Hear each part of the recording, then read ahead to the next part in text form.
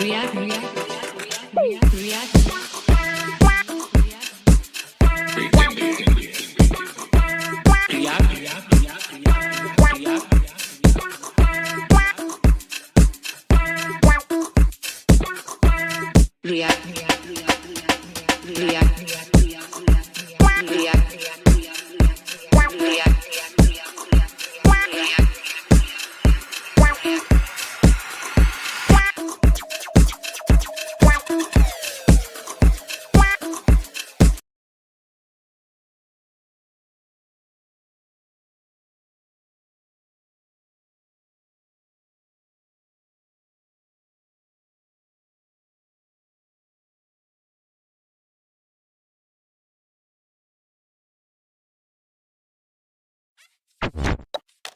Introducing Affinity, a revolutionary digital identity solution that lets Sarah manage her data trails holistically with full control, so she can discover her data found across social media, e-commerce, and more.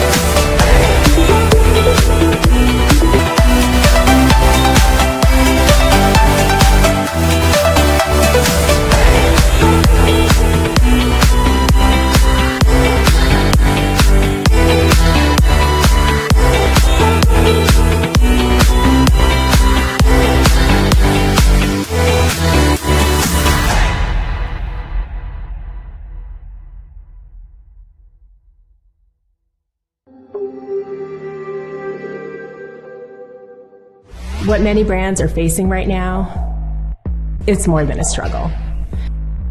It's reached a critical point. They're battling a brand relevancy crisis, and it comes as no real surprise.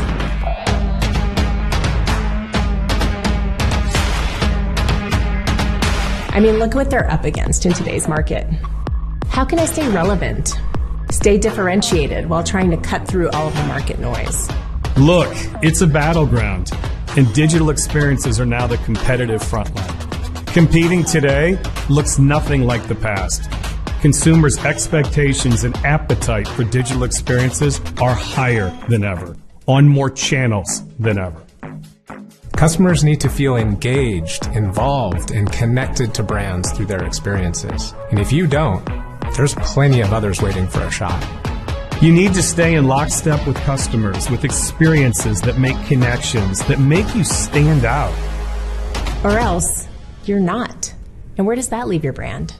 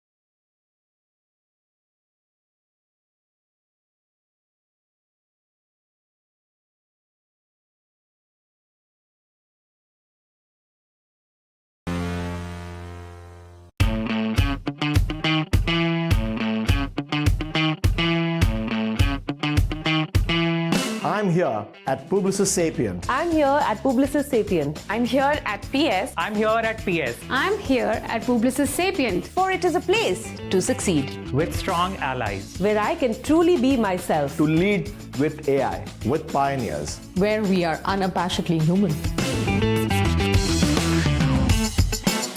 I am here at Publicis Sapient to create 10x client impact. Where we do tech for good. Where I can be limitless. Where we are all for one. With visionaries. For endless learning.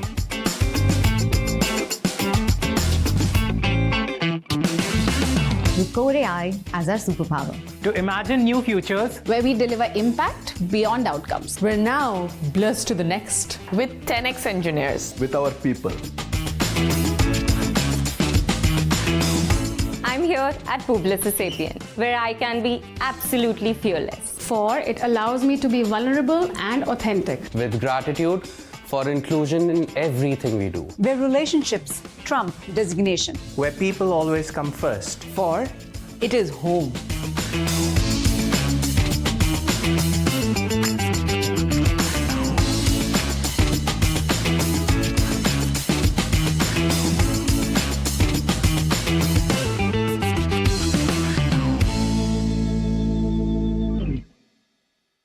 Good code is good, we don't touch that. But for everything else, there's Sentry. Whether you're a mobile, back-end, front-end, or any end developer, we'll show you the environment, device, OS, even the commit that introduced an error, down to the broken line of code. Yet the woes of a developer go far beyond when code is broken, it's also when code is slow. Detect endpoints, slow spans, and operations consuming the most time across your stack and keep everyone feeling not bad. Why do so many companies struggle with IT and software development? Why is it so hard to attract great talent and service providers?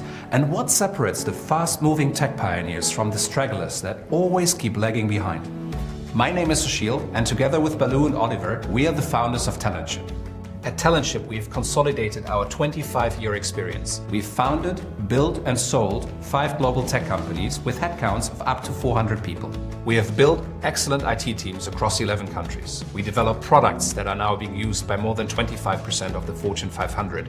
And we have run several IT consulting and software development companies on 3 continents. Our biggest challenge has always been building a strong product and IT team. Up until 3 years ago, when we finally got it right and developed a unique method that put an end to our challenge. Ever since, it's been like a dream come true. We've got the top 5% talent working on our teams. We fill open positions like this. Quality and speed of output are on all-time highs, and we're delivering complex products like clockwork. And our cost is even 50% lower than before. No more struggles with IT. We know it sounds crazy, but it's the truth. And here's how we can help you succeed. Firstly, based on our eye-opening experience in India 3 years ago, we have developed our own data-driven method of finding premium engineers quickly and at scale. This way, we are able to provide you with virtual in-house teams that have exactly the skill set you need. Their output is world-class, meeting and exceeding European standards. Secondly, we only employ very senior IT experts to manage the teams, both in India and in Europe. Our managers have been in your shoes. They bring your virtual in-house team to high performance, and this is where the magic happens. Thirdly, we follow our proven playbook to create a strong in-house team culture and tear down language, intercultural, and communication barriers. We know how to make our teams, yours, fully embedded in your culture and processes. State-of-the-art product development, artificial intelligence, machine learning, sophisticated data engineering, cloud migrations, or 24/7 DevOps. Whatever your challenge, with Talentship you will have top talent working for you quickly. Over the last 3 years, we have successfully demonstrated the power of our Talentship method in more than 100 projects. We have surpassed the results of traditional in-house, freelance, and outsourcing models by far. We are so confident we even back it up with a guarantee for you. So, if you would really like to address your IT challenges, and if you like the idea of working with an experienced partner who's been in your situation many times over, please book an assessment call with us now.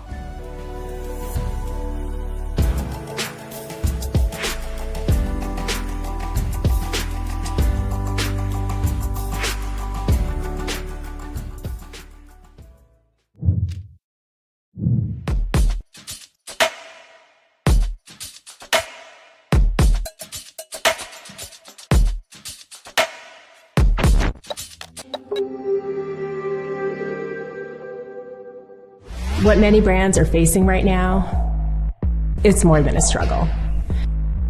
It's reached a critical point. They're battling a brand relevancy crisis. And it comes as no real surprise.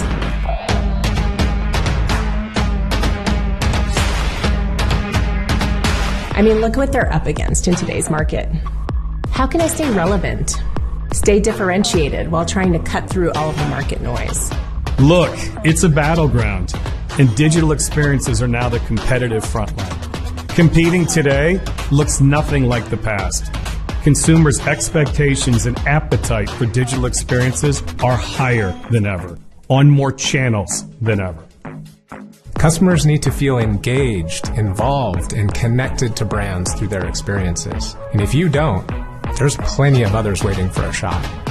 You need to stay in lockstep with customers, with experiences that make connections, that make you stand out. Or else, you're not. And where does that leave your brand?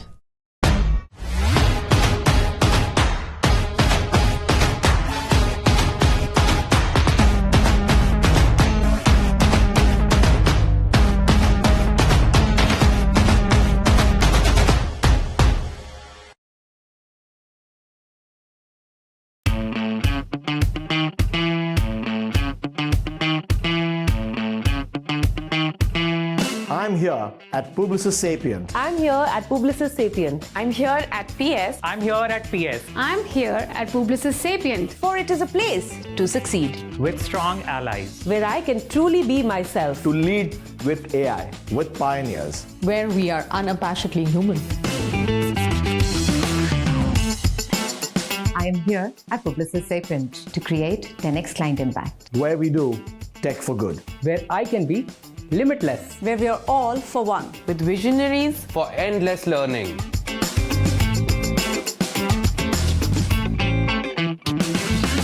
With Core AI as our superpower. To imagine new futures. Where we deliver impact beyond outcomes. We're now blessed to the next. With 10x engineers. With our people. I'm here at Publicis Sapient, where I can be absolutely fearless. For it allows me to be vulnerable and authentic. With gratitude for inclusion in everything we do. Where relationships trump designation. Where people always come first. For it is home.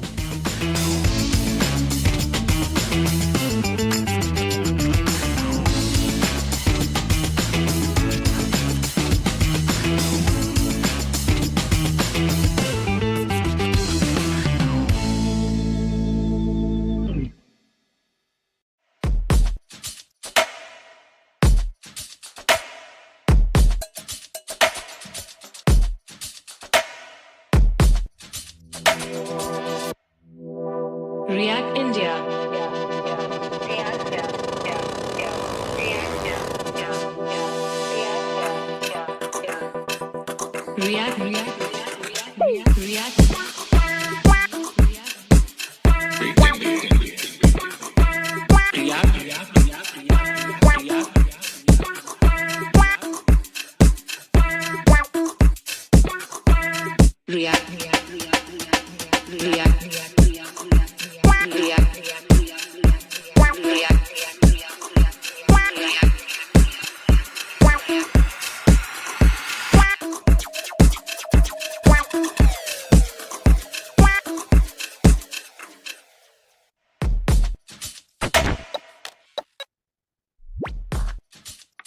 Hello everyone. I hope you all are doing great. Doing great, amazing, and well. Good morning, good afternoon, and good evening from the respective time zones you are joining us from. Welcome to the remote edition of React India 2024. I'm Faizan Akhtar and I'll be your host for today. And I'm super excited about today. We have an action-packed agenda for you for the whole day today. Whether you are joining us from the comfort of your home or the hustle of your workplace. It's great to have you here as we deep dive into the world of React. As this is a remote edition and we have people joining us from across different regions of the world. So before we begin, we have few housekeeping slides. So I want to emphasize first things on React India follows a strict code of conduct. We are committed to maintaining a positive, and inclusive environment for all attendees, speakers, and staff. Respect and kindness goes a long way in ensuring that everyone has a great experience. So let's keep the conversations constructive, supportive, and free of any inappropriate behavior. Um, Moving on, we have a strict anti-harassment policy. React India follows a zero tolerance policy for harassment of any kind. We are dedicated to make this event a safe space for all participants, regardless of gender, identity, ethnicity, or background. If you witness or experience any form of harassment, please report to our team immediately. We take this issue seriously and are here to ensure everyone feels safe and welcomed. And at the end, I want to mention that we'd love to hear your thoughts and experiences throughout the day. Be sure to tweet your highlights, favorite moments, and takeaways using @React_India and the hashtag React India 2024. So let's make this event even more engaging by sharing your insights with the wider community. We'll look forward to your tweets. Also to mention, this is the start of the series of React India 2024 conference, where today is the remote edition. Then on October 17th, that is a day after tomorrow, we have an in-person workshop, and then we have an action-packed 2 days in-person workshop on October 18th and October 19th. Now, the action-packed plan of the days you heard with amazing speakers and agenda, I want to say that this wouldn't have been possible without our amazing sponsors. In the platinum category, we have joining us Content Stack and Publicis Sapient. In the gold category, we have EPAM, Affinity, Deisha and Company joining us. In silver, we have Brevo, Sentry, Talentship, Remote, ImageKit, and Auth0 by Okta. And we have amazing bronze sponsors also joining with us today. While I talk here, you can check out the website reactindia.io/live. We have many exciting opportunities to get an opportunity to you from our sponsors, win some swags and amazing perks. So make sure to check out the website reactindia.io/live. Today, we have got an incredible lineup of talks from mastering design systems to exploring 3D web experiences, all designed to inspire, educate, and most importantly, level up your React skills. But before we begin, I want to mention a fun fact. Do you know the first version of React was released like over a decade ago? Almost 10 years, right? Just how fast the night changes. But here we are, still evolving, innovating, and discovering new ways to build better and faster applications. Now, as we start, we are on the stretch. Now, as we start, you can stretch, grab a coffee, and recharge. And don't forget to share your thoughts, questions, and insights on social media using hashtag ReactIndia2024. You never know who might be following along. With all of this being said, I want to officially welcome you all to the remote edition of React India 2024. Moving on with our first conference, first talk for the day, which is more about concurrent rendering in React, a game-changing feature that improves app performance and responsiveness. So there are two speakers for this. So first, I would like to welcome Alok on the stage. Hi, Alok. How are you doing? Can you listen? Hi. Thank you very much for the introduction. Happy to be part of this thing. This is my first time here, so I'm looking forward to it.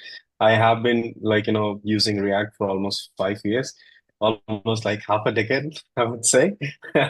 And yes, working at EPAM for almost 1.5 years. So I'm more excited to share my views and also learn something from the experts here. Thank you very much, Faizan. Amazing. Looking forward to hearing some more in the talk. So moving on with the second speaker we have for this talk, Mithun is here joining us for the second part of the talk, and he'll be taking it forward. But hi, Mithun, how are you doing? I'm doing well. Thank you, Faizan. How are you? I am doing great. So looking forward to hearing more from your talk and, where like more details about, what has been over the decade and like Right. what more can be new in that, right? Absolutely. Again, thank you so much for welcoming us into the React fraternity, and we are happy to meet a lot of these very interesting topics and folks that we come across during this, right? And it's definitely going to be an interesting session. Yeah. Looking Great. forward. So with that being said, I'll hand it over to you so that you can share your screen and take it forward from here. Absolutely. Thank you. I will just quickly share my side. Can you confirm if you can see my slide? Yes. Yes. Yes, you can. Oh, perfect. All right. I don't know if you see my right. I'm sharing the wrong slide. Sorry.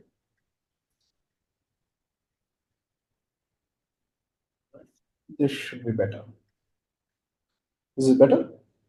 Yes. Great. All right. Since the conversation is not to introduce new concepts or topics, but this is what I do, right? Myself and Alok, we regularly work and finding out different solutions, what each of us have come across from different problem statements. And I'll just quickly jump in. So we usually call it as fireside chat at EPAM, right? And that's what we're going to do here as well. Right. Again, quickly, this is me. I'll just quickly skip slides here, and there's Alok, who's my partner in crime with a lot of this technical stuff. And yes, so I'm directly jumping into the problem statement. Right. Hey, Alok. Hey, Mithun. Hey, man. Good to be here. Hope you're very nice. Yeah, it's been long since we spoke about problems and how do we solve them, right? Awesome. Yes, yes, exactly. And I'm so looking forward to talking to you about the same. Very interesting. So something that came up. It's not a new concept, but something that came up and started. Creating problems around one of the solutions that we're working on. We're working on something like a dashboard like this. This is not exactly the one that we're using, but a little bit more complex, an event-driven, data-intensive dashboard. And I wanted to show you some interesting stuff that I found out. Are you good? Do you have the time? Yeah, yeah, of course. Why not? Let's go ahead. Great. Yeah. So what happened was, if you look at the leftmost corner of this, right, we usually have dashboards. But then one of this customer actually said that they need to have some actionable call to actions, right? You have a drop down, you could have a button, you could have some filters, and this applied to the whole context of this dashboard, right? And this was a problem. I mean, this is a very common ask that I see nowadays coming, right? And they look at a lot of these data based business solutions, and this is what is being expected from a React application. But React application wasn't built across a business intelligence system, right? It's more like a facade, a web interface for folks, right? I'm pretty sure you would have come across a few of them. Yeah, all the time. All the time, it's very common, right?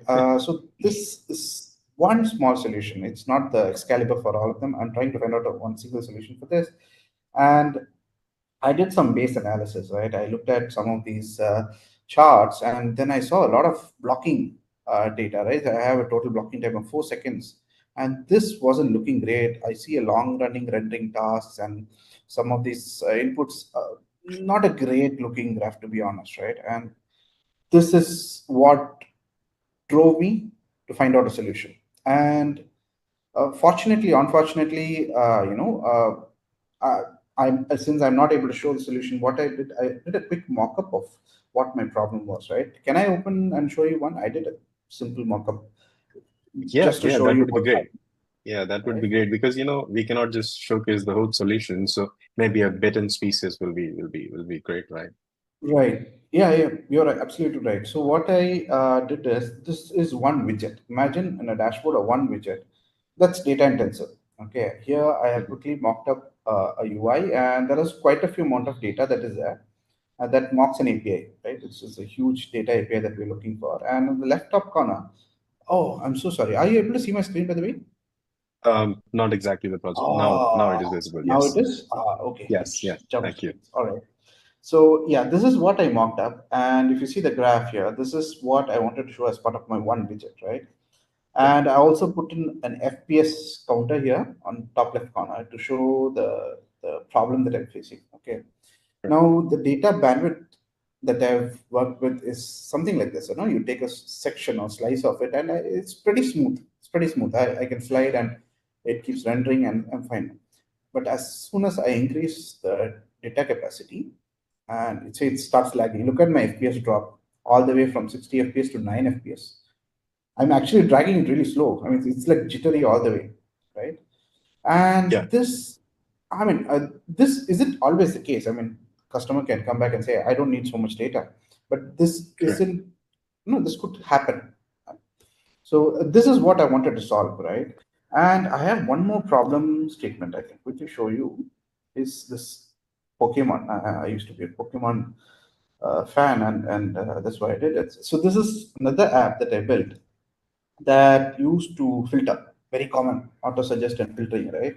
So here I'll show you another aspect where now I'm running all this on a Mac, right? But obviously it's going to be slightly fast. So what I'm going to do is I'm just going to throttle it down a bit. Where's my score? All right. I'm just going to do it only 4x times. Okay. Now, what's the usual funda is we want to quickly do a filtering, right? So let's say Charmander. I'm already typing in. It's not even appearing in my text box.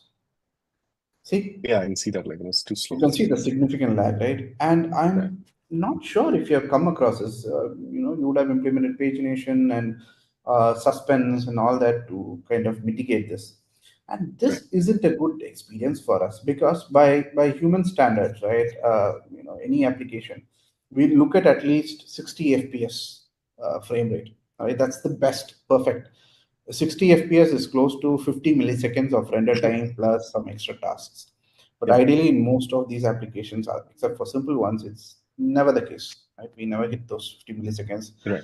And that's what I wanted to see if it's something that we could help mitigate or bypass to an extent so that we are good. We don't have a lot of block rendering happening, right?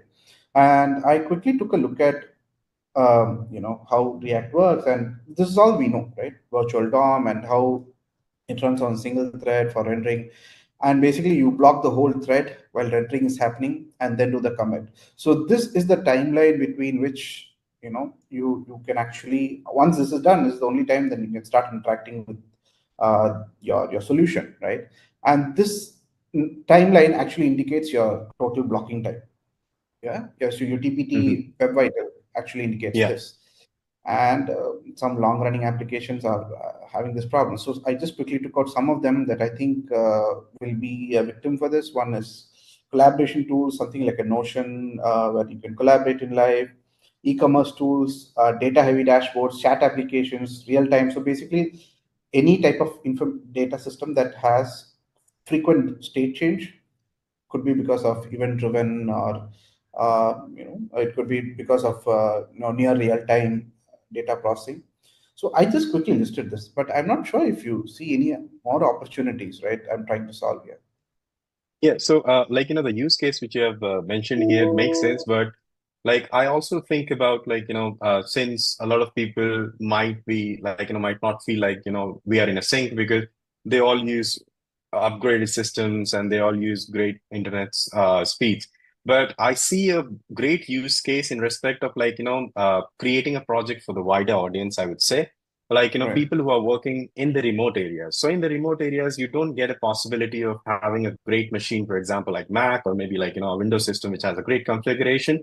They don't have it, right? And along with the not having a very good internet bandwidth. So once you don't have these opportunities, you fail to get the experience of what people are experiencing in non-remote areas.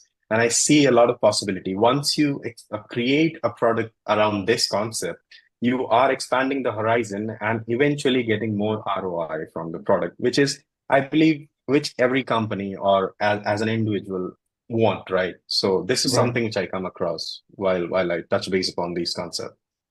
Great. Yeah, you are actually right. I can give you some idea, right? So I'll just quickly show you what I had in mind. If you see, this is the regular render cycle, right? You have an original render task, and the usual funda with React is you have a single thread, a main blocking thread. It does its rendering complete, just like how I show you the render and commit phase, right? But I really want to interrupt, right? And this concept is not new. This has been there with React from 2019. And they have been working on this solution to prioritizing tasks, right, especially user interactions. But then this actually got coined somewhere 2 years back, and this was addressed in previous React events as well. But I don't see a lot of folks who diligently try out this, and that's what I wanted to share this with you and see if we can promote this, right? So the thing is, we don't want the UI to get blocked or make the user wait for interaction. If it's something that you need to interact immediately, then you can make the other components wait. That can be lazily loaded, or it's a very common concept that we used to do, right? That's what I'm trying to solve here, right? And this was one of the flows that I think, is there a way that you could prioritize my rendering? I have my high priority render and low priority render. And in 2019, React had this built internally. They haven't shipped it yet, but what they did was they let us actually prioritize some of our renderers. So we can actually queue them in a specific queue and say that we had a lot of control over the events that were queued and rendering tasks that were queued. And this was great, right? This was great, but there are some caveats to it. It's not that you need to give an extensive, they need to build an abstraction and not complicate it as for us, because there were some complexities with event handling there. And that's when this idea came up with concurrency, right? So you have some high priority updates for state use reducers, syncing with the external store. These are always usually the high priority updates. And low priority updates are the ones that you want to lazily load. You want to have some action that's a long running API. That was a concept that was coined. And yes, and that's when concurrence came into being. But I'll just quickly show you some other concepts that all of us use, right, very regularly. That's one is debounce, memoization, virtualized list, and optimizing codes. This is one of the usual suspects that we do while trying to optimize our user experience. But apart from this, I'm pretty sure you would have tried all of them, right? Yes, exactly. Like, most of them, or majority of them. And I'm pretty sure, like, the people who have joined us have also used these features in the first place. Yes. Exactly. So I'm just going to add one more item to this list, and that's this concurrency. And I will show you the same example that I showed a few slides back, that how concurrency actually changed the experience. See, this is not to teach what is concurrency, but to leverage, concurrency in a way that will possibly fix some of those areas that you could work without debounce. See, I really don't want to debounce or input, right? Like, I don't want the user to have a 2 second or a 3 second debounce and then do the search. That's not the idea, right? That's there for a specific solution. But concurrency is a little bit more wider top, wherein it could help you with a good interaction. I can quickly show you instead of me explaining. See, what am I going to change? It's the same line of code. What I'm going to change is I have this new hook that was introduced as part of concurrence. So that hook is part of use transition. And in this hook, we had a method called start transition. That's all I did. If you see the long running method, I just wrapped it. And this means that I'm trying to deprioritize, right? I'm trying to deprioritize this call over the other rendering aspects. That's it. Now I've done it. Now look at the same screen. If I start scrolling, look at the FPS doesn't even drop, even if I go really fast, right? Doesn't drop. The idea is it's trying to deprioritize my my low running renders with over a high priority. My high priority is my movement. See, this is my high priority event. This doesn't stop, right? And it's not complete rendering. If you just look at the top of, there's a loader that I put just to indicate it. Only when I stop, the loader actually starts loading, right? And then I get an update. That's why it's quite quick and my FPS doesn't drop, right? Otherwise, for every move I do, it'll keep on rendering, and it's going to be a blocking UI. Same thing applies to you see where I'm going, right? You see the kind of performance difference that you see here, right? Yeah, I can see that. Like, that's a drastic change, as we've already shown, like, in the FPS format. It's really impressive to see that. Right. Yeah. This looks really good. But this is one, even for while trying to learn filtering. This is something even everybody does, right? We want to filter list. Earlier, you remember the Charmander was really slow? Yes. Look at how quick I'm typing. I'm typing it that quick, and it's responsive. I can throttle it down for you. That's the best part, right? Even if I throttle it a lot, this is still going to be performant. Let's say I do a 6x throttling. I used to do a 4x throttling. Right? See, it's that quick, that quick. So the idea is not to it doesn't make the solution quick. It is just that we prioritize some parts of the application to load slower over some other parts of the application. We really don't want to block the input field here, right? That's the idea. I can render the results later on. And this is what I'm trying to achieve. Hope this has a lot of good application to the areas that you're also implementing, and I'm thinking this could help you. Yeah, definitely. Right. I'll just show you what what are the approaches that I've tried out. There are a lot more. I've not gone extensive in this, but I'm trying to just give you a gist of what the solution is about.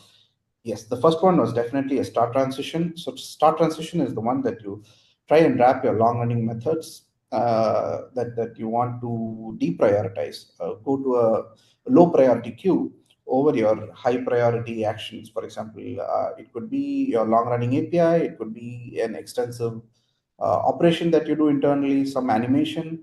All this could be part of your transition API. And I think this is the exact wrap that I showed you earlier. And if you notice, there is one more flag that is there, is pending. Is pending is also associated with use transition. And since this is a long running task, we would like to have some feedback or a callback to let us know that your task is still running, right? And this is the guy who would give you that feedback, right? It lets you know if it's still running. So I see that's a good flow. And the second one that I've used is actually use deferred value. These are one of the basic mainstream hooks we use as part of concurrent that I have tried out, and it works really well. The only difference between use transition and use deferred value is it's quite similar, but primarily used when we don't have access to the state changing function. Right? For example, you want to call an API, and you don't have access to it. You don't have access to that method, right? Because there is no direct control over it. And then that's when you want to wrap it with the use deferred value. That means it's taking time to load that value, and then you still put it under low priority, not as part of your main thread, right? And it's not blocking. So this is just an alternative of state transition, but with a different context. And the third that I used was suspense. Oh, this was interesting because I remember I thought myself as an expert in suspense with all the React 16 and 17, but there are some good things that I learned about this new suspense capability, especially with the hydration aspect of React. So suspense here actually prioritize how my rendering needs to happen. It can have low priority renders or hydration when I wrap my component or part of my component in suspense, right? And your fallback, the fallback UI that we usually build with suspense, right? And this hydration was giving me time. Let's say it takes me 500 milliseconds to render a page, and the immediate actionable items are within the 300 millisecond queue. That means I really don't have to wait for the whole 500 seconds for my page to render, right? I can block it. I can say I can deprioritize some part of my component under suspense, and then it quickly loads. The users still get to interact with the other parts of the application, and this is the interesting part. You can actually suspend it, right? When you have a look, let's imagine that you have initiated a long running task, and at some point, right now you can't, right? At some point you want to stop it and change some parameters, right? And your suspense is running, your loader is running, and there is no way you stop it. You basically wait for it to load and complete. But with this update, you can actually stop the rendering. You can actually interact with this suspense and stop the rendering and do a fresh new fetch if required. And that's, I think, gives a good user experience, right? And another feature that I saw was suspense list, right? Till now, I think, do you get the idea of why suspense could help? I mean, at least the updated suspense with the user experience. Yeah, I could see that. So basically, previously, suspense was only taking care of what should happen when something is loading, but now you can also interact with it once, while the process is going on, or while something is some changes are being rendered on the page. That's a good use case, yes. That's a good use case for me. I mean, I felt so. There could be many, but this is one use case that I think helped me a lot. And there is also another thing called suspense list that is not there earlier. It was, it was recently introduced. I'm talking about again a part of 18, wherein you can club all your suspenses together and say you need to load your suspense in this order, right? You can do a top-down approach or bottom approach, and this is interesting while you're trying to do a single-page application that uses suspense to just like how you have lazy loading, right? You slowly want to load them, let's say top down, because some of those outside the fold can still load later on, right? You don't need to, and that control also is something that the suspense list has come in, and you can have a common fallback for the whole list of suspenses that you have, right? So once your first component is done, then it can jump into the next component and still, but then you don't have a loader on top of your first component, so you can have a common fallback UI for the whole suspense list as well. That Awesome. looks neat, right? Yeah. Yeah. Right. I know this might not be a great example to show suspense because you would have all seen suspense multiple times, right? But I still wanted to show you how I wrapped. Excuse me. Usually when we use suspense, we use states, is loading states, and try to do a fallback, check on if this loading is done or something that we regularly do, right? Here. But here I would not have used this. And this is the component I want to lazily load with suspense. Let's go into that.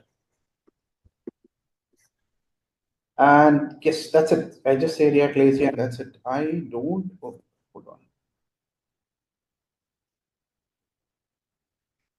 Right.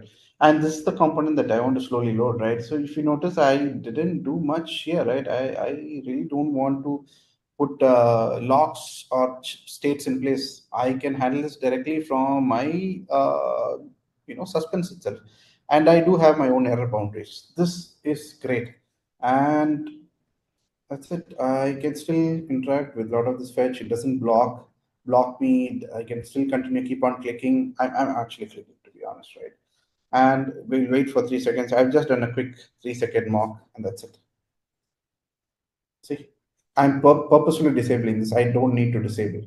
It's not part of React. I can still interact with it. And this is, I think, is definitely good if we can leverage this capability.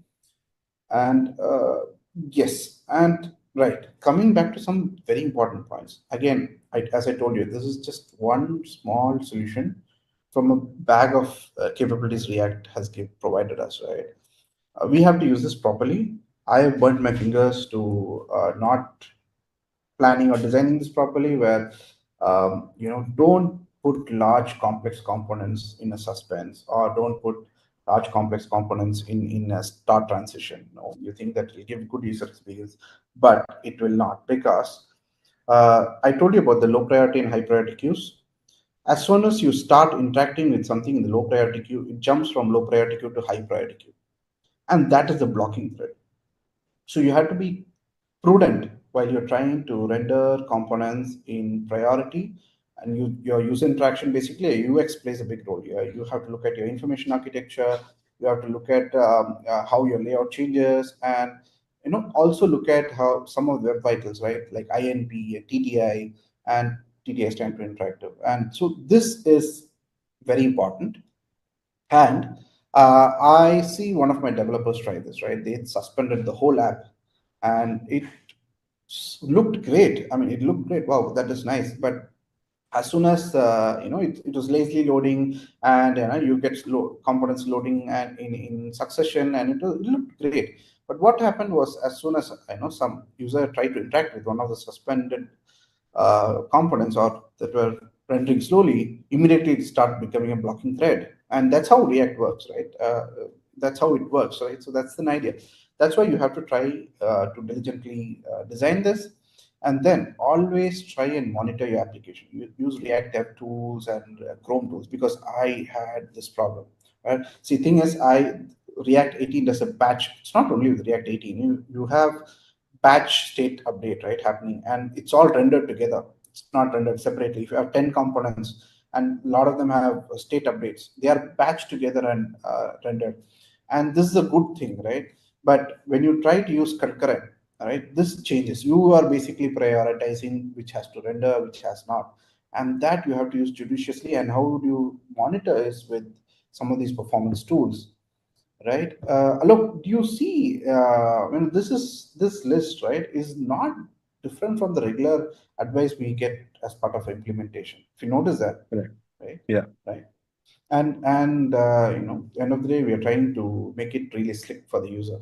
So I personally think these are the points that I had a tough time with, which I've learned the hard way. And please feel free to share your thoughts. I mean, this is not exhaustive, to be honest with you.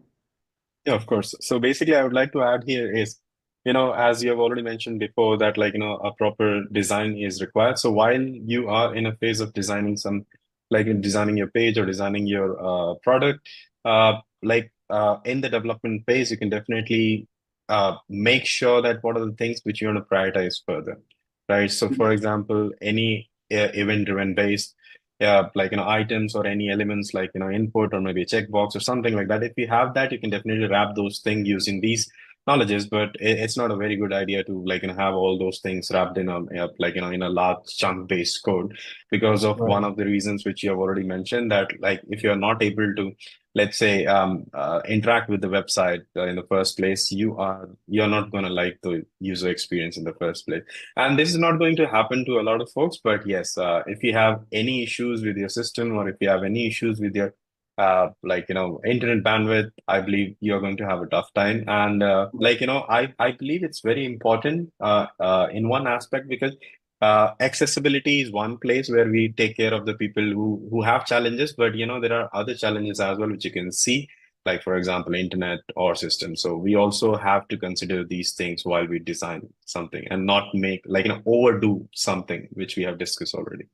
Right. Yeah, absolutely. So a couple of areas that I would recommend is, see, one is, I told you that's a low priority and a high priority queue. Basically, it's actually causing it to be rendered twice, and that is not a great in some use cases, right? Especially like the ones that you said, it's a large component and heavy component, complex component, right? You could look at memoization, you could look at virtualizing and all that, right? So it could cause rendering issues. Then also there is this race condition, especially with this concurrency and the way that you manage your state. So that's something that I would request anybody who's working to invest some time to look at the state, and how the state shouldn't do a race around condition with concurrency, right?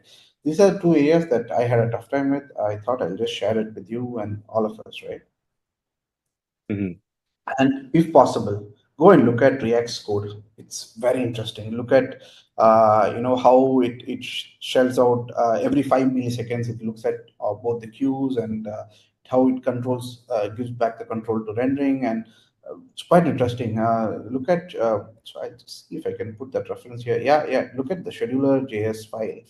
That is there in the React GitHub. It's interesting. And I've also quickly tried to use one of the blogs. This was not an official blog, but this is the way that the context of how it works and detailed explanation of how concurrency works was extremely good. In fact, it was really good. He had a lot of metrics associated with it. I thought I could share it with you as well. Yeah. Perfect. Hey, great, man. I mean, this definitely was a good share. I mean, after a very long time, I get to share some technical details with you, and let's see, we can leverage this for some of our existing projects. And if you were to migrate from 17 to 18 with concurrency, there'll be a small change in the app.js, the way that you create, you call your render component here, you'll have to call create root. It's a small change that you'll have to do, but look at your impact analysis properly before you take the solution forward, right? Yeah, and absolutely. Great. All right.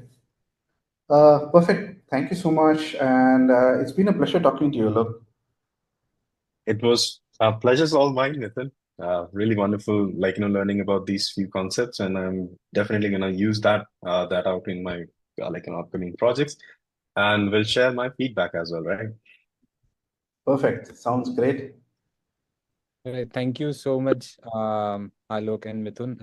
I think your expertise and experience, and the three approaches that you suggested, those will help people who all are watching to leverage their React skill set and help them build better scalable applications. Absolutely. So One suggestion, right? So thing is, I've just scratched the surface of what concurrency can do. If folks can look at the lot of caching options that have come, the forget capability with React, they can start exploring more. It will be extremely helpful. Awesome. Yeah, I mean, I think people can note it down and keep it like pinned so that they can come back to it and keep more exploring on it. But yeah, as said, thank you so much for giving your time and sharing your insightful thoughts. It was a pleasure to have you here and hear these insightful thoughts from you. Thank you so much. Thank you for the opportunity. Thank you. Thank you. Bye-bye. Bye-bye.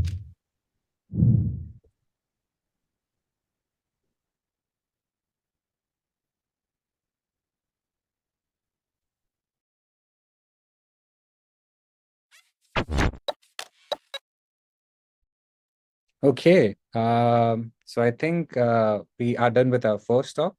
Now let's move to the second talk of the day. So I'll be welcoming Smile here on the stage. So she'll be talking more about color theming made easy, the Razorpay's checkout story. So hello Smile, how are you doing? Hey, I'm good. How are you? I am doing good.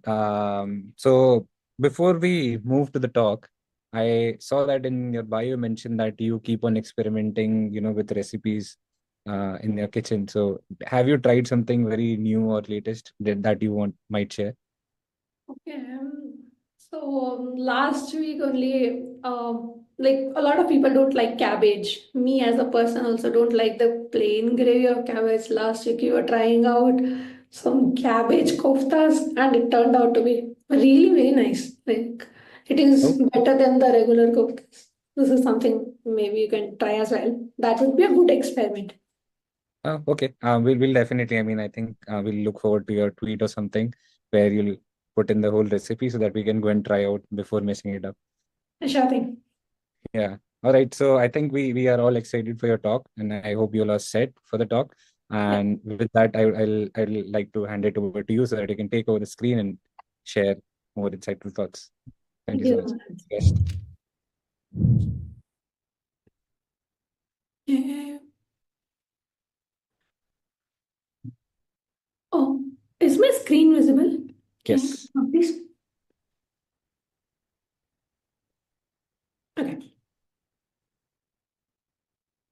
Hey everyone, I'm Smail. I work as senior front-end engineer at Razorpay, and I'm so excited to be here and sharing a very special concept or a very special experiment which we did on Razorpay recently. So I joined Razorpay in 2021, and like at that time, the code base of our checkout, since it is something legacy back from 2014, it was not very developer friendly. And the vision was that one day, maybe a few months or years down the line, we will revamp the entire checkout and we'll make it a lot more advanced from technology perspective and a lot more developer friendly and a lot more aesthetic. So this thing is inspired from our how we took Razorpay one concept, like how we themed Razorpay's checkout, and which is spread across millions of merchants. So how beautifully it had scaled up to everybody. So before that, let me just take 1 minute and I'll show like how Razorpay used to look back in 2014 when we had only one payment method, one or two payment methods that were cards and net banking. We used to have a very simple checkout with one buy pay now button. Then we introduced wallets in 2015 and then UPI launched in 2016. Our page modified a little. But all these years we were just playing around with that header and the CTA, not doing much more experiments. In 2017, we did some revamp. 2019 or 2021, we launched a new payment suite that is Magic Checkout. That is just like one-click checkout is available out there in maybe Amazon or things on other platforms. So Razorpay also launched that, and I joined for this project 2022, that was the first time we took the concept of V1.5 and we tried revamping checkout. Not at a full-blown scale, but at a small things. And if I remember correctly, in 2022, we launched our first desktop version.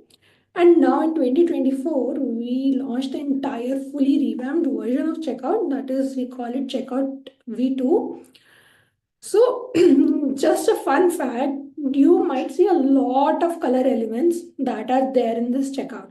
Be it be illustrations, be it be maybe the pills or these things. The curious or the fun thing is that this entire thing is generated, or the entire palette is generated using one color. One color which a merchant provides us as their primary color. So today in this demonstration also we will see how you can take one color and you can transform the entire checkout in a very seamless way using that. So let's get started. So before we, before I share what was my approach or our approach, what do you think are the must 5 colors that every design palette should have in a project? I'll just take a 10-second break here. Maybe you can think what would be, according to you, the 5 colors. Okay, so what could be? If it would be me, maybe a primary color. Correct. What else? Let's go back. So we see a primary color, maybe that red-brown color. What else? There is a white surface color, the background color, right? So a surface color, then what else? Maybe think from some secondary colors. Not a primary complement color. That can be also there, maybe some contrasting color. But think from a generic perspective. Maybe a toast or maybe a success message, right? Generally, whenever we do an operation, we tell the user, okay, your thing is there. So maybe a success color. A lot of times people make errors. There are form validations and maybe a page doesn't work or incorrect payload or things on those lines. We need error state. So error color and then maybe a warning color for some things. So what we will do today is that we will take these colors as their inputs and we will create a dynamic palette. So now we know there are these 5 on a high level colors. Let's classify them based upon the needs. So one are base colors, primary and surface. Then our secondary colors, success, warning and errors. Then what else? Now when we type something or maybe when we make something, right? One is the background color. There is some text, button text or any other text, right? Which we want to write. We can call them on colors. Maybe if you want to add it on a primary color, if you want to add something on a surface color, if you want to add in something on maybe a success banner or something on those lines, on color. Then last but not the least, if you remember, I had also added a illustration, right? So what if you want to also theme the illustrations based on a theme color? So I'll come to that. What is the shadow, midtone, accent and highlight colors in a while. Before we jump into mixing our colors and bringing our palette in, I want to emphasize and spend a little more minute on this very nice concept or a very nice color concept to add colors, that is HSL colors.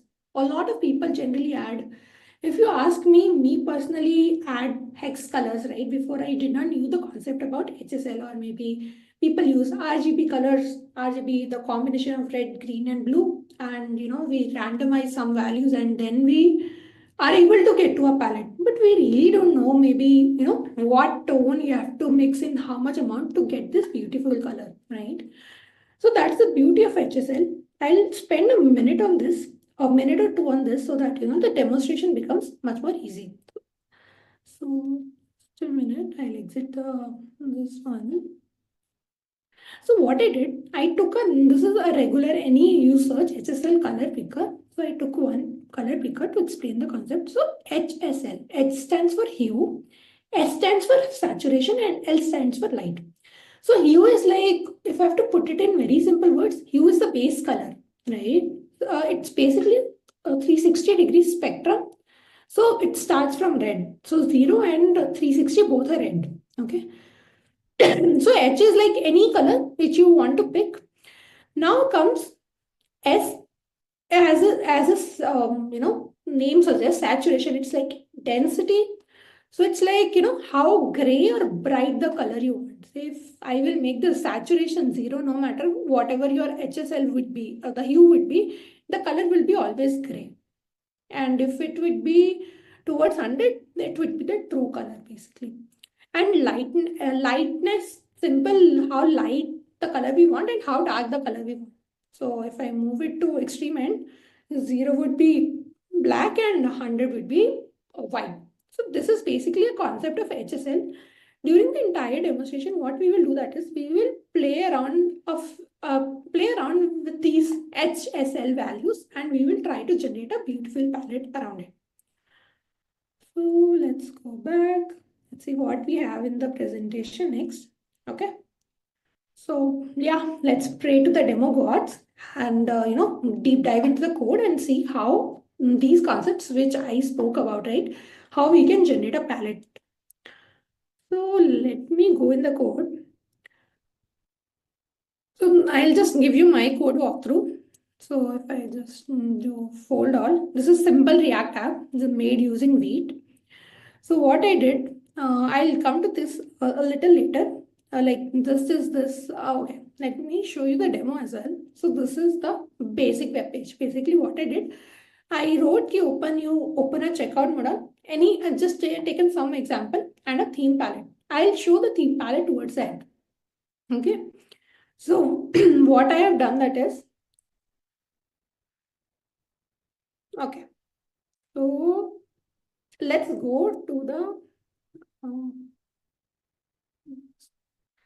So we want to create a theme, right? So what we'll do that is, so what I've done, so the basic idea is this.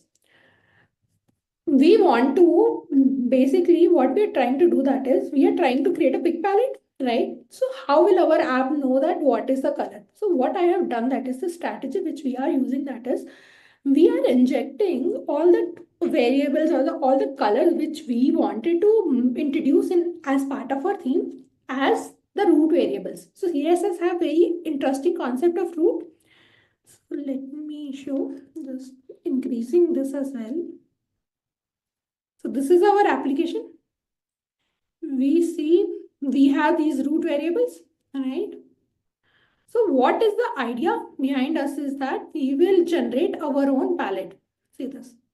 This is the palette I have generated. So I'll explain how we have generated all these colors and what each color means. So the idea here is that we will generate our palette and we will inject our palette into the root so that the entire application can use that set of palette. So how we can do that in React? One of the ways is that using helmet. So I have injected my style tag over here. Now let's go deep and understand what is this create theme. Okay. So what the vision is, like for you can basically you can customize anything. What I have customized in my theme that you give me I'll give you a primary color. I'll give you a surface color and I'll give you a CTA color. Surface color and CTA colors can be optional. If you don't pass it, I will just create from something. Let's see in parallel as well. Let me open this. Okay. So let's take the same thing as reference. So one is the white surface color, the primary color, and maybe the CTA color. These are the three factors for now we want to customize our theme on. What I have done, I have made a build theme. It is doing their computation and just we are returning in the root, we are returning all the colors. Before we jump, what does build theme does? I'll show you infographic. Let's try to understand using that first. I hope this is visible. So what we are planning to do that is, like in our page, right, there can be a surface color, there can be solid colors, there can be illustrations, right? Let's first try to understand how we can generate, how we can adjust our hue color, right? Basically, the goal here is that we will play along with lightness. lightness or maybe the saturation. The base color will remain the same. We'll play with saturation and we will play with hue and we will generate the palette. So I have taken this primary color, right? And then what we are doing, that is, since we wanted to play with hue, so we have converted the primary color to HSL. Then we are adjusting its lightness. You can generate as many as shades you want. Then we are regenerating, returning the shades. And one way I showed you using helmet, we have already injected the direct variables, right? In the root variables, you can directly use them, or maybe you can use them with tailwind. I'll explain and show the both approaches. Let's see the code. So I'll go in my build theme. So what I have done, that is, I've taken primary color, surface color, and CTA color. So I've converted my primary color, right? And then what we are doing, that is, just ignore for a split second this, and see this line number 204. Let me zoom in a little more for the people who are not seeing on phones. So what I have done, that is, I'm saying you take my primary color and generate some color. So since we are playing with the lightness values, right? So two things which we have done, that is, just one is, this is more from a surface color perspective. So what we have done, that is, so we took the color and then we have lightened the color to whatever hue it is. Let's see this.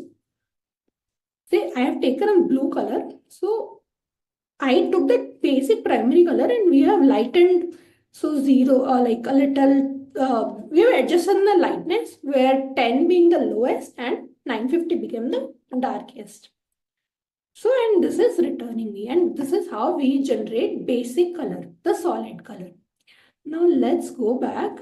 Let's go back in that create theme. Same fashion, since it's a solid color, right? You can generate be it be success color, be it be danger color, be it be warning color. It's just color matching, right? These are simple. Now the thing comes with the surface. So surface is something, what if somebody did not provide a surface? So what I have done, that is, I have taken one primary color, right? And from that we are generating basically same color only with slight modification. I have taken that as a surface color. Now the challenge with the surfaces can be light and surfaces can be dark, right? So what we can do that with, we want our theme to be in such a robust manner that, say, if my surface color is black, right? On black, I can't see black text. So we need something white, right? So that is how we will generate our palette. So what we have done, that is, so we are checking if surface color is there, else we'll use that, else we are generating some random surface color. Then what we do, that is, we are generating its tint. Now, this is the same thing. We are just generating the tints on the basis of that color. This is then if we are checking about the surface color. Now this is simple, right? Surface color is also basically one kind of primary color. Now the thing is, I mentioned one is, like, we covered surface colors, basic colors, we covered secondary colors, how we can generate a tint for that. Now the thing comes is what? The on colors. Now I want, say my background is black, I want something, it should look beautiful.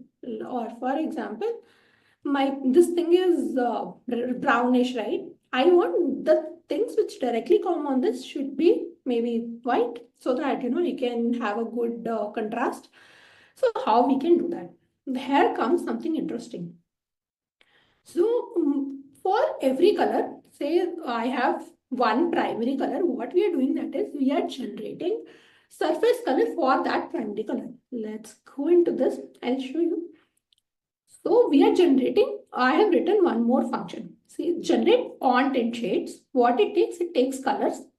This is the palette. Basically, I wanted these many colors, 10, 100, 0, 10, 10, 25, 50, so with 1000. So we are trying to we have written some logic based upon EPCA. EPCA is one of the algorithms where you will, you need it is more like an accessibility algorithm. It defines some rules how you can make colors better. I'll touch upon that as well. I'm showing you. So I'm just saying get best color or tint or shade. What we are doing that is we are checking like if this color, right? We are trying to find what is the lightest contrast for this and what is the dark contrast for it. And then we find that contrast using some predefined rules. These rules you can find on their website as well, and they have a wiki. I'll share the resource in the end, like how you can, you pass background and foreground color, and then how can you get the contrast and how you can scale up the contrast and things on those lines, right? So we generated light contrast and the dark contrast, and we are seeing if light is better, then we want to show the light color, or if the dark is better. So basically what this function do that is it checks. This is the color, this is the background. If it is a darker background, then lighter color will be more nice on it. And if it's a light background, a darker contrast. These colors mostly returns black and white only. So for a light color, it will give us a value that you use black as a theme color. And if it's a dark one, it will return a light one. But it's not like that. For every light colors, like if I'm generating 10 colors, right? Maybe first 4 would have black background and rest 5 will have dark background. No, it's not like that. It is more the function also focus like how hard or how easy it is to a human eye to read. So this function does it magic, and that is how we create our on themes. Just a minute. So what I'm doing that is I'm returning my on colors. Maybe if I want on surface primary success, basically on all the things where I want my text colors, I'm returning this. And then for surface and this, and also I wanted something with my CTA color. So I'm just returning my CTA. Now how I can leverage them to make things. Let's see the demo. This is the palette. Basically it got generated. So let me open the checkout. Now you see this. So basically this is one illustration I have added. We'll cover its illustration logic in some time. But if you notice, let's do one thing. Let me change my color. And this adapted automatically. Let's see its code, how we can use it. Just a minute. Let me show you this one. See this. So if whenever you're making your code, what you can do that is, since we have surface color, right? Wherever you want a surface color, this color should adapt according to the surface. You can mention text on surface. Then maybe I want some opacity, then you can leverage this. So notice these are all tailwind classes. Now in this few minutes back, I was talking, right, how you can use either using root variables or using tailwind classes. So what I have done with my setup is that, let me show you my tailwind setup. So what we did, so whatever that on colors, right, which we have generated. So we had few things like surface colors, primary colors, success colors, dangers, and warning, right? So we generated like on, then surface, and whatever shade you want. Let's visualize it. I'm going to the inspect element, right? See this. So using that one color, what we did, so on surface 0. This is, it might look, if you're seeing HSL values for the very first time, it might look like maybe this is a percentage or something, but it's an actual color. Like you go to 40 degree in the wheel, then this is the 20% is the saturation and 5% is the lightness. And that is how it generated the entire palette. Okay, and how we can now leverage them in Tailwind. So let me open my model. This is the right panel. Let's see coloring for this one. Okay. So this is now one code you wrote. What I did, so I wrote background 25 and the text is 950. So basically what I want 25% of my primary color, a slight tint, more towards white, but some tint, right? And then maybe since it was surface color, my surface color was none. I did not pass anything, so that is why I passed this. And then I want a primary color on this. And some things I just wrote maybe text, I want base text and a font medium, and this is my thing. Let me show you for CT as well.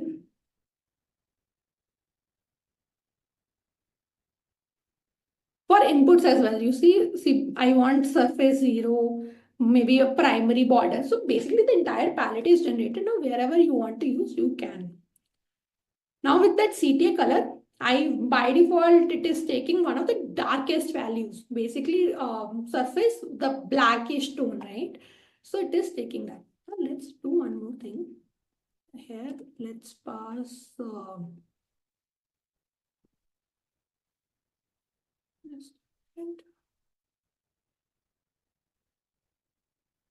maybe black. Okay, and CTA color maybe red. Let's see. And let's see on some light color so that it can be more better. And see this. We are getting nice colors. Now, if you notice one thing, here the color did not scale up. I intentionally left this piece. So why? Because I did something like this. Just to see what is the power of that. If you notice, secured by, I simply use text primary 950, like don't rely on the surface. So this was an issue. So the better color here could have been maybe text on surface 25. Okay. Now see, it automatically scaled up to this color. Now let's touch upon these illustrations. Let me quickly touch upon this as well. So what we did. See, now if we just let me quickly do one thing. I am clearing this. I don't want that. So you notice, like, let me show you on a maybe a dark color. See this. So there are some 4 colors. It is a combination of 4 colors that also we have generated dynamically. Let me go in my theme thing. I'll go on this build theme. So what I have done, that is, see, one is a shadow, then one is an accent color. Accent color is like you can hard code. What if you want some particular color, right? On some colors, you can just hard code it. Then there is a highlight color and there is a mid-tone color. So how we generated that? So there is these formulas came from more like a hit and trial sort of thing. We tried on a different spectrum. That if generally the perception is that if I want to make a shadow, right, I will reduce the brightness, lightness, and it will give me a shadow color. But the thing is that with shadows, it might not. When we initially we tried that approach only, but it looked a lot dull. So that is why we played around and we made a formula. To adjust the saturation as well, we balanced it out. That's how we generated a shadow color.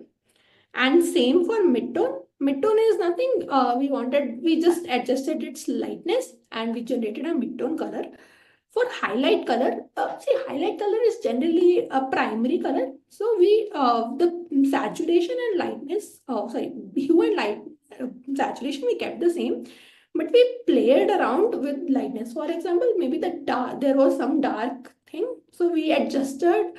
Like how much highlight we want. So we made some formula out of it, and we are bouncing it back, and that's how we generated a highlight color. And accent color I already spoke about. Like as of now, in my application, I'm only given the support for accent color on primary colors, or not primary colors, the dark colors. And on light colors, it is the similar primary color variation only. Let me show you. Maybe let's go somewhat towards white and see this. In the darker colors, you saw there was subtle green color. The reason why we kept green color, we wanted to increase more intent for the buying perspective. So that is what we did. This is what I had for my demonstration. Let's go back to the slides. So this is how, like, if you want somewhere border, you can like if you want opacity, since this thing we collaborated with Tailwind, right? And this idea was inspired from Material UI, how they are configuring their theme colors, and that is how we clubbed them with Tailwind, so that if you want to give border or maybe text colors or anything, we can simply use them, and the newly created palette will work as custom colors for Tailwind. The beauty for this is that since they are CSS variables, right, so it will not have any extra impact on if you dynamically change the theme. Like you saw, right, me runtime changing the theme. So it did not have any extra computations. We are just changing the values for the root variables. So I touched upon this APCA, right? Advanced Perceptual Contrast Algorithm. Earlier we used to do with the contrast, right? With AA and AAA, like some contrast ratios. So this is a little advanced. It talks about, it talks more from a perspective that how nicely colors impact. Like I touched upon one concept earlier, right? For light colors, there can be different band where it can be a flip. Basically, the crux is on dark colors, dark backgrounds, you need a lighter white, and on a lighter ones, you need black. Also, it touches upon some things on sizes as well. Like, for example, if there is a small size, then you can have a bold on them. But if it's a large, maybe a 14 pixel, 18 pixel, 20 pixel, then you can skip bold or maybe make it semi-bold. So there are many rules to it. You can go through it, and it's an interesting read. I'll share the good read for this towards the end. So yeah, that's all. Let's summarize what we learned. One is that what is HSL? It is one of the ways how we can adjust lighting and hue, and we can create some palette. Then by tweaking, you can easily create wide range of shades and tints, allowing for dynamic and adaptable UIs. Then for better readability, for use black for lighter surfaces, white for darker, and prefer on colors. Like in the demo itself, where I did not add it on colors in one, it was not able to accordingly scale up when I used a darker background, right? So it's better to use on colors. Then we talked about how illustrations, it's better if you are incorporating some illustrations. It makes a lot nicer if illustrations are also customizable, and you can use accent colors if you want some fun element or something, like we added green in one thing. Just last but not the least, you can check this. We have made this if you want to play around with a lot of colors. I'll also share a QR code towards my demo, and if you want to see, you can just go here. It's Razorpay demo PG3. You can play around with the colors here as well. So let me see what I have for my slides. And that's all. So this is the QR code for the slides, and if you have any questions, I'm happy to answer.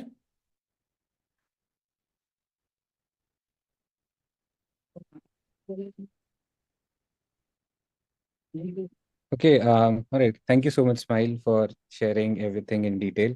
It was good to see someone playing with colors in depth for good 30 minutes. And I learned a lot. So I hope, even the attendees who are watching this, they might have learned a lot too. Thank you so much for sharing your time, sharing your insights on such a great topic. It was good to have you here. Thank you so much, and see you again. Bye-bye.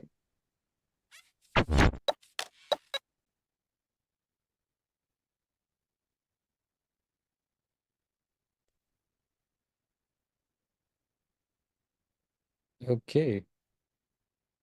All right. Okay. So here we are.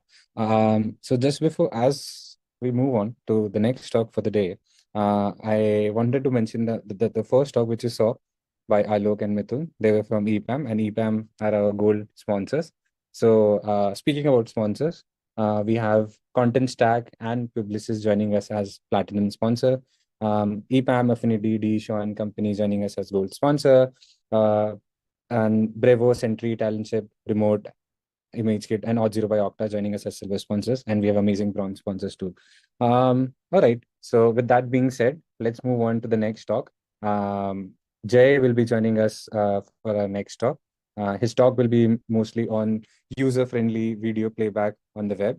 And as he comes, so he's a software engineer at imagekit.io, who are one of our silver sponsors. And he'll be talking more about, the video tag which you see. So hi Jay, how are you? Hi, hello, Faizan, thank you.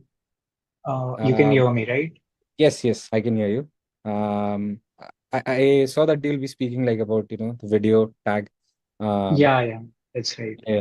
So I have like a icebreaker question for you. A bit different from, the video tag, but like maybe if you have seen something in a video game and you have like a superpower power and you want to bring that to your real life, what would that feature be from any video game?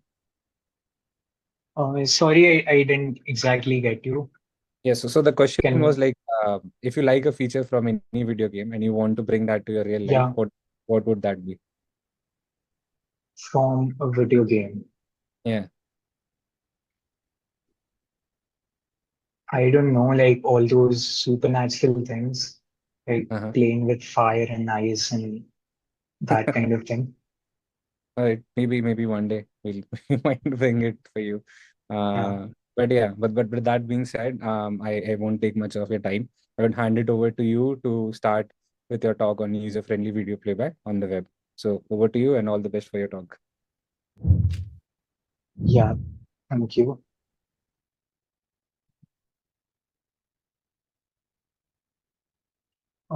My screen is up, right? I don't think so. I can't see a screen. It's not.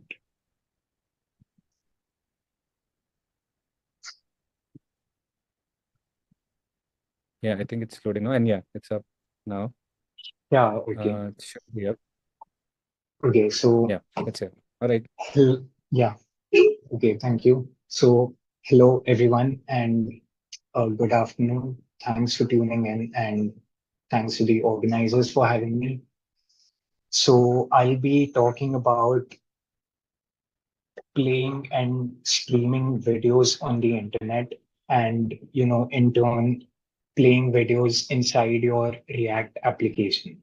Like today, if you had a React application and if you had to play videos on it, then how would you go about it? What's the state of the art? Do it. And of course, you want to do this while ensuring that the user experience is not affected. It's good. So when it comes to playing videos on the internet, the release and adoption of HTML5 was kind of a canonical event in its history because it brought native support for playing video inside the browser. So, so it might be hard to imagine now in 2024, but originally HTML web browsers and the internet by and large, they were not designed to transmit and play videos. The reasons for that are not hard to guess. Digital video was not common back in the day. Internet bandwidth was expensive, internet speeds were not as good as what we have now. So the result of that was that we did not have native video support for a long time until HTML5 came about. And up until that point, your only option to play videos inside a browser was proprietary tooling and solutions like Adobe Flash. So if you are old enough to remember the days of Adobe Flash, it used to be everywhere. It was all over the place.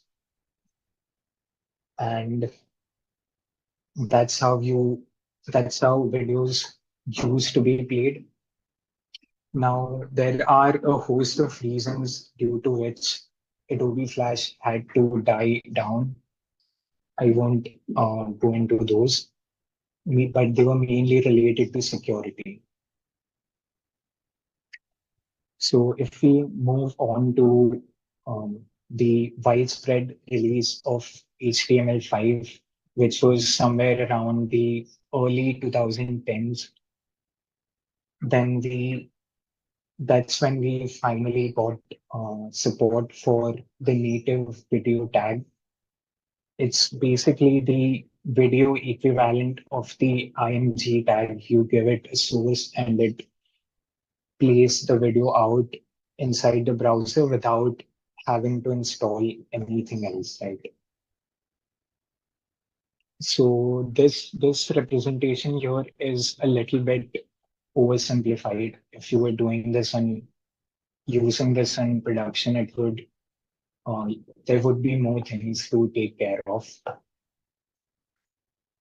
So the thing is, with the introduction of this,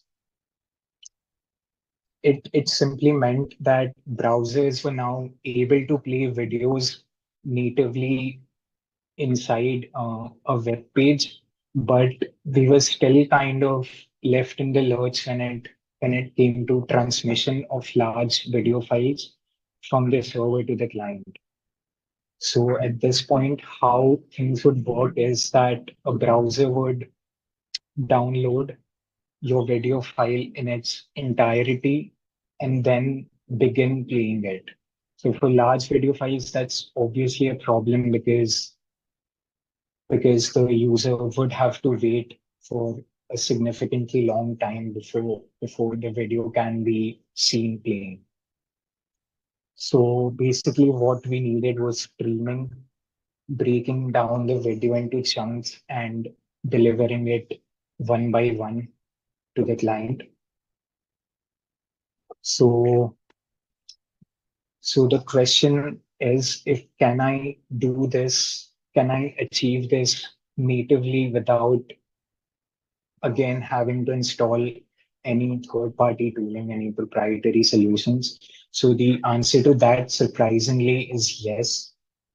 So the HTTP 1.1 specification has a thing called range requests, which is basically just a bunch of headers that allow the delivery of any resource in chunks. So any resource that you have on your system, it can be broken down into chunks and delivered to the client, where each chunk is delivered via one separate HTTP request. So if I wanted to, today, if I want to stream videos on my web application, on the web stack, then all I need is a bare bones HTTP server and an HTML5 compliant client, which are pretty easy to get. And most HTTP servers like Apache and Nginx, they have been supporting range requests for a long while, like since forever.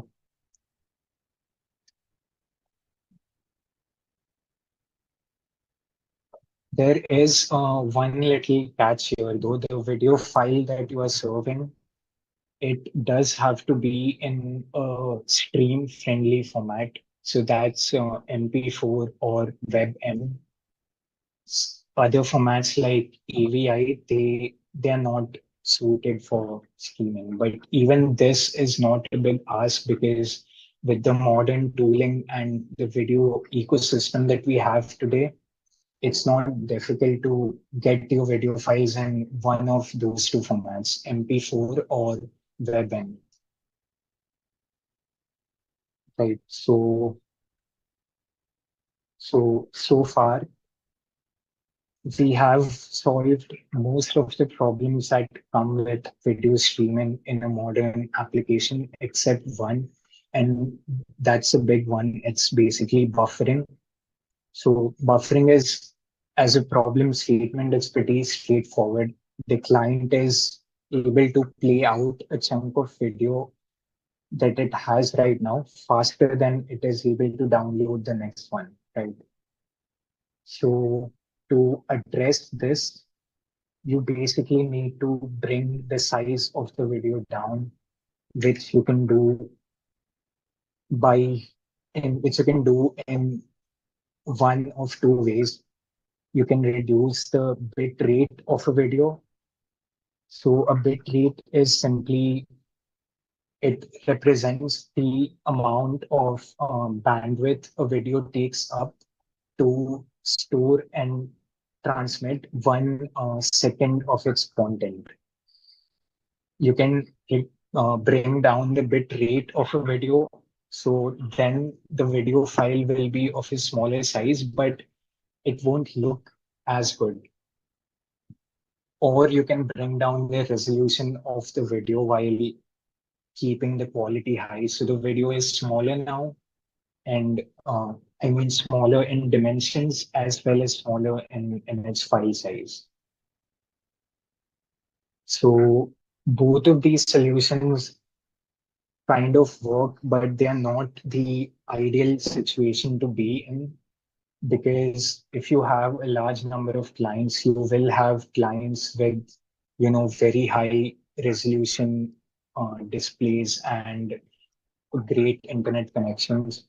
So to them, the modified video will not look as good. And on the other end of the spectrum, you will have clients who are still using, poor internet connections. So to them, buffering would still be an issue. You can stream your video in a middle resolution, but it will still be an issue for a significant number of your users.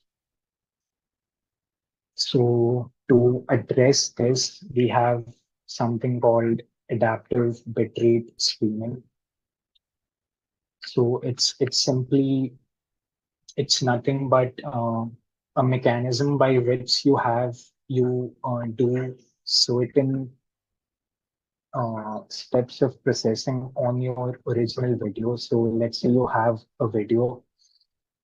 The first thing you do is create multiple variations of that video.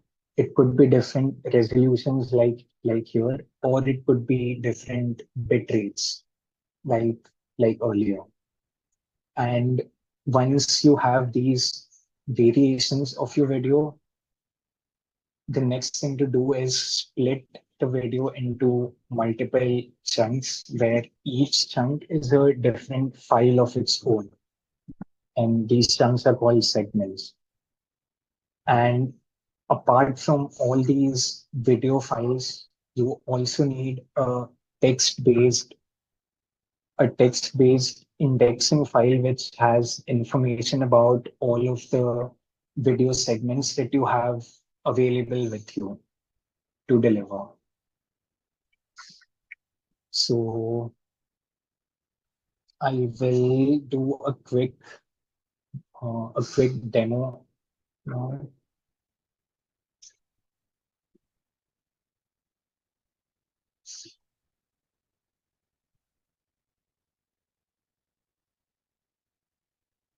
Yeah, sorry.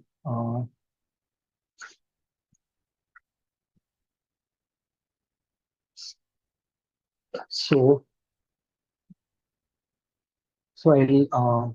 I have a web server set up on my local machine. It sends out a video file on this URL without supporting range requests like I talked about. So what the browser should do is download the entire video file and then start playing.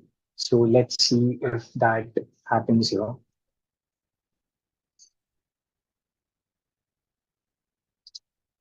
Okay, so if we look at this, if we look at the video request here, what Chrome does is it does not download the whole video file in one go.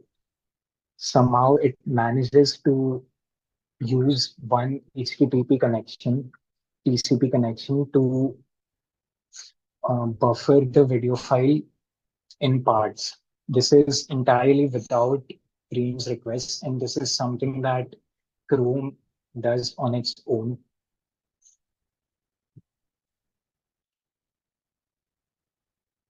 Yeah, But if I switch the browser to Firefox, then it does what we expected any browser to do. It downloads the entire video file first, and then plays it out.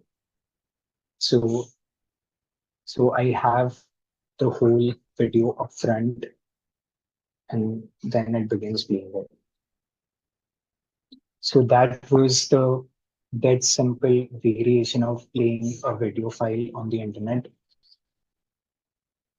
If we look at the version that involves ranged requests, then let's see what happens then in the network tab. Okay, so again, with the initial load, nothing really happens. Chrome simply downloads a thumbnail of the video so the user can see something. But now if I click on the play button, it will start firing a bunch of requests. Each request is the response to each request is sized at 1 MB, and this size is something that I can tweak and configure on my backend.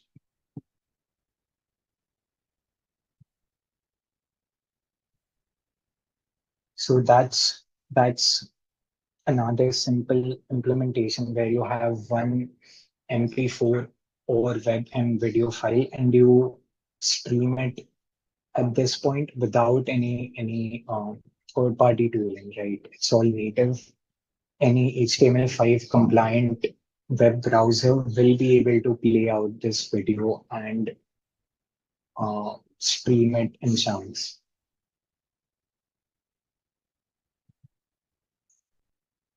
So now if we move on to this setup, adaptive bitrate streaming, again, I have it set up on my server, and we'll take a look at that.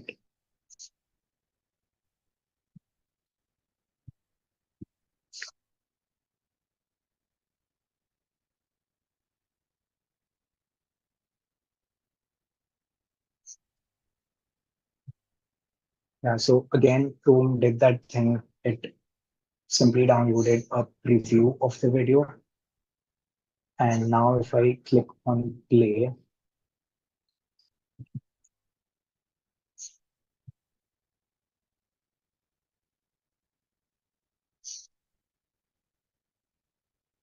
so we can see that it downloaded this version of the video, the 1080 pixel version, because it detected that the network on my device is good enough for that. Now, if I refresh the page and throttle my network a little, then let's see what happens. So the video buffered a little bit for a split second there, and then it intelligently switched to a lower quality, and we can see what it has switched to, which version of my video. It is the 360 pixel one. So depending on how your network behaves, the video player that you have, it takes these intelligent decisions on which segment to download next.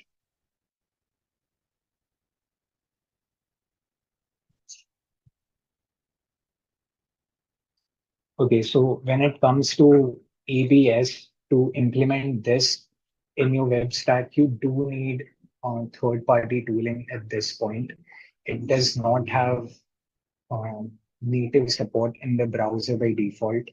So if we talk about the backend, on the backend, you need specialized tooling to, set this part up. You would have your original video, and you would need that video converted into all these segments and a corresponding functional index file. And on the front end, you would need a custom video player that is able to parse this text-based file and assess all of these available segments and make those decisions on the fly.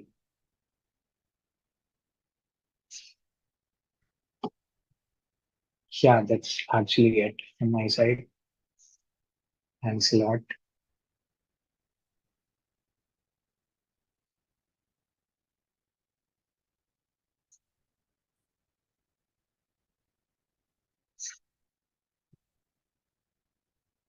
Are you done? Yeah, yeah. Okay, all right. Thank you so much for your talk. I think it was, really insightful. As we talked in the start, like it was more about the video tag. So it was good to see another perspective here, on the video tag again. But as I said, I mean, thank you so much for your time and thank you so much for sharing your insights. It was actually good to hear everything from start to end. So thank you for joining. See you again. Thank you so much. Bye-bye. Yeah, yeah. Thank you. Thank you. Bye.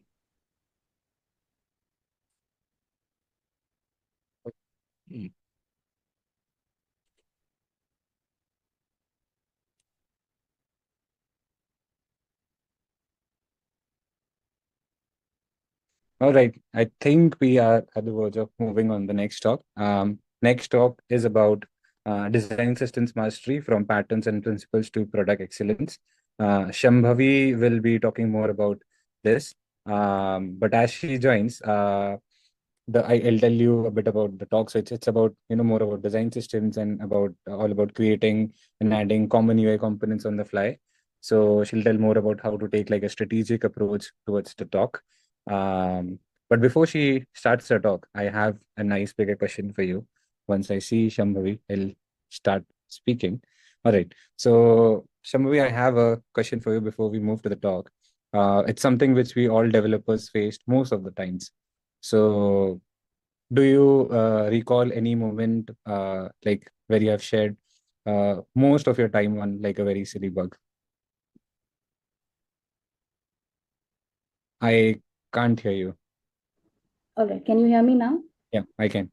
Yeah, so to be honest, there are many, and it's hard to recall any one.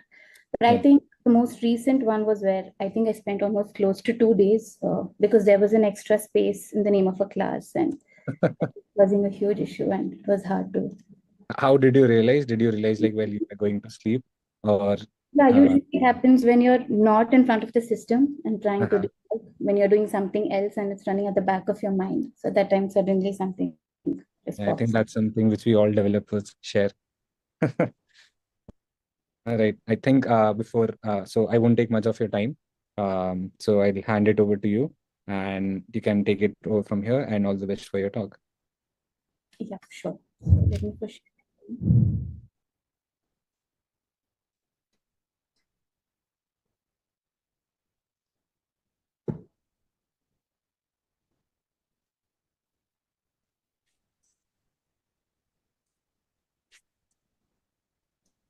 Can you see your screen? Are you able to see my screen? Not yet. Okay. Maybe a silly bug. Could be. Yeah, I'm sharing. Yeah, I think I can see your screen now. You can do it later. Yeah. Right. Thank you so much. All over to you. All right. So good afternoon, everyone. And today my talk is going to be on design systems mastery, where we learn about how you can master building components for your design system by applying patterns and principles, and in turn, how your product can excel because of that. So the agenda for today is going to be this, where we start with a quick intro of our design system, how we adopted a design system. Then we'll speak about our rebranding journey. which happened recently, what were the successes, and what was one area of improvement that we found there, which will take me to the topic for today, which is about all about patterns and principles. And then after going through that, we see what we infer from this, and then we sum up the dots. Yeah. So all of you would have known by now that design system these days is becoming very common. You see a lot of organizations starting to build their own in-house design system. And the reason for this is it helps you to achieve a lot of design consistency and reduce the effort in re-implementing common UI solutions. So the same was with Brevo, where we initially started with a very simple pattern library, as you see on my screen. So on my screen, you see a very simple popper, which is just a bare shell. It was not a full-fledged component. And then you can see another example of a model, which is again a very bare model. So we had these kind of simple patterns, but these were not very reusable, as developers had to write further code and styling to use them in their applications. So we improved this and we enhanced our components, where we came up with the component library, and we offered them more refined components. So like you see, I have the same popover, but it's in a better shape with a better look and feel. Similarly, if you see the same model that we saw earlier, this looks much better with the backdrop and everything. But once again, we realized that now we have reusable components, but we don't have a proper shared design language to define what our UI standards should be it the spacing, the typography, the color palette, and so on, which led us to develop or come up with the idea of creating a full-fledged design system. So in addition to the components that we have, we supported more detailed documentation about the usage of the components, how it could be integrated across applications. Along with that, we also defined a standard for what our brand should be like, what should be the voice and style of our brand. So as you see on my screen in the video playing, we defined what our logo should look like, what is the style we communicate. Furthermore, across our product, across all our screens, what are the kind of colors, themes that you should be seeing? So we had a core color palette. From this core color palette, we defined certain semantic colors for product usage, like when you need to flag some information, informative content, a warning content, success content, and so on. But that was not all. Along with the color palette, we also defined a standard typography for our product. Again, further adding to that, we had so many other standards defined for various visual attributes, like the radiuses, as you see on my screen, animations, spacings, and so on. And along with all of this, we also introduced a complete set of icons that could be reused across the product. So with this complete system, we were able to achieve this consistent design across all our screens. So now that we had a proper design system in place, when there came an initiative around a year or two back that we had to rebrand our company. So we were initially called as Send in Blue, and then as part of this rebranding, we were rebranded as Brevo. So how did the design system help us here? We had everything set up. So as you see on my screen, firstly, we were Send in Blue, like I said. So we had like a blue and white theme, and we were instantly able to move to the new green shade that you see on the right-hand side. So what helped with this was, again, the whole fact that we had a design system. And since we managed all various visual attributes, like I showed you the typography, the color palette, and so on, we had all of these visual attributes stored as tokens for different themes. So depending on the theme needed, we would load the respective set of tokens. So this theming support helped us to very quickly and seamlessly rebrand the entire product. And as you see in the video playing, it's just the same components, but it's just with the help of a theme change, we could rebrand so quickly. And around 30 plus apps from our product suite was able to achieve this quickly. So elaborating more on the successes, we had the theming support in place, which helped to instantly rebrand. But the support for different themes also allowed us to plan this theming in batches. So we didn't have the whole product suite having to migrate to the new theme in one go. We could do it in phases, which helped in achieving some stability. Not only this, most of our applications are based on React. There are some non-React applications too that we have. So with the help of just the design tokens for the various visual attributes, those apps were also able to instantly switch their themes. And the continued support for different themes, as I said, allowed us to carry out partial rollback in case of any issues encountered. So these were the successes. But what else did we do as part of this rebranding? It was not just a theme change. We also introduced a new marketing vertical. This is just a closer look of what the components look like, which after the rebranding. So when we introduced this new marketing vertical, we already had our product segment in place where we had the core tokens and the semantic colors and the components and everything.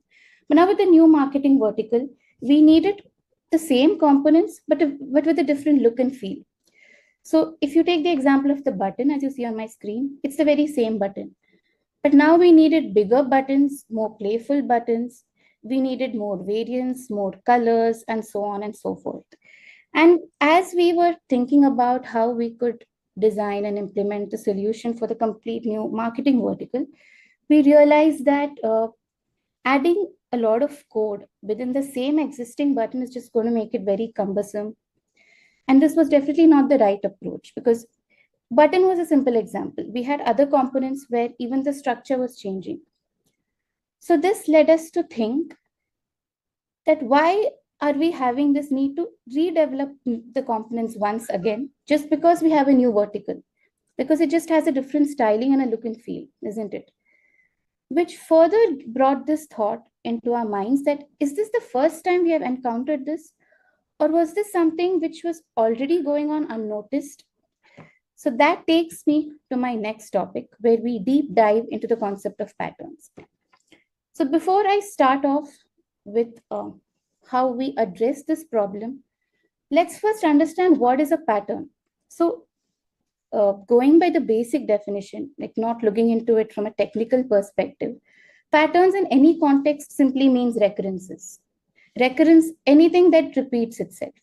In the context of UI patterns are just recurring solutions for common challenges that you face or see in the design of your user interfaces. So to give examples of it, you see on a UI, you have buttons, you have menus to select actions, you have accordions, and each of these can serve as a particular pattern that you keep repeating, or you see it repeated in different parts of your application. And we had solutions already, right? We had developed components based on these UI patterns already. But we still faced an issue where when our product was scaling, we had new verticals coming in, our design system was not ready for it. So what was this and why was it? So there seemed some scope to maybe reconsider our solutions better. So let's explore this by taking the same example of the button which I showed you. So we know that buttons are the most, atomic, one of the smallest atomic components. And you have very basic features, like you can click on it, hover on it, you can disable it, you can have icon buttons, you can have a button in a loading state, you have different variants like primary, tertiary, it comes in various sizes and so on. But apart from this, a button itself can have more advanced handling. So let's just look at some of those examples to better understand.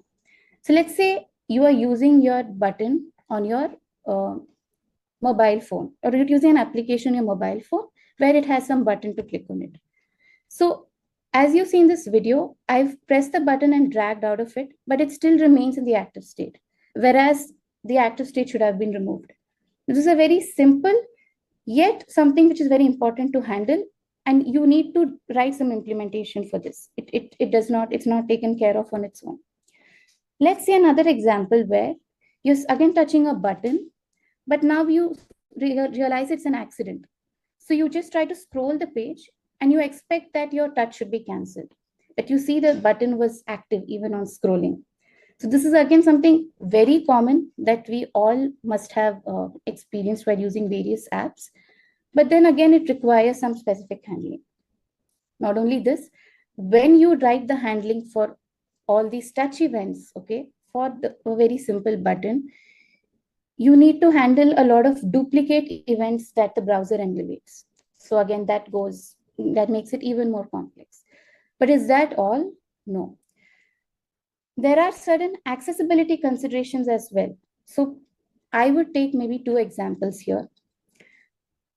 The first one is, let's say someone is using a button using the keyboard. Okay, so in this example, you see there is a menu and it needs to be triggered by a button, and the button is currently focused. Now I'm pressing the enter key, the menu has opened. The enter key was pressed only once, and you see the first item highlighted, or you can say focused. Now I'm going to close this with the escape key and open the menu again, but this time the enter key was pressed longer. So when I press and hold the enter key, you notice that from the 3 list items, this has gone to another screen. So this is again an issue where you have event repetition happening when you press and hold a key for long. So this is again something more which becomes complicated to handle with buttons. Not only that, we know that all our apps are not just used using the mouse or the touchpad. You can use it with your keyboard, you can use it with screen readers, and so much more. So you definitely need to have even the smallest atomic component of yours to support all of these input methods. So now that we've seen all of these examples, which are just very few to be honest, for just a button, you saw that they were all related to how you interact with the component. So we could extract out all of this behavior and call it as an interaction pattern. So now it's no longer just a button. We've taken out a lot of interactions, common interactions, and put it under a category, new category, or a new UI pattern called as interaction patterns. But is this all? No, it's not applicable just for the button. All these interactions could also be applied to several other clickables, like radio buttons, checkboxes, and clickable chips, and so much more. So were we really doing it right? We had a button and we were developing everything inside that button. But whereas we could extract out so much and also apply to so much other components. So this was one kind of pattern where it required a more advanced insight. So is this only limited to interactions and accessibility, or can we have more? So let's see this with another set of examples. So now you see an action menu on my screen where it's a simple menu. You have a list of options. You can choose some action. Another example would be a combo box, which is again a list of options, but it offers more advanced handling where you can search for options. You select an option. In case it's too long, you have a tooltip support. You can categorize the list of items under tabs and so much more. Part of all the 3 components, and inside which we compose different use cases, be it a menu or a combo list or a date picker. But what is the benefit of extracting this out? Why do you think I should see this as a separate pattern? So let's look at some features that are common to all these 3 components, even though they could be different in their use cases. So firstly, when you use these kind of overlay components, again, this is something very basic which you must have encountered, that when you scroll on a page and there isn't enough space, you expect your overlay to auto-place itself by flipping to the opposite side. So this actually may seem simple when you use an app, but it's very difficult to actually implement it. Next, let's say you need to open your overlay inside of a modal. So you have a modal which itself is an overlay, and now you have a menu being opened inside it. Now handling this can get even more complex because you need to deal with the stacking contexts, portals, and so much more. So this is again one very common feature from 3 different dissimilar components. Another feature could be where whenever you open or close these overlays, you have certain animations with which it opens, whether it's in the desktop mode or in the mobile mode. So in the first video, you see how there was a slide-in effect and a slide-out effect when these modals open in smaller devices like mobiles. Whereas you see on the right, on the second video, it's the desktop mode, and I have a more fade in, fade out effect. So this becomes common across mobile and desktop devices, not just one component, but for many components that require this kind of an overlay. So once again, we see another common feature. And another common thing is that once you open the overlay, you click outside, you expect it to close, which is again a very basic thing, but we end up re-implementing it in so many components. Finally, one last feature. You can, as I said, you can always interact with your components with the keyboard. So in this case, you always expect to click on or to press the trigger with your enter key and close it with the escape key. So again, this is a very basic behavior, but re-implemented. And like this, you have so many more features which are common to just these overlays. So as you saw, this was something related to the visual design, right? So we could take out a pattern like this and categorize it under a category called as a visual design pattern. So once again, something to think about. We had so many different components, but we've been implementing a lot of simple yet important features multiple times. So why aren't we creating patterns based on this category as well? Once again, my question would be, we saw interactions, we came up with clickables, we saw accessibility and visual designs. So is there something more? Yes. Once again, let's understand this with the help of few examples. So I showed you an action list in the previous segment as well as the combo box. Now taking these two examples further, but adding two more dissimilar components, like the tab component where you can switch tabs using your mouse, or as you see, you can use the left and right arrow keys. Let this be the next example. And another different example where you have a tree component to display hierarchical data. So keep these four examples in your mind, see how different they are. And now let's think what could be common in these four components. So you see in all the components, you have a list of items, be it the menu, the combo box, or the tabs, you have a list of tabs, or the tree data, you have a list of data. So you can call these as collections or composites, which is just simply a collection of navigable items. You can call it as one whole, which has certain descendants under it. But what do we do with collections now? Why do we even need to extract out something called as collections out of this? So let's look at it. So you can have static and dynamic lists. So you know that when you show a list of data, it's not that you have predefined data already. You can have data coming in dynamically, right? So there is some amount of handling and all of that needs to go behind that. So are you going to do that repeatedly for every component that is of a list nature? Or are you going to try to have a common implementation and try to apply them? If we have dynamic lists, you can definitely have this infinite loading behavior where you can see on my screen, there is more and more data to load as you scroll down. Again, this is very simple, nothing new. But again, it becomes common to so many components that are of list nature.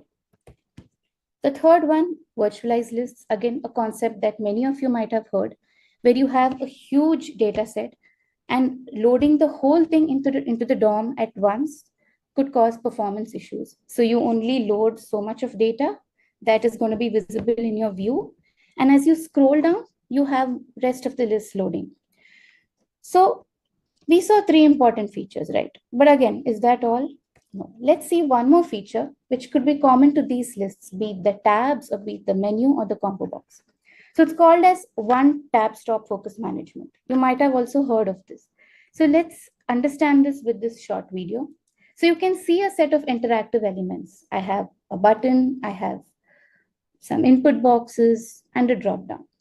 So when I press the tab key, you see that the focus moves from one interactive element to the next. And each interactive element acts as a stop on your page. But what happens when you reach this particular drop down or a menu, whatever you want to call it? You can see that I started using the arrow keys now to navigate and not the tab. And now while I'm navigating, let's say I want to just skip and move to the rest of the page. Do I have to complete the whole list? No, I should be able to skip and move. So I press the escape key and then I can tab and move to the rest of the interactive elements. So this is called as one tab stop focus management. And furthermore, if you have something like a list, you can see that now I'm back to the list, I'm navigating through it. But if I try to search for some item, the focus is still retained on the control, and I'm also able to navigate. So handling all of this can again become really cumbersome. And if you're going to write this kind of focus management in a tab and again in a combo box and again in a menu, it's definitely not the right practice. And again, these are just a very few simple yet important features that are common to all these similar yet different list-based or collection-based components. So going by the W3 standards, these kind of components which come under a role called as collections are called as abstract roles. So why abstract roles? We have the name composite or collection, right? But a composite or a collection is just one example. And the word composite or collection in itself doesn't have any meaning on its own. It gets its meaning when applied in more concrete components like a list, a combo box, and so on. So you can derive out roles like this based on the nature of the component and form patterns based on their abstract roles. So before we go to the last example, which is going to be the final example for this segment, let's extend the same set of examples that we saw to understand what is going to be the next one that I'm going to show you. Can you recall something very common that we often do on these collections? Whether it's the tab or the menu or the tree, what is it something very common that is very basic that we have to perform on all of these components? I can show you another example where I've added one more data grid here. And you can take a very close look at it.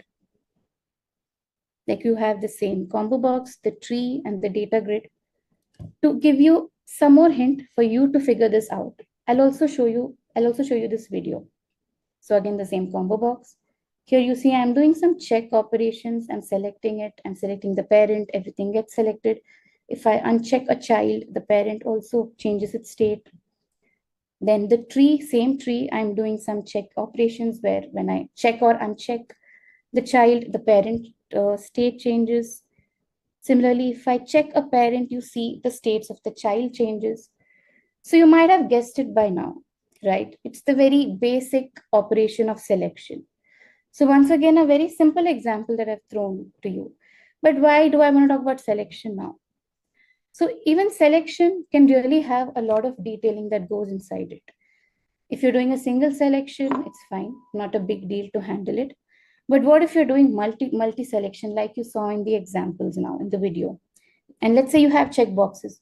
You need to be really careful with how you handle the states of your parent, the child, the communication between it, and so on. Furthermore, if you're handling dynamic data sets or dynamic lists, as your data changes, you need to make sure that your selections are also changing. If a new pre-selected data is being added, you need to update your selections.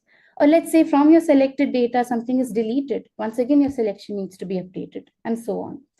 So do you really think all these actions, being quite simple, need to be re-implemented across so many components? Definitely not. And not only this, when you handle multiple selections, right, you need to follow a certain data structure. Your data model management becomes very important so that you ensure that you're not having duplicate selected values. And the very common used and the right data structure to use for this is the set. And again, you can have so much more into this.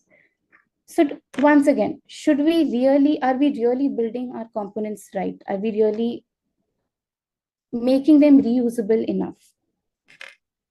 So this was based on some actions. You can classify them as action-based patterns. Now you could call them whatever you like. These are not standard names, but based on the nature of features that I try to extract out, I've been classifying them under certain categories.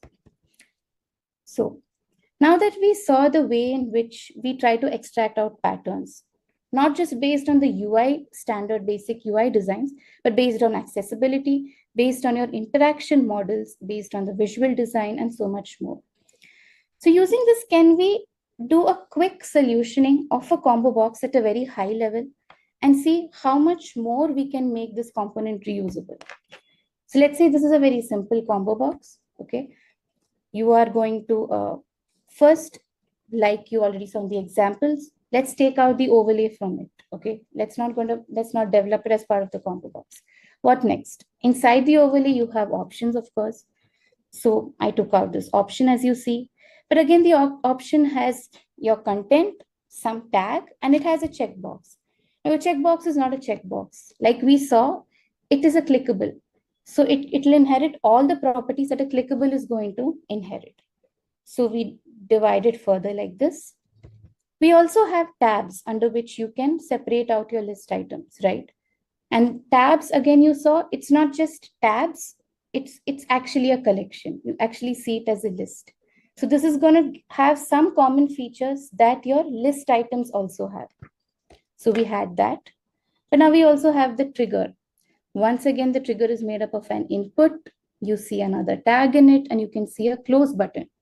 So again, are you going to see this as a close button, or are you going to draw some similarity with the checkbox, where now this also acts as a clickable? So there's going to be a lot of common features between the checkbox and the close button, which we are going to apply here. So now that we've extracted out the UI elements out, as we were extracting it out, I also spoke about the behavior that they're going to share. So when we come to the behavior part, you can have a combo box API, but you're not going to be writing the behavior for all of this as part of this. You are going to be having your collections API composed, which you can apply for your tabs and the list item. You are going to be applying a selection API, which can be used to handle the selection states of your list items for the checkboxes. And for the interactions on the checkbox and the buttons, you're going to use the interactions API. So imagine these three APIs already developed separately, and you're just composing them under the combo box. And maybe additionally, you write a little more implementation, which is very specific to the combo box. So doesn't this make it more reusable and more composable? So to form a kind of rough, overview of how we actually should start approaching the solution of components. Let's say you have a component requirement. So you don't straight away jump into what the component needs alone, but rather you break it down into its view and its behavior. So if we first look at the behavior, it could be its functionality, the interactions, and accessibility. What next? You further break this down into what is the common interface or common pattern it could be put under, and then what is the specific use case that this component additionally brings us. So with that, you're done with the functionality. Next, you look at the view alone. The view would just be your structure, your markup structure, and the styling. So this view, again, following the same pattern, you try to bring out what common pattern it belongs to, and then what is the specific use case according to which it needs to be styled. So you can see I have shown it as layers. Why? So if you take the example of the very simple button that we saw in our rebranding, let's say you want to rebrand or you want to redesign it, or no matter what, you want to give it a new look and feel. You can keep adding as many layers of styling, but you keep so much of the basics of that component as it is. You don't have to redevelop it. So with that, how do you implement it? So I'm not going to share much on the implementation details because this is solely dependent on the developers and how you want to solution it. But since we are in React India today, you can always use React features like React hooks, HOCs, abstract components, and so much more to implement this kind of an architecture. But the main goal is that you don't just focus on basic UI patterns, but you try to derive out patterns in different ways, like we just saw. So after going through all these examples, what did we really infer out of all of this? So firstly, don't look at your component libraries as concrete components. Don't look at a menu as a menu and just, when you get a requirement for a menu, you just think about everything that revolves around the menu. But rather, look at it as a pattern. What are the recurrences that you can extract out of it beyond the standard UI patterns that we already know of? Secondly, We've all been building our components in such a way that it is adaptive to various environments, be it a mobile screen, a tablet screen, whether you want to use it with a screen reader or a keyboard and so much more. But like we saw, we can still run into problems where our component is no longer reusable. As our product scales, the design system is not scaling. We need to redevelop. So we are not actually extending, we are going and modifying components over time, which makes it less reusable, less modular, less composable. So you need to constantly keep questioning your solutions if they are really reusable enough, really scalable enough, and so much more. And the third point, this might all seem like a best practice that you need to follow when you develop component design system, but that's not the case. I mean, it comes in, and you are going to decide as a developer that I put this under the category of clickables, where it might not be applicable. Then there's going to be a clash in your implementation and with what the design or the designers are expecting. So you require that even your designers are on the same pace and synced with the way you derive out patterns, be it based on accessibility or interactions or anything else. Only then you will be able to actually architecture your components properly. So why do we have to do all this? Of course, like you saw in our case, we are a small, medium business, and there are so many SMBs out here that have started realizing the importance of design systems, and they've started building their own in-house design systems.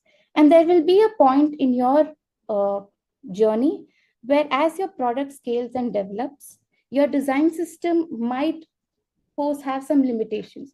So if you want to lay a future-friendly foundation for your product, not just your design system, it's important that you're more careful about the strategy that you adopt to solution your entire component library. So it's really very important, especially for the small and medium businesses. And yes, like we've been talking about how it impacts the product. Definitely, if your design system is scalable, reusable, composable, your product is going to benefit from it in the end. You're going to develop really fast. You're not going to rewrite and re-implement simple functionalities. You're going to deliver quickly. And that means that when you don't rewrite things, when you don't re-implement things, redesign things, your product is robust because what was already developed once is just being reused. There are no chances of regressions coming in. So your product is also performant, your design system is performant and consistent. And definitely nobody wants trivial UI UX issues in something as simple as a selection or something as simple as the auto placement scroll and all of those very common features that we saw, right? We don't want all of that in new components. So how can you do this? You can choose whether you really wish to reinvent the wheel or you really try to do some research and find packages that have already achieved this kind of separation of concerns and you try to reuse them as much as possible.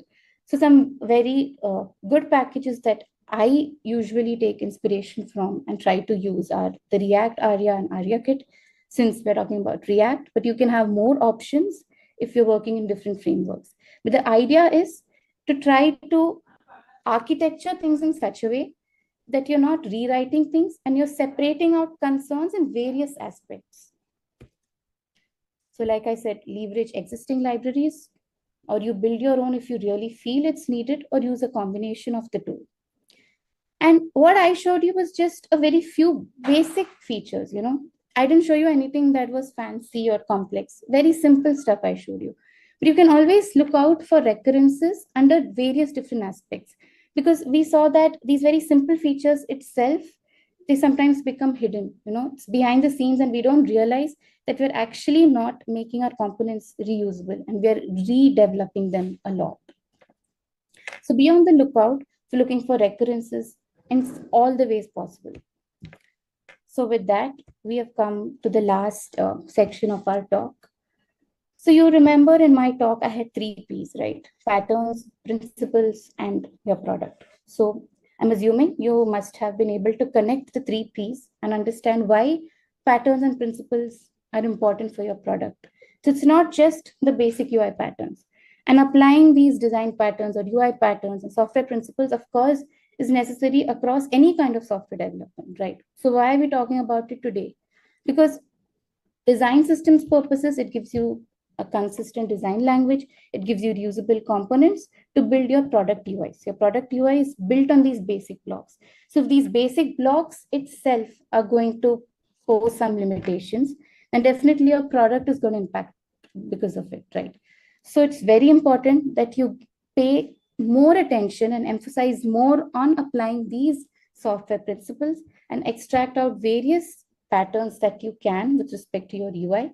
And that is in turn going to help your product excel. Designs are endless.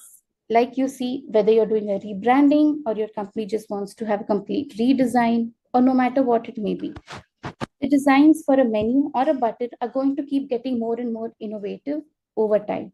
But what is going to remain constant is the way you interact with it, the way accessibility is supported, and so many other common features. So you need to make your components in such a way that you're just composing different features, or you're just plugging and playing, and you're not redeveloping the whole thing from scratch, but you just develop that part, basically the view that is necessary. And again, all this might seem easy to say, but hard to implement. So you don't have to do it in one go. You can always do it in iterations, right? You don't have to create your clickables interface, for example, and finalize it properly and only then start developing buttons, checkboxes to inherit from it. No, you can always keep iterating. And when new features come in, before concentrating on which component it belongs to, you think from a broader perspective, if this actually falls into one of those interfaces or patterns that we already have, or can we derive a new pattern for this? So do it in iterations. And like I already mentioned, having your design and dev synced on this kind of a strategy right from the beginning at every step is very important to achieve consistency. And finally, to end this talk, if your product is scaling, your business is scaling and developing, but your design system is not facilitating it, I think it doesn't make sense to have a design system. So you need to ensure that if your design system serves its true purpose, you are architecting things in a way that it facilitates your product's growth. So with that, I would like to end my talk over here. I thank you all for joining. And I also want to extend my warm thank you to my entire team for supporting me in the preparation for this entire presentation. Thank you once again. All right. Thank you, Shamavi, for sharing so much insights and helping us connect all of those three Ps and sharing how important those three Ps are rather than just the code. And I think it was really an insightful session for me and as well as the attendees who are listening to this talk. Thank you so much again for your talk and time. See you again. Thank you. Thank you. Bye-bye.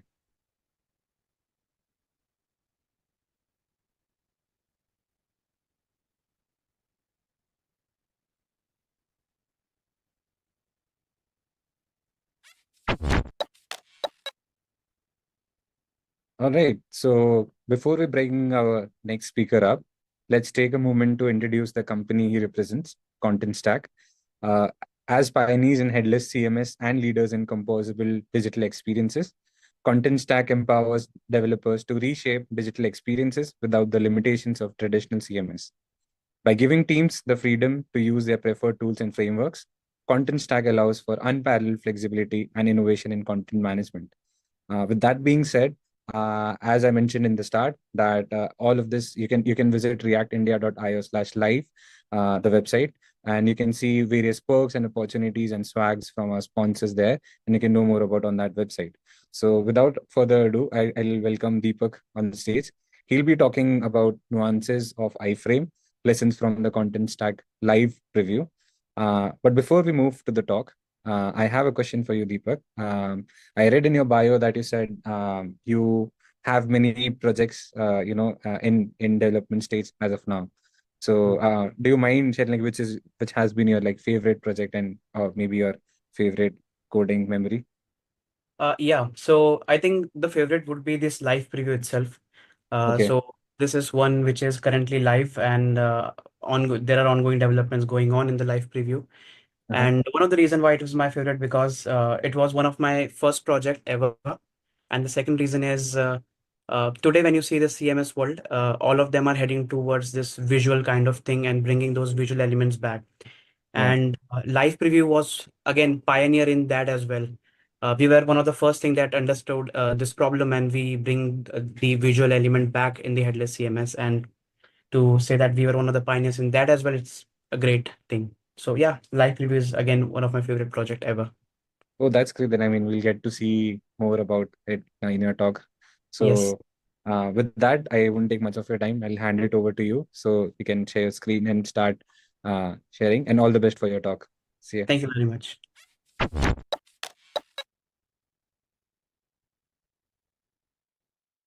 So, welcome everyone. I think your screen. Yeah. Yeah. Yep. Cool. So, imagine you are a 20-year-old developer who is starting your journey in software development. Now, by this time, you already have a successful product in production, and thus you receive your first independent task. That is to create a live preview for a CMS, where when the user makes any changes in the CMS, it should reflect directly in their website without saving in real time. How would you, a 20-year-old, would approach it? Hello everyone, I am Deepak Khara. I'm a senior engineer who spent his last 5 years designing and developing products like RTE, Live Preview, Extension Framework, Visual Builder, Academy, and many more for Content Stack, which is a CMS company with tools that help you manage and deliver content for your product. And this is our story of how we build the first live preview in a headless CMS. We build the live preview to help our users get feedback faster on how their content look like on their website. Before the live preview, they had to update the content, save it, publish it, and wait for the development side to reflect it. And then they can check. And if there are if something wasn't right, they have to repeat this process again. With live preview, they can update the content and review it side by side. Anyway, the initial brief was straightforward. We were supposed to build a product that loads the user website. Then we have to figure out a way to sync those CMS changes with the website. And after this two step, our live preview should be completed. And after this, we can focus more on improving the experience overall. So let's move to the first task. So as I mentioned, our first task was to basically load the user's website onto our app. Now, since Content Stack focuses on managing your content, the UI and data are decoupled, allowing you to use any modern web framework for your project while powering the data using Content Stack. This arrangement would enable you to host your website anywhere in the world and still be able to use live preview. Hence, we need a link to embed your website into our app. Luckily, we already have asked our users for this information for some other features, which we can reuse and get the URL from there. Now we had to figure out a way to inject it in our app. So we found two ways to do it. The first was using the embed tag, and the second was using the iframe tag. Upon further investigation, we found that the iframe tag was much more appropriate for our use case, so we went with it. Soon, we implemented the UI using this iframe, and we had a working UI ready. Now it was time to add some functionalities. So the next problem was again to sync the website with the latest changes. This means we had to send the latest changes to the user's website in real time. Now, if you think about it, think about this problem a bit more. This problem will sound exactly like a chat application where you can type something and your receiver will receive it in real time. So basically, we are creating an overhaul version of a chat application. Now, what can we use to build a chat application? Sockets. So we have decided to use sockets and socket to build live preview, basically. This time, I decided to build the POC first rather than implementing it directly into a website. So I created a simple website. It contained two pages, one representing the Content Stack's main app and the other representing the customer's website that was running within an iframe. Then I built a WebSocket server and connected everything.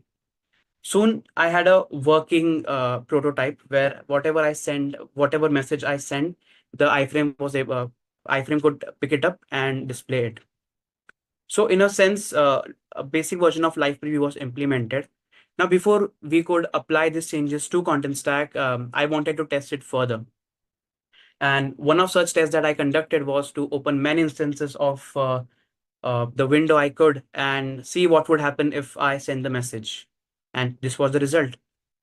Each and every frame got that message. Now, this synchronization was not good. It is because if we allow this thing to happen, there will be only one instance of live preview available in the entire world.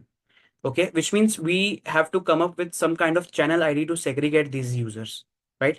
So the first instinct would be to use some kind of API key or some kind of preview token for that, right? But as we mentioned before, the live preview is supposed to work with any hosted website.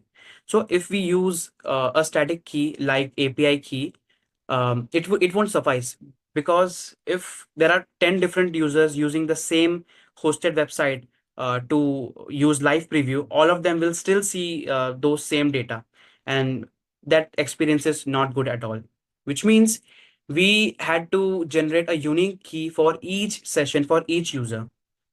In production environment, we use something like UUID to achieve that.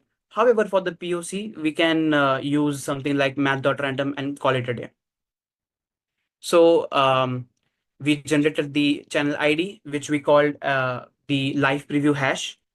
And now the next problem was to figure out a way to send this hash to the iframe. So again, it was simple thing. We found that we can use we can directly inject it to the iframes window, and using this we were able to complete our POC.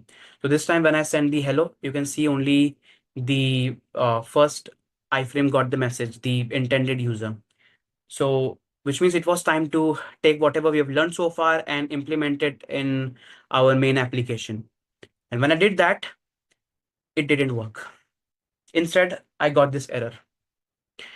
Now, if you worked with iframe before, you may have not seen this error before. Instead, you may have encountered a similar error: refuse to display something in frame because of some X frame options. Now, even though the causes of these two errors are different, but the underlying reason is the same: iframe security. Naturally, I became curious and I wanted to learn more about it. So I did some more research, and guess what I found? In the early days of web development, developers would build a website using frames. These frames are great because now they can segregate their content, and whenever the user navigated between each section, it did not affect the entire, it basically did not reload the entire website, thus saving the bandwidth. And second thing it helped with is it brought additional functionalities. So you can embed a video or maybe a like button from any social media application. However, back then there was no mechanism to prevent a website from embedding, which means anyone could create a fake e-commerce website, take a sensitive website like a bank's website, reduce its opacity, place it just right so that when a user click on it, they perform some unwanted action. This is what we call as clickjacking, and this is not good. So in order to combat this, in the mid 2000, the X-frames options was introduced.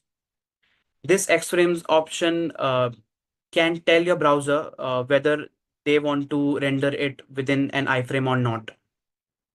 And because of its security, because of the security reasons, many modern web framework add this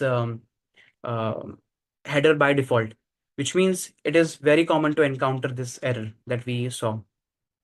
Now, even though this X-frame options is great, it is deprecated, and the MTN docs suggest you to use an alternative instead, which is the frame ancestors option in the CSP policy header.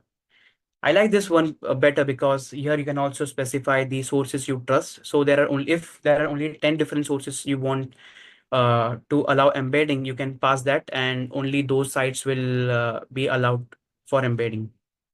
Now, again, these two headers are great at completely denying access of the frame, right?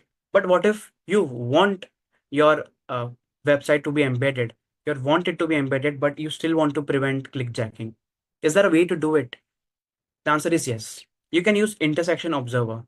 The intersection observer is really great. It can tell your frame whether someone messed with de-rendering by reducing its opacity or added some blur or something like that. And even the syntax is really simple. You can this is a short code you need. This line is really important. So with this line, you can determine whether it is completely visible or some other element is intersecting with it. And based on that, you can allow or disallow certain functions. So here I have great interactive example that you can play around. In this example, you can see that I have reduced the opacity in the first screenshot and also place another item, another element on top of that. And still I was able to, still you can see that click to like button was active. But as soon as I moved to IOV2, you can see that I was able to add some additional logic to prevent that. And you can see the click to like button was no longer working. So again, you can go to iov2.glitch.me to play around with this example. Now, this intersection observer v2 is great, but right now it does not support in Safari or Firefox. But however, it would be really great. It would be a really great tool in your belt once they does, because I can see a really good use cases for that. Now so now we have understood that second error and some basics of iframe. Now let's go back to the error that we got. Okay. We got this error because of the same reason. So basically, we tried to access some kind of property on window. Yes, we actually did. So if you remember this line, we were trying to update the hash directly, and it's a problem. Just think about it. If anyone could take your website and inject it into an iframe and they were able to access your website, or they were able to update it with malicious data, it would be a problem. And hence this line raised that error. And we can also confirm it by commenting this line and see that whether that error was gone or not.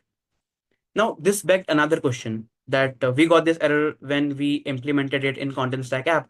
However, this line worked in POC. Why?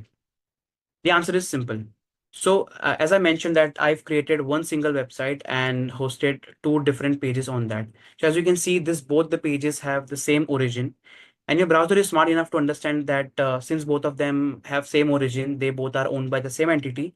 So it's all right to allow access to certain things to smoothen out certain functionalities.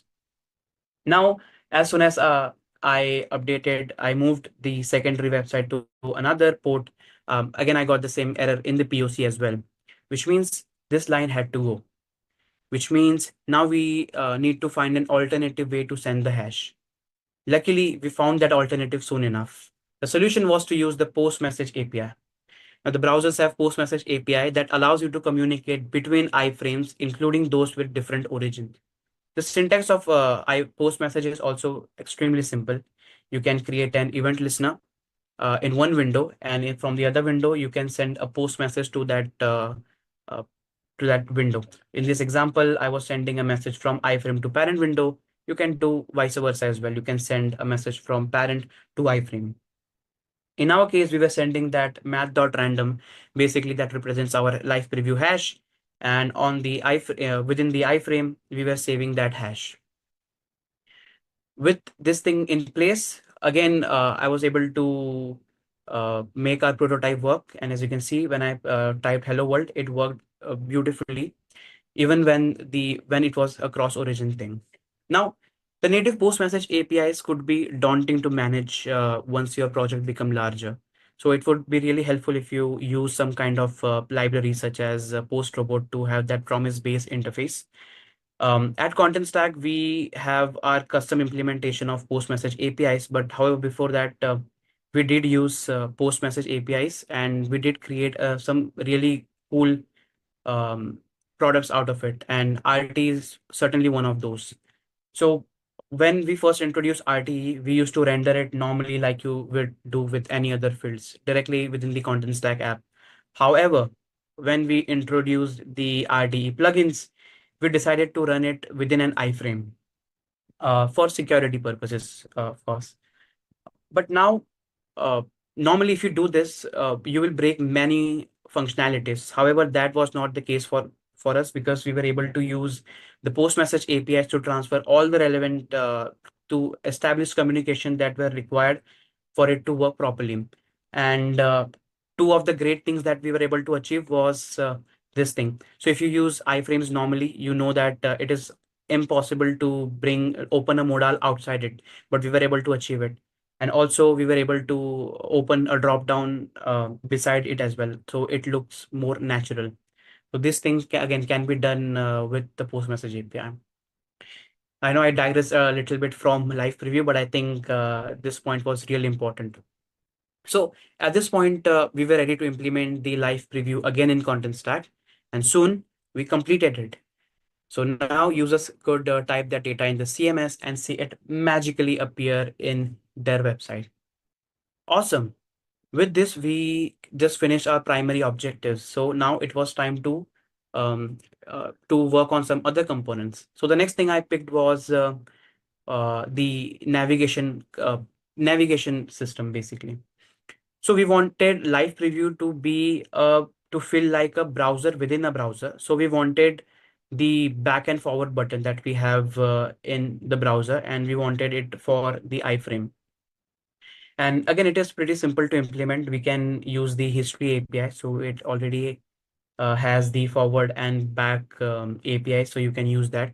And using this, I was able to create another POC. Again, it was a small POC. I was able to send this command from using post message API, and I was able to run this command specifically within the iframe.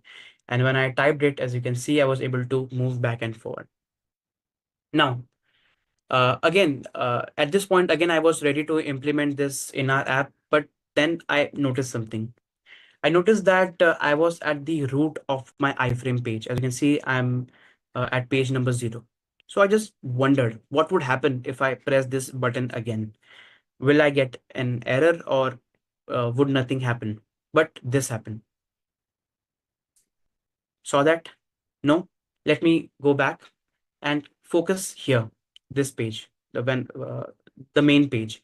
When I click this back button, it moved the main page back. Now it was a little bit shocking for me because it behaved differently than how I believed it to work. So basically, I thought that all the windows in the browser have a separate history. So when you move us one step in the main app, it is recorded in the main app's history. Similarly, when you navigate in the iframe, it is navigated in the iframe's history, and so forth and so forth. You get the drill. And now, if you want to move back one step in the iframe, you explicitly call it in the iframe. And when you reach at the root of the root level, no matter how many times you click it, nothing would happen. And if you want to go back in the main page, you have to call it explicitly in the main app. This was my understanding. However, this is not how the browser history works. It is one linear history. So no matter where you are navigating, it will take all the components with it.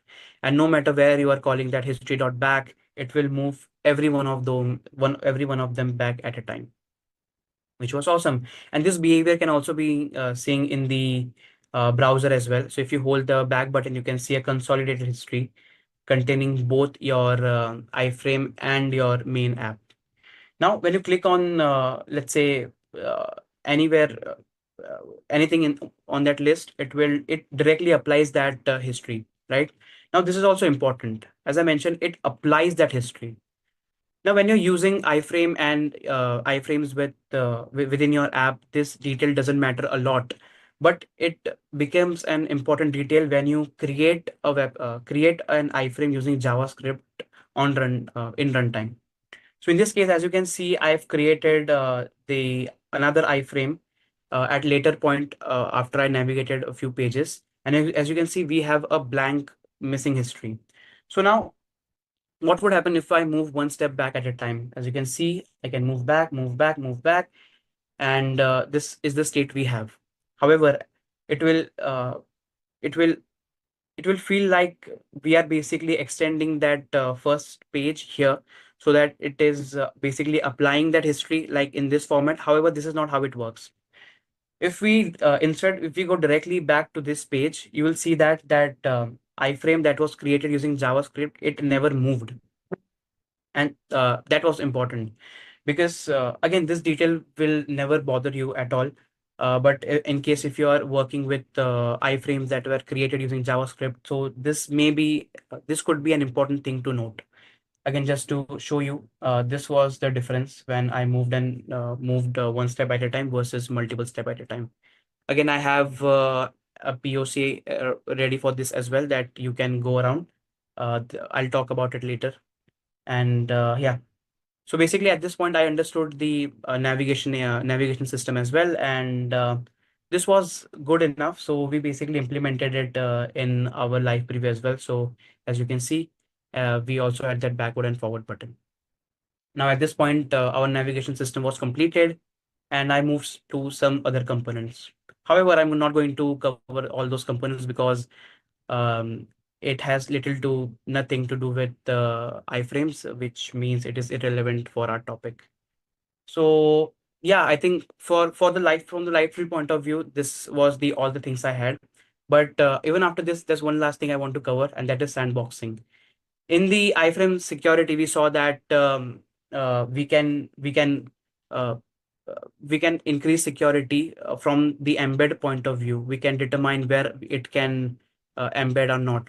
Similarly, sandbox allow your iframe to have some additional security by allowing and disallowing certain functions. So you can use this sandbox option, and from here you can either allow certain scripts, you can allow forms, and similarly you can use the allow attribute to allow certain things or disallow certain things based on your requirement. Again, we use this heavily at Content Stack for our extensions and apps. And that's it. That's all I have about the iframes for you.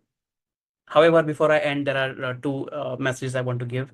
The number one is I have a companion site built for this talk that will contain all the additional resources that you can use, number one, and the POCs that we talked about, and lastly, the source code if you want to visit it. So it is not yet live. It will be live soon. So you can visit that. And secondly, if you want to check out the live preview that we have built, we also have a Content Stack Indian Explorer page which is currently available exclusively for our Indian developers. So you can play around and see how live preview and some other things that we worked on. And if you have any more questions around it, we also have a Discord channel you can visit if you have any queries. With that, that's it. That will be my time. Thank you very much. And I hope you have a great day ahead. Thank you. Amazing. Thank you so much, Deepak, for your talk. I think it was really great to see this side of your project, your favorite project, to be more specific. And I know that you said like it's still in development, but I'm sure like maybe it'll get like in a production releasing version soon, and it'll be amazing to see how it turns out. When you are giving so much efforts into it. So really excited to see that, and thank you so much for giving your time and sharing your insights about your favorite project again. Thank you so much. Thank you very much. Yeah. All right. See you. Okay. Bye.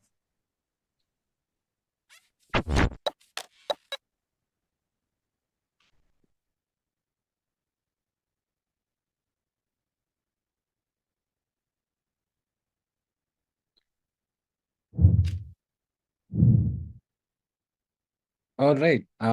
So I hope you liked the talk from Deepak. So Deepak was from Content Stack, and Content Stack is one of our platinum sponsors. I hope you go and check again the website reactindia.io/live. You'll get to know more about opportunities from sponsors, and you can stand a chance to win some amazing swags or perks from them. So you can go and check it out there. Moving on, we have our next speaker, Arsalan Ahmed. He'll be talking more about designing React interfaces, a journey through modern styling and techniques. He's from Publicis Sapient. He's a lead experience engineer at Publicis Sapient. Publicis Sapient is one of our platinum sponsors too. And I look forward to talk to him I've seen Salan, speaking at various Pune meetups, and I think it's great to see you speaking here at React India.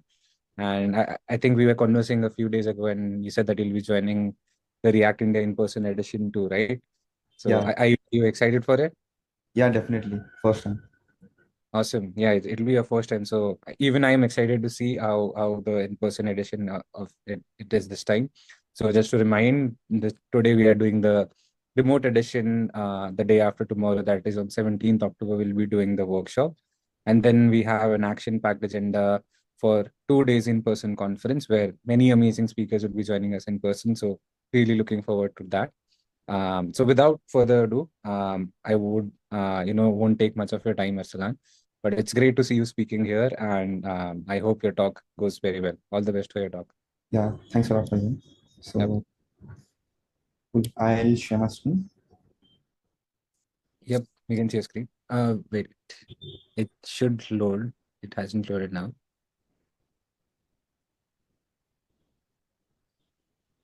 Well, yeah, it's up. Cool, awesome. So, hello, good afternoon. I hope you are doing good. Arsalan, lead experience engineer, full stack JavaScript here at Publicis Sapient, Pune. So today we'll explore how to build React components that are not only functional but also readable, maintainable, and scalable.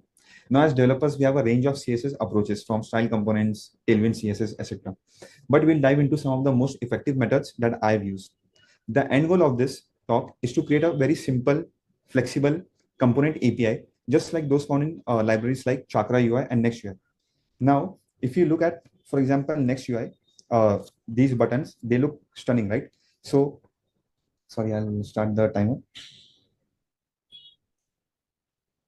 So if you look at the Next UI button, right, they look stunning. They have various color schemes and they have various variants. So if you look at the code, it's lean, clean, where you have the color scheme prop, where you can pass primary, secondary, success. Similarly, for the variants, you have the variant props. So you have the color scheme and the variant, solid, faded, bordered, etc. So we want to build something like this.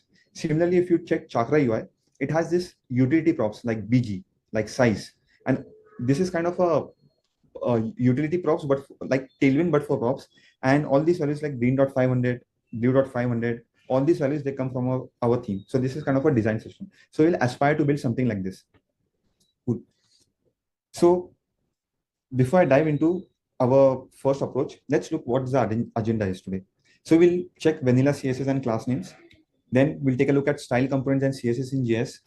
Then we'll take a look at style system and how it can help us developing design systems. Then we'll look at CSS and class variance authority. Then we'll take a look at Tailwind CSS. And finally, Panda CSS, which is a very powerful built-in time CSS in JS solution. At each step, we'll discuss the pros and cons of each method, with the ultimate goal of creating scalable, maintainable components that evolve naturally as your app grows. Now I have a lot of demos, a lot of code, but you don't need to know everything, or just follow me and you'll get to know the pros and cons of each approach. Now, before diving again, some of the best practices that I aspire to follow while building components. Centralized theme. Always start with a centralized theme. No need of writing hex values here and there in all your CSS file. Then create utility classes or utility components, atomic components. For example, if you want to center content at various places in your application, rather than using displayflex, align item center, justify content center, just create a dot center class and use it everywhere, right? Then atomic components. We'll take a glimpse at atomic components, but you can read about it more. And then finally making scalable systems. We'll take a look at it. Our goal is to create a system that's scalable, maintainable in the long run, and we'll see how to keep the code lean, clean, and easy to read. So first approach is CSS variables and class names. So first, let's look at our demo. So I have the same button component with all the color schemes, primary, secondary, success, warning, error. Similarly, I have all the variants like solid, ghost, outline, etc., flat, etc. Now, if you were to build this with CSS, how would you do this? Let's check how I did it. So first, we have the page.tsx. We're using the button. It has a similar Next UI like API where you can pass in the color scheme prop and the variants, and it's all type safe, right? All type safe. So you have the variant and the color scheme. Then in the index.css, I have all the colors, primary colors, secondary colors. Everything in my theme is here in the index.css. So my system is theme driven. Finally, we have the button.css, simple button.css, where you have the base button classes, align center, removing the borders, etc. Then we have all the variants with the color scheme. So this is a solid variant and primary. So if the variant is solid and the color scheme is primary, apply these styles. And all these colors, they come from our theme. So it's theme driven, it's centralized. Similarly, I have the bordered variant with all its color schemes, so on and so forth. Make sense? And I'm using CSS nesting. So the code is very readable. You can browse through the code from top to bottom. Everything is right in its place, right? Finally, in the button.tsx file, I first have my types, type for the color scheme, type for the variant. Then I'm using class names, which is a simple JavaScript library, a function that will attach classes. So if the color scheme is primary, if the color scheme prop is primary, and if the variant is solid, it will attach this class, solid primary. And where is this class? Solid primary. So you see how the code is flowing and where are the values coming from? Okay, so it's background color, color. Where are these values coming from? They're coming from the theme. So this is kind of a system, right? Then similarly, you have all the values for bordered variant, so on and so forth. So basically, we are checking the props, we are checking the condition, and we are attaching the relevant classes. Plain, simple, no magic, straightforward. And given the fact that this is verbose, but it's more readable. So there is always this trade-off between verbosity and readability. I have a concise version here, right? But you have to do some mental gymnastics, right, to understand this. So I'll keep it like this only. Cool. And we have this button, and we have this clean API, like button variant solid, color scheme primary, button variant bordered, color scheme second, so on and so forth. And it's all type safe. Cool. So what are some of the pros and cons of this approach?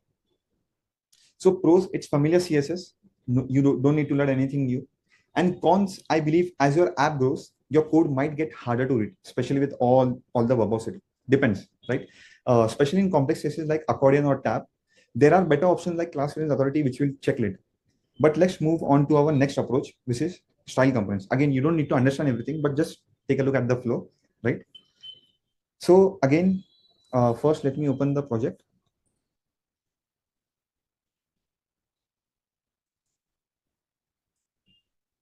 Awesome. Cool. So here is our demo, style components, same button, all the color schemes, different variants. So what's different with style components? Let's see. First, I have my theme as it is. Index.css, I have all my theme values in index.css. Then in the page.tsx, I'm using the button. It has the same component API. We have variants, we have color schemes. Make sense? Now let's look at our button component. First, I have all the types, all types here.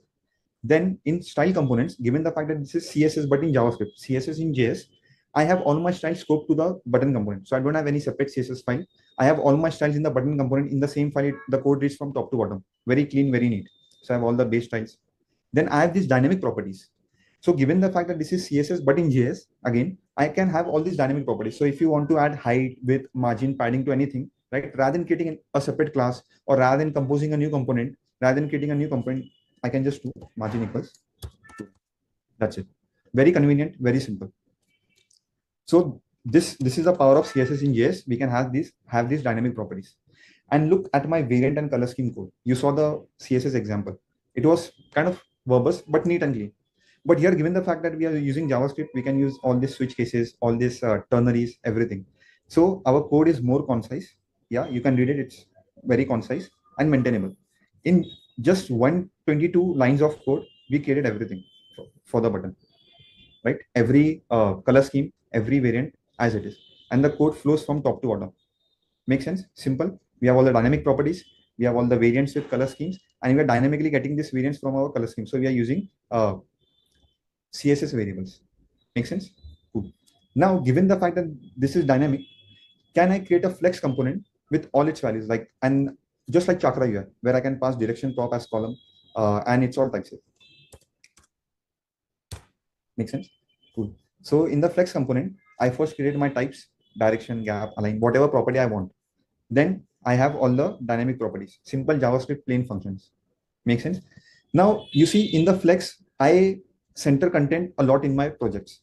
So rather than using align center, justify center everywhere where I want to center content, can I not create a center component directly from the flex component? So now I am composing components. I'm creating new components from other atomic components. So basically we are composing new components. Here I have the align center, justify center, and rather than using this flex align center, justify center, I can directly use the center component, and we can remove this.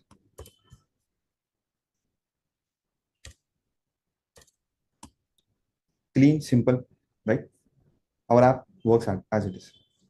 Now, then in the center, in the flex, you see I have this margin, padding, height, width, but the flex component should only be concerned with the flex only, single responsibility principle. So what I'll do, I'll just comment this out. I'll comment this out, and I'll create a container component called as box, very similar to Chakra UI.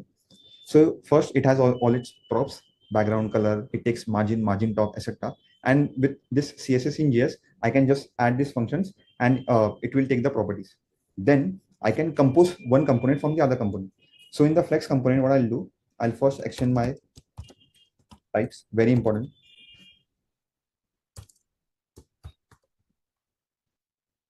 That's it.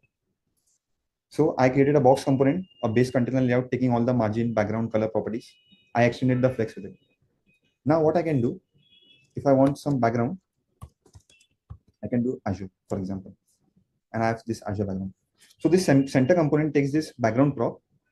The center component is made up of flex component, and the flex component in turn extending the box component. So see how the prop is flowing from center to flex to box. This is how you compose components, and this is the power of CSS in JS. So, like, what are some of the pros and cons of this approach? You see, dynamic styling. You have the dynamic styling. You can pass H margin, very convenient. Then you have intuitive syntax similar to SCSS. CSS in JS, you can use SCSS syntax also, right? Co-located styles scope to your component. But there are some of the cons, like runtime generation might impact performance in larger applications. If you're building a no-code, low-code tool, or if you're building a CMS with a drag and drop, might impact. And some CSS heavy developers may face a learning curve because this is CSS but in JS. Now, how can we improve this functionality later? So let's take a look at style systems. So first, let me open the project.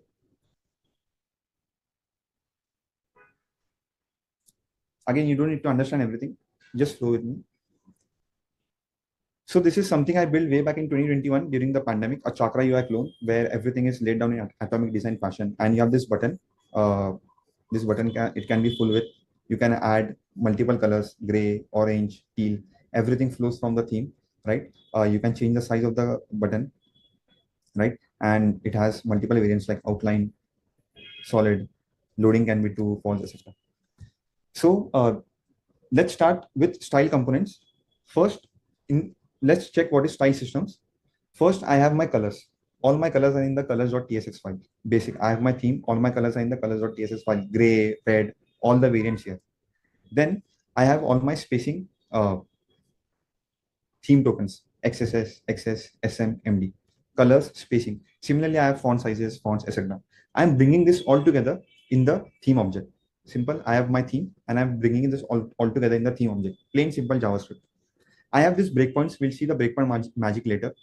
Then what I do, I take this theme and I pass it to the theme provider, which comes from style components. Fine. I have a theme. I pass the theme directly. Simple. Now let's take a look at box component. Here is where style system, it shines. Now in the previous example, we created all the props ourselves, like height, padding, all the functions ourselves. So style system, it gives something called as utility functions like space, layout, typography, color, along with their type definitions, space, props, layout, props, etc. So first I create my type. Then in the box, in the style component definition of the box, I just pass this space, layout, typography. What this will do is when I pass space, it will give me all the margin related props like margin, margin bottom, margin left, margin right, right? For the layout, it will give me all the height and width related props like height, width, everything type safe. For the typography, it will give me all the font size props, so I can just pass 12 pixels. No need to create a new class, no need to create anything new, right? For color, it has given me BG and color, and this BG is all type safe. Red 500. All these values, they come from our theme. How cool is this? How simple is this? This is what we call as a design system, where everything is type safe, everything flows from a theme, all the props are taken by your components, like very similar to Chakra UI. And I can give red 500.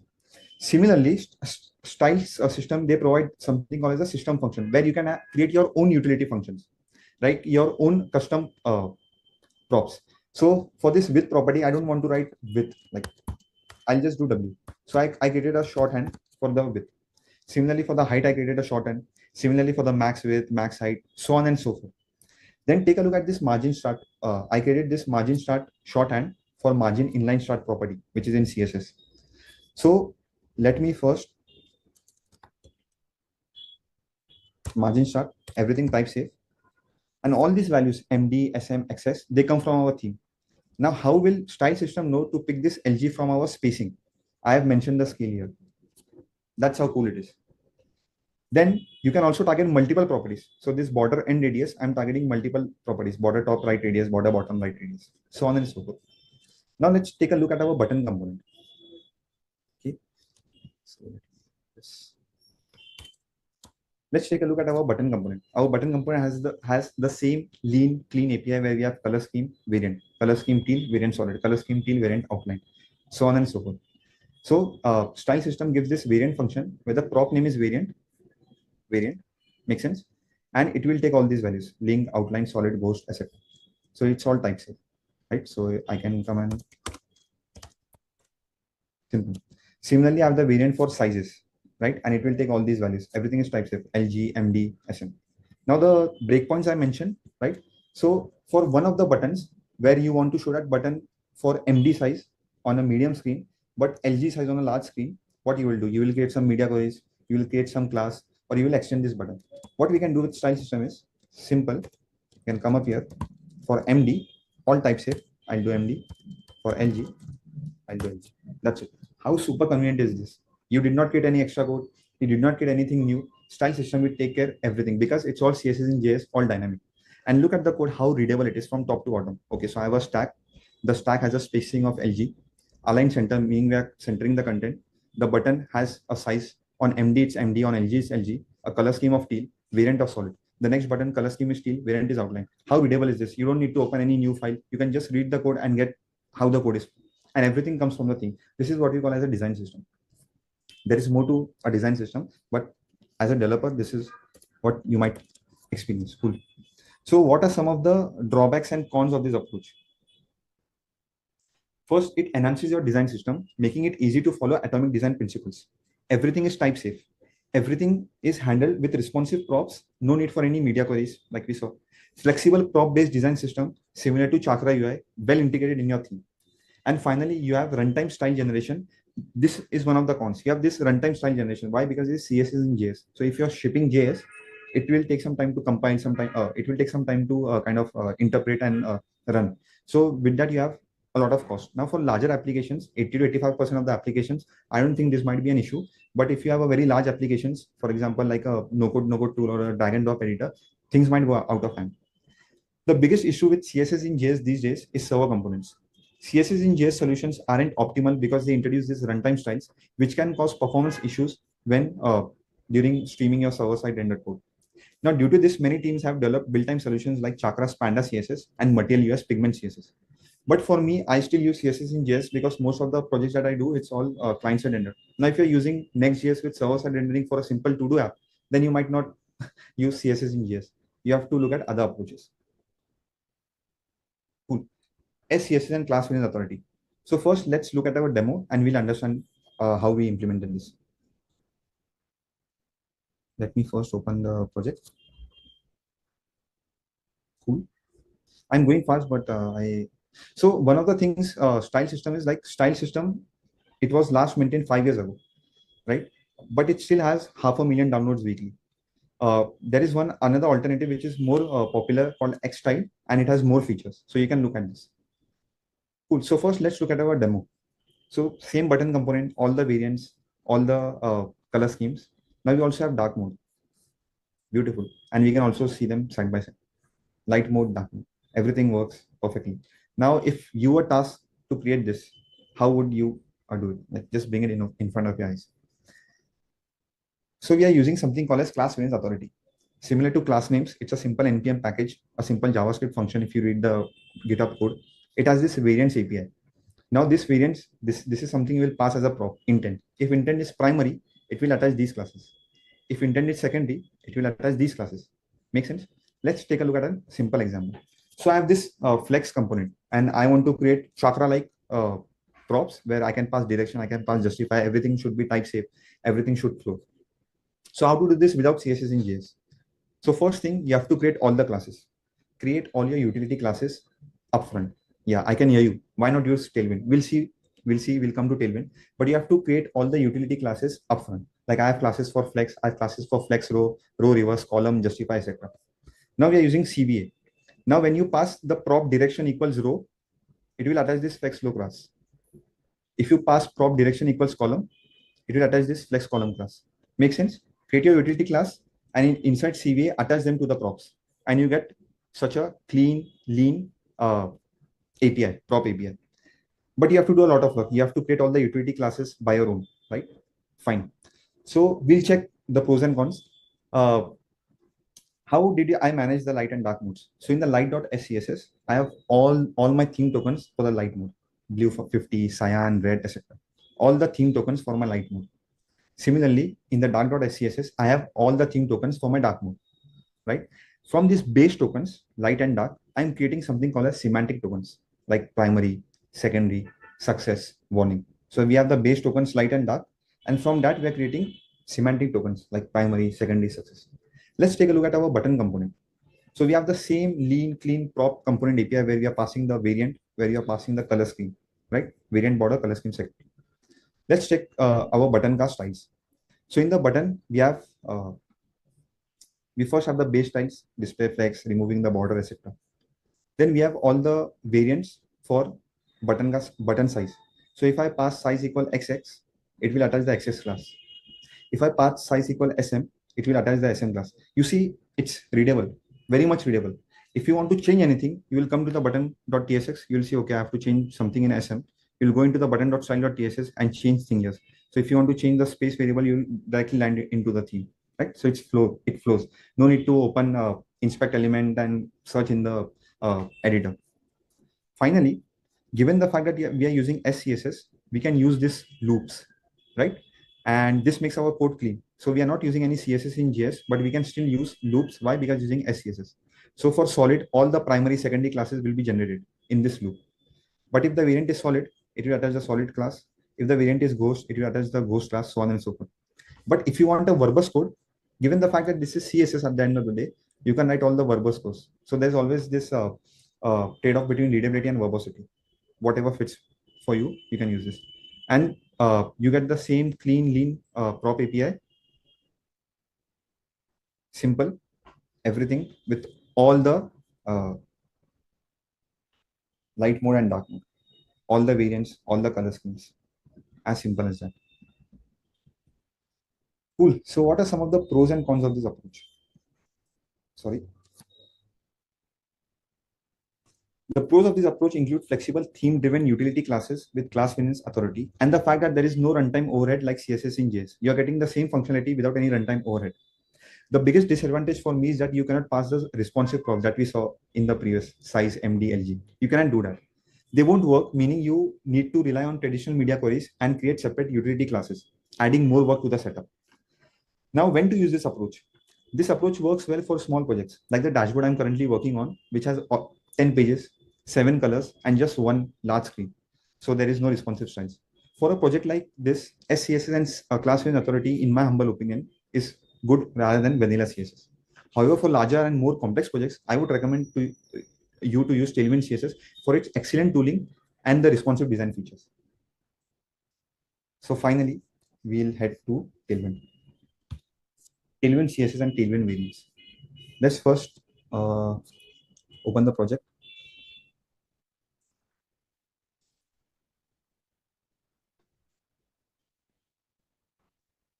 Cool. You don't need to understand everything, but just flow with me and we'll take a look at Tailwind variants. Again, I have the same button component, all the color schemes, all the variants, light and dark mode.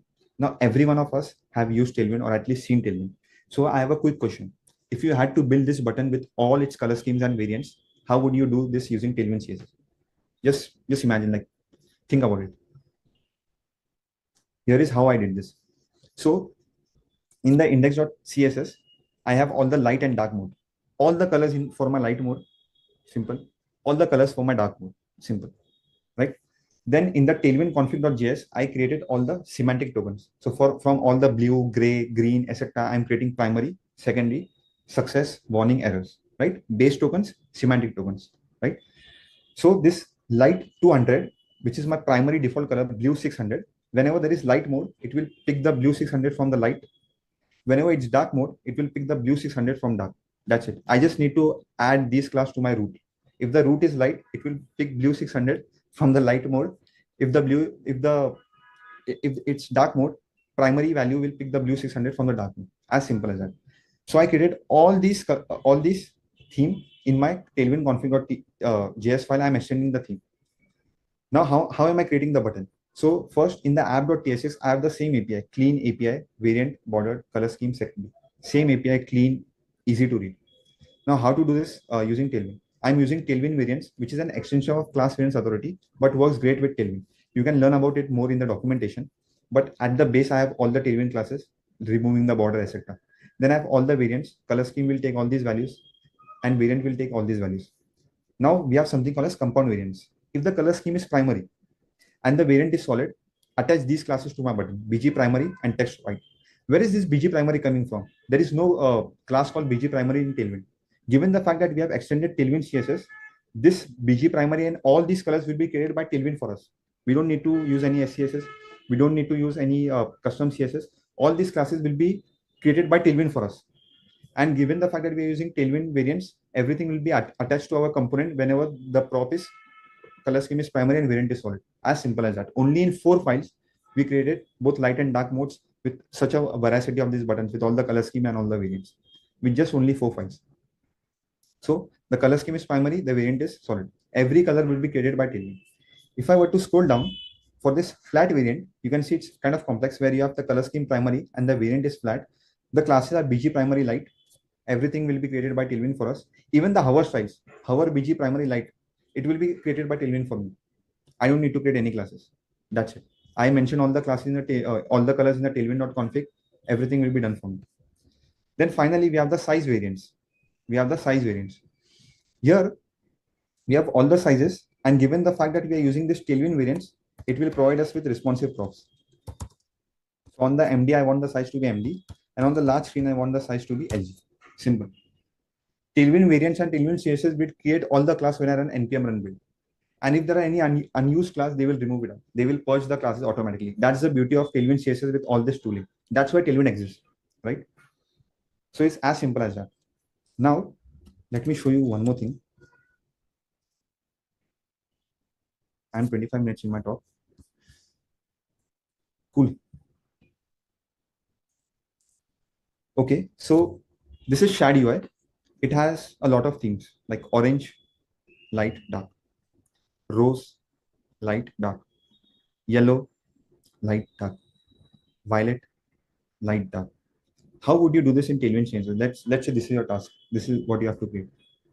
So even we did something like this: red theme, light, dark, blue theme, light, dark, green theme, light, dark, orange theme, light, dark. So first in the index.css, I created all the classes. Red theme, all the values for red theme, primary, secondary. Dark theme, all the values for red, dark. Blue theme, light values, dark values. Green theme, light values, dark values. Fine. This is basic index.css. I've created all my variables tokens.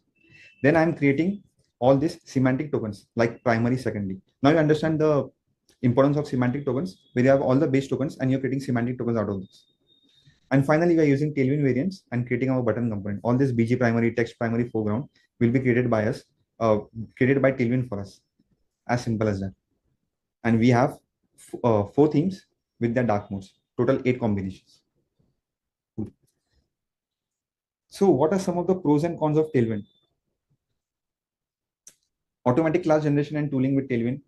Tailwind variants similar to CVA with all the responsive buttons, etc. Responsive styles, learning curve. Now learning curve, it might be a barrier for some, but trust me, give it a week or 2 and you will love Tailwind, right? Finally, Panda CSS. Cool. So let me first open the project.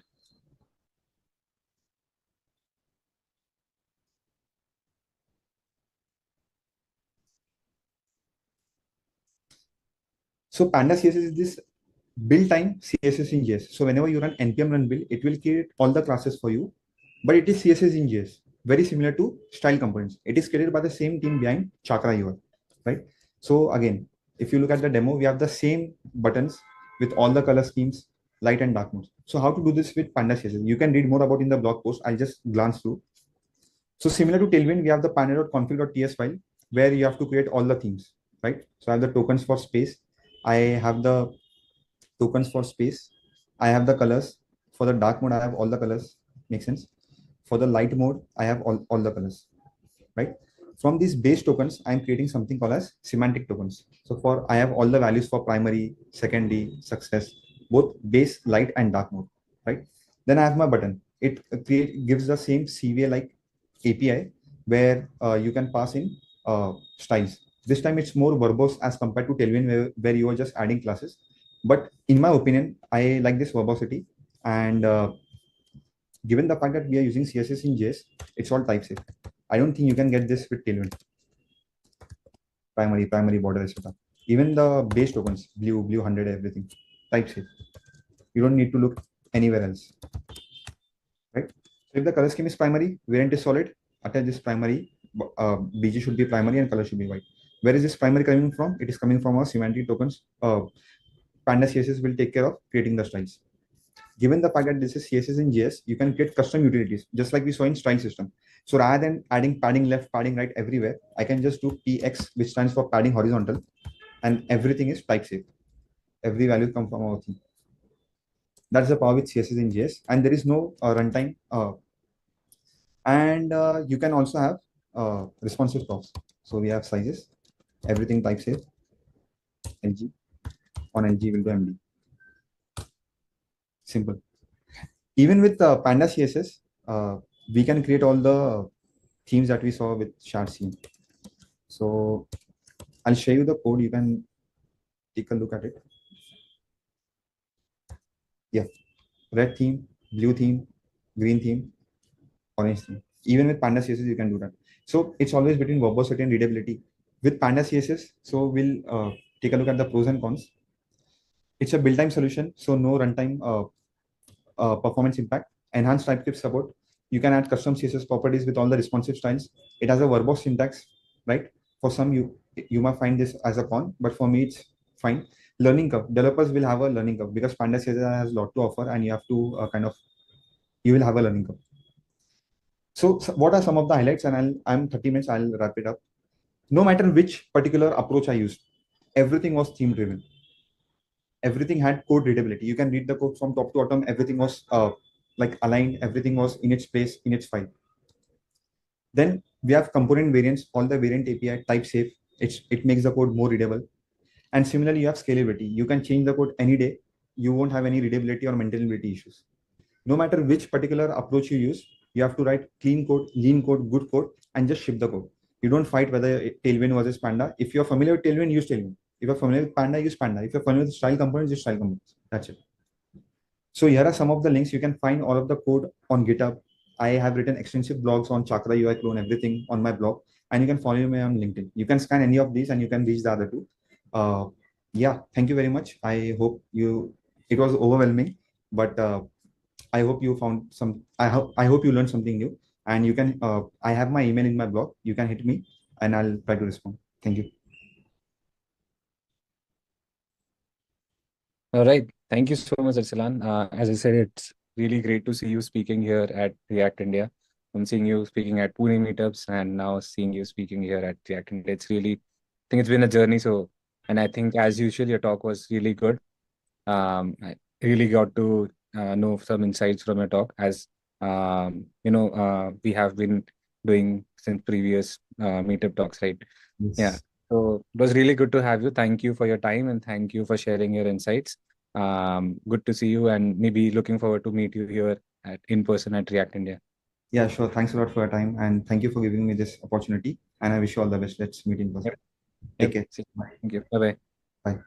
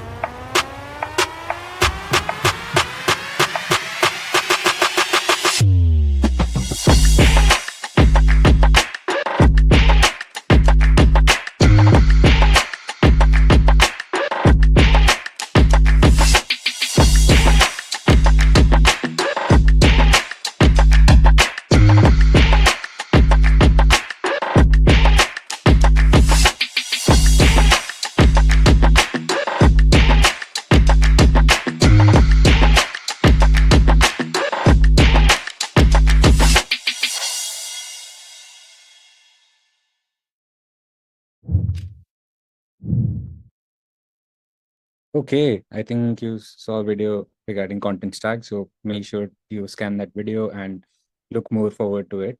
I think moving on with the next talk, we have Megha joining us. She'll be talking more about bridging words from React developer to 3D web innovator with React 3 Fiber. And I think this is like one of my favorite topics because I've been exploring WebXR for quite a time. I've been using 3JS and building some applications using it.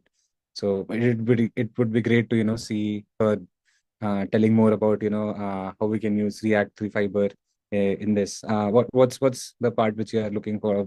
What's your favorite part about this talk, Megha? For me, like as you mentioned that you have been like looking into WebXR in journal. So Yeah. it is surprising that like my discovery wasn't from that place. I came across React 3 Fiber accidentally while I was like exploring something entirely different. So my favorite part of the talk is to just show that overlap of different domains and how we can achieve different things using React 3 Fiber. Oh, yeah, So it's interesting. I mean, I think merging different worlds together and just with the help of React and JavaScript, we can do that. So yeah, it makes it more interesting. All right. Before I mean, I won't take much of your time. I'll hand it over to you so that Yeah. you can take it forward from here and share more about the talk. Looking forward to this talk. Just begin presenting. Yes. Yeah. Is my screen visible? Yep. Yeah. You can go ahead. So, hello everyone. I am Megha, and today I will be presenting on bridging worlds from React developer to 3D web innovator. So, before we jump into the talk, a little introduction about me. I am Megha Pathak. I am currently working at Flipkart as a UI2, and on side I am a hobbyist indie game developer. You can find me on X or GitHub using these credentials. So, let's quickly jump into the talk. So, bridging worlds, that sounds quite fancy. To be honest, I wanted to give a eye-catchy title to this talk. I think I went a little overboard. But yeah, that's what we are gonna do for major of the talk today. I'll just break it down the title for you, like how we are merging two worlds and what those two worlds are.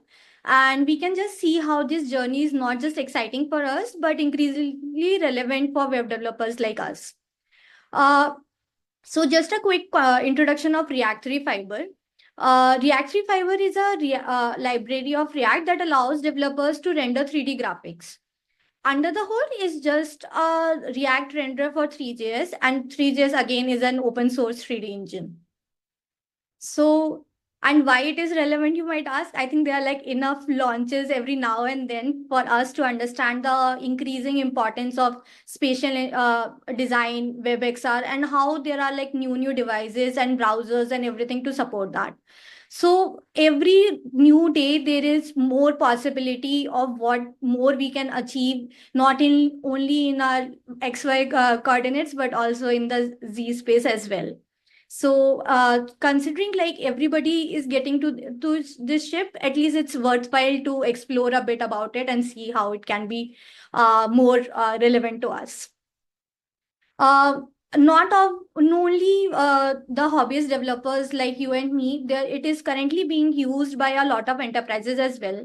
For example, like Versal have used React 3 Fiber in a lot of their demos in the recent times. Shopify and BMW in general is using it for their productization. If you'll go to their pages and see, Shopify uses it for their e-commerce experience where they want to have some AR and 3D capabilities. IKEA also uses it for their productization and so on. Hubs by Mozilla is a VR and AR space for meetings and social interactions that also utilizes React 3 Fiber. And Play Canvas is simply a game engine that is built upon React 3 Fiber so that you can leverage it to make games. But like this is a game engine that is built that on the web. So as I mentioned to Faizan earlier, my discovery of React 3 Fiber was not from a place that I'm a web developer. I want to explore WebXR.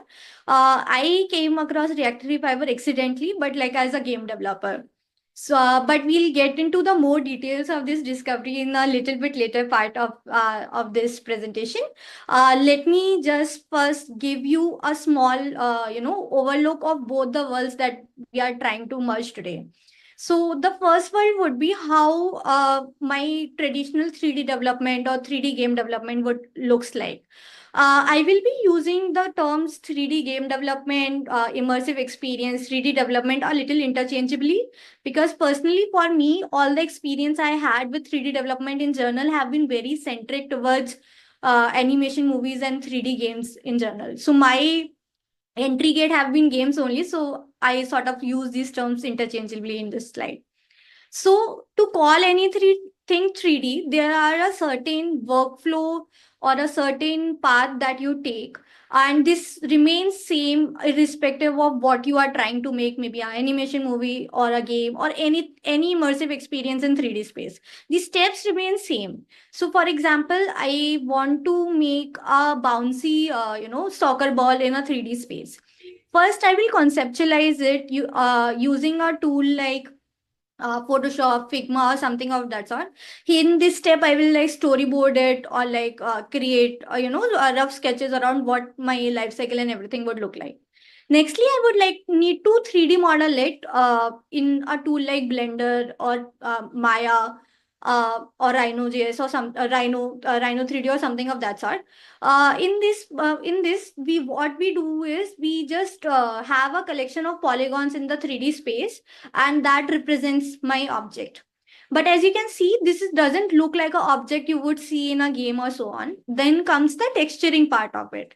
So I will apply paints or different textures or materials to it so that it looks more lifelike. Nextly, I would need to rig it. In case of football, it is not, it is not that much required. But if I am dealing with something like animals or human bodies or anything in general that has a certain motion to it, I can't have a certain motion without defining where the joints and bones of a particular object are. So that's where rigging and skinning comes into picture. Again, to do this, I can do this in tools like Blender or like similar tools in general. And then I can import it in any tooling platform where I want to add animations to it. We can use something like Mixamo, which is a platform by Adobe that has an open source collection of multiple animations. And then we get all of this together into a game engine of like Unreal, Unity, Godot, or something like that, where we can where we can check the compatibility, the texturing that I made, and the rigging and everything. All of that bring together. Is it working in my 3D environment or not? In the game engine, as I mentioned, it is about bringing everything together. Right now, your football was standing alone in Blender itself, but now I want to place it on a ground. So that bringing together of things, I'll do it in a game engine. But all of this is a static scene right now. There is like nothing interactive about it. That's where like code comes into picture. So majority of the game engines today support very low level languages like C# and C++.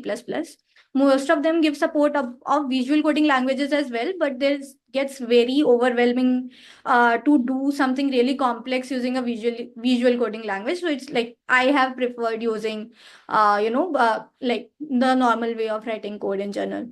Then moving forward, now that you are introducing interactivity in general, we need to bring in physics simulation as well. We need to introduce things like gravity, forces, and so on. Because like, how do I know that a ball should be landing on a ground plane and not flying? This is all defined by physics itself. Then all of this is running on mute right now. So I would need to use a tool like Audacity to add certain sounds to it so that I can add the sound of a ball spinning, or like it is hitting the ground, or it is like, scrolling through a surface and so on. And to finally make it usable on other devices, I would need to package and publish it. So that is also done by like porting it into different devices. I can run it on console or PC and so on. So all of these steps are required to make, even if I'm like building a AAA game, or even if I'm building something very small. There are certain cons to it, of course, like all the tools I have mentioned like there could be certain tools that doesn't work for a certain use case. So you might need to fumble around other tools as well. And spending 2 months on each tool is a very steep learning curve, and it is very resource extensive. I can't really run these standalone, you know, uh, standalone applications on a simpler device. It requires a certain level of GPU and CPU to run these.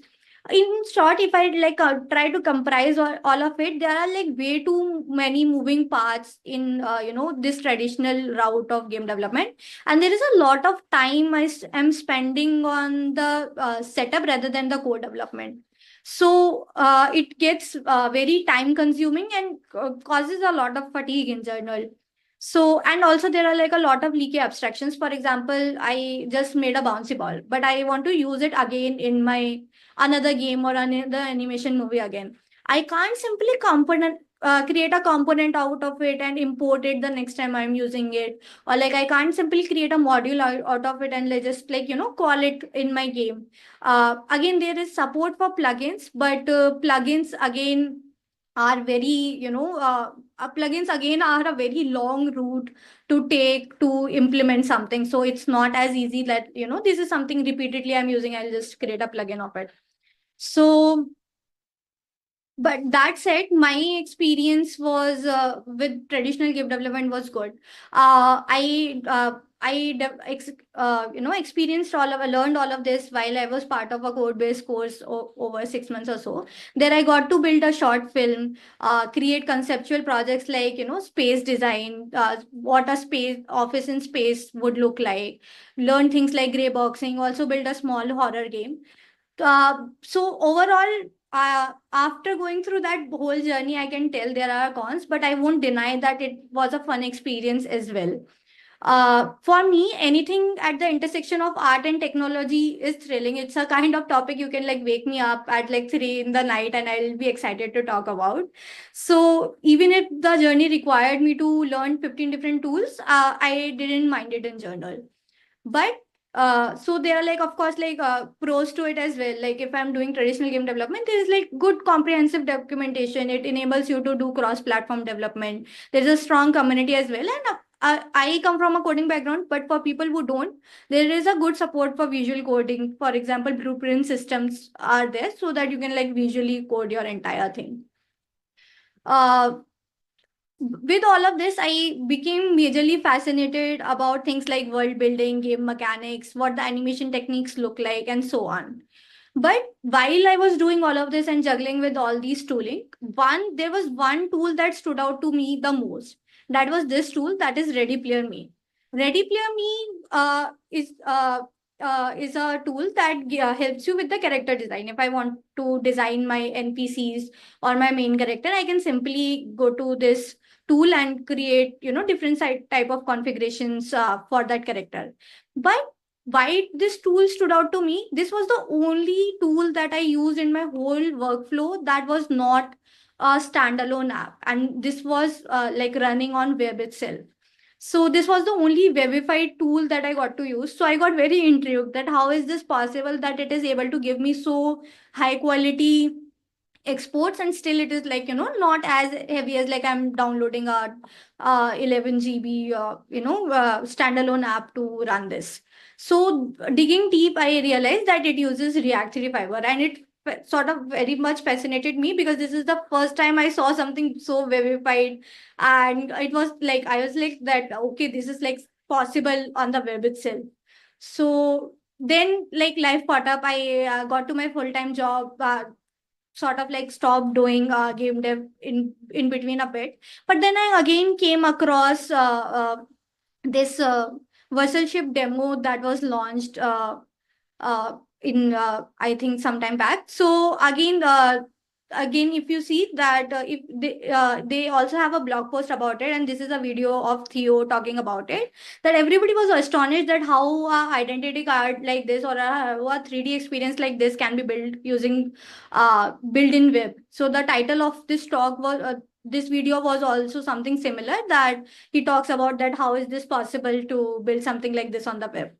So when I digged more into React 3 Fiber, one thing that I was very astonished about, that how I believe that game development required very different skills, that I'm coding in C Sharp, learning Blender and so on, and how like my normal day job as a React developer looked very different. How my very entirely different skills were all together when I was exploring React 3 Fiber.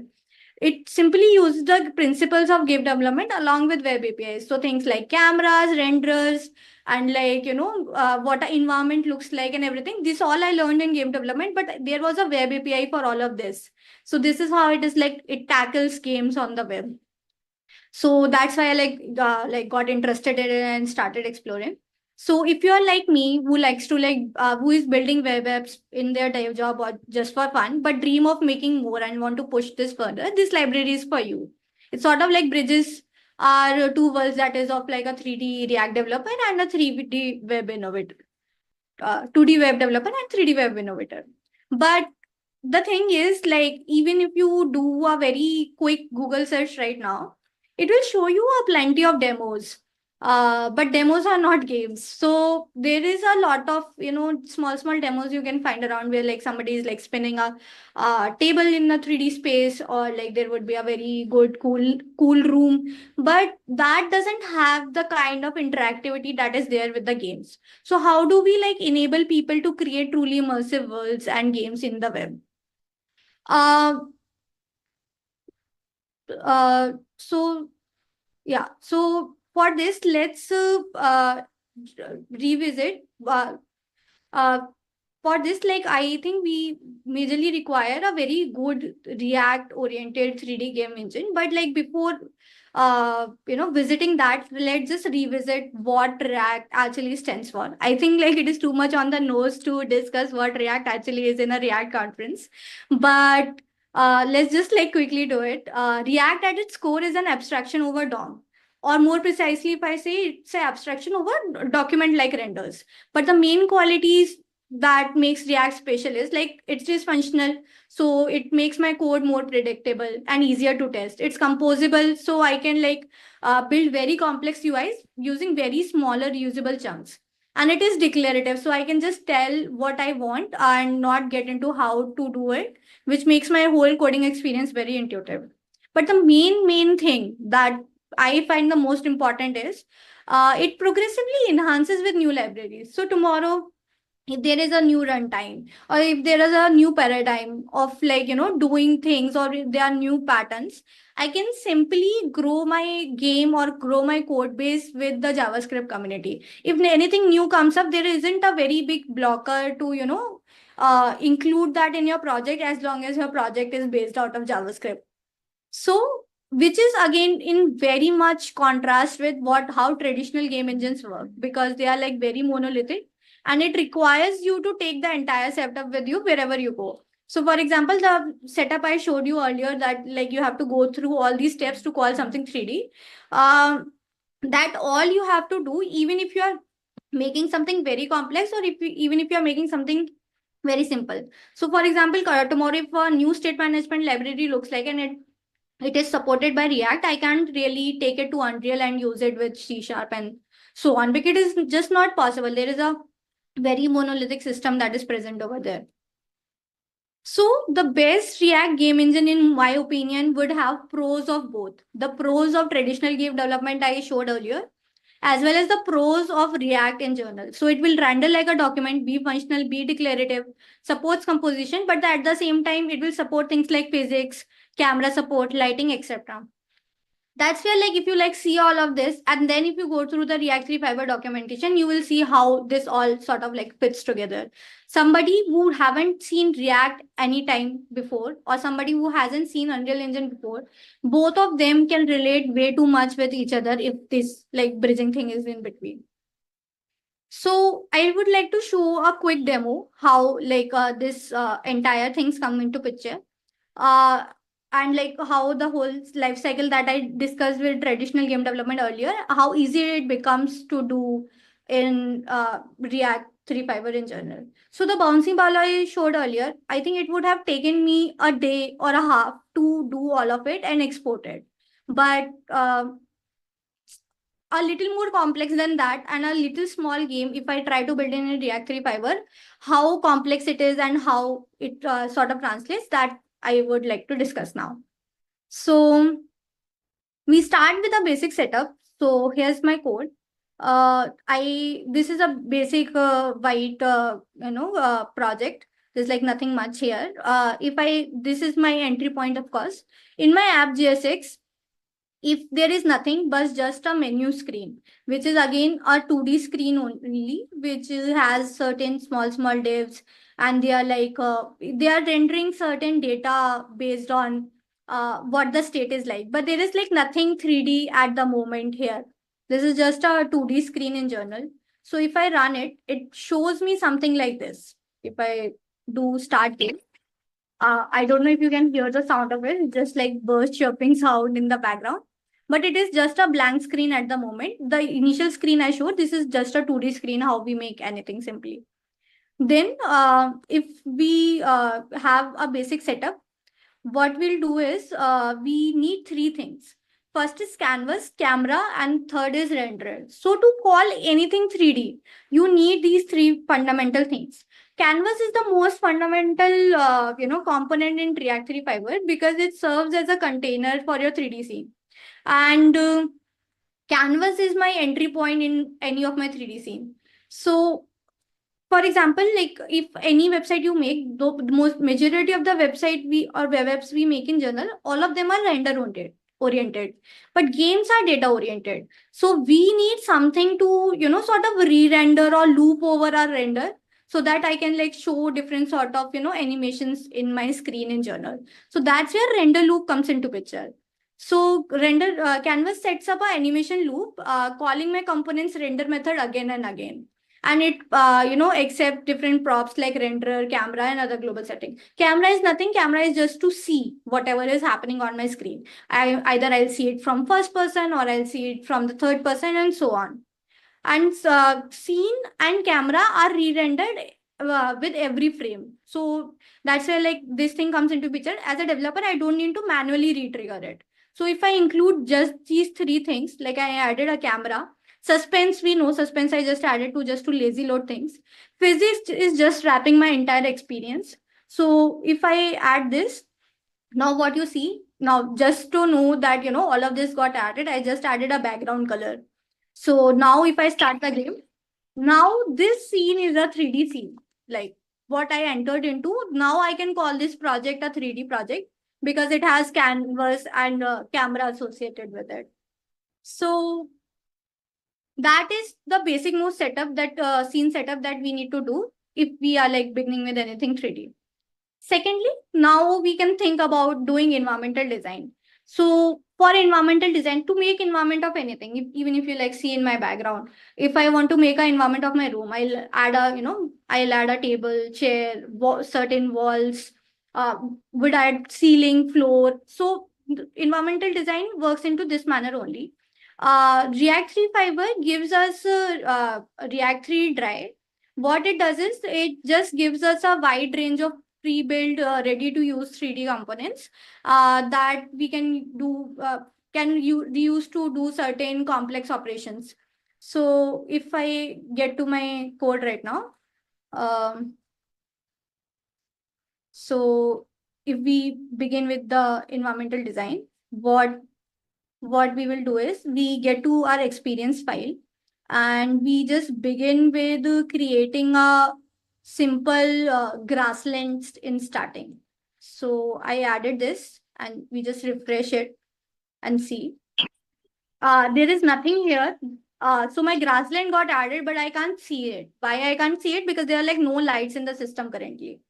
So to add the lights, I'll simply add a direction light and we'll just set a stage. So stage again is given to me by React 3 Dry only. Stage, what stage does is you can just simply think of it. He just sets a vibe to your entire setup.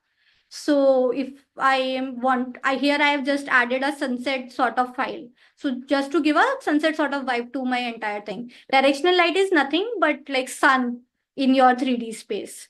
And I can like adjust the intensity and everything to it. Now, again, this grassland came out, but it is appearing in a 2D space. So how do I know it's 3D?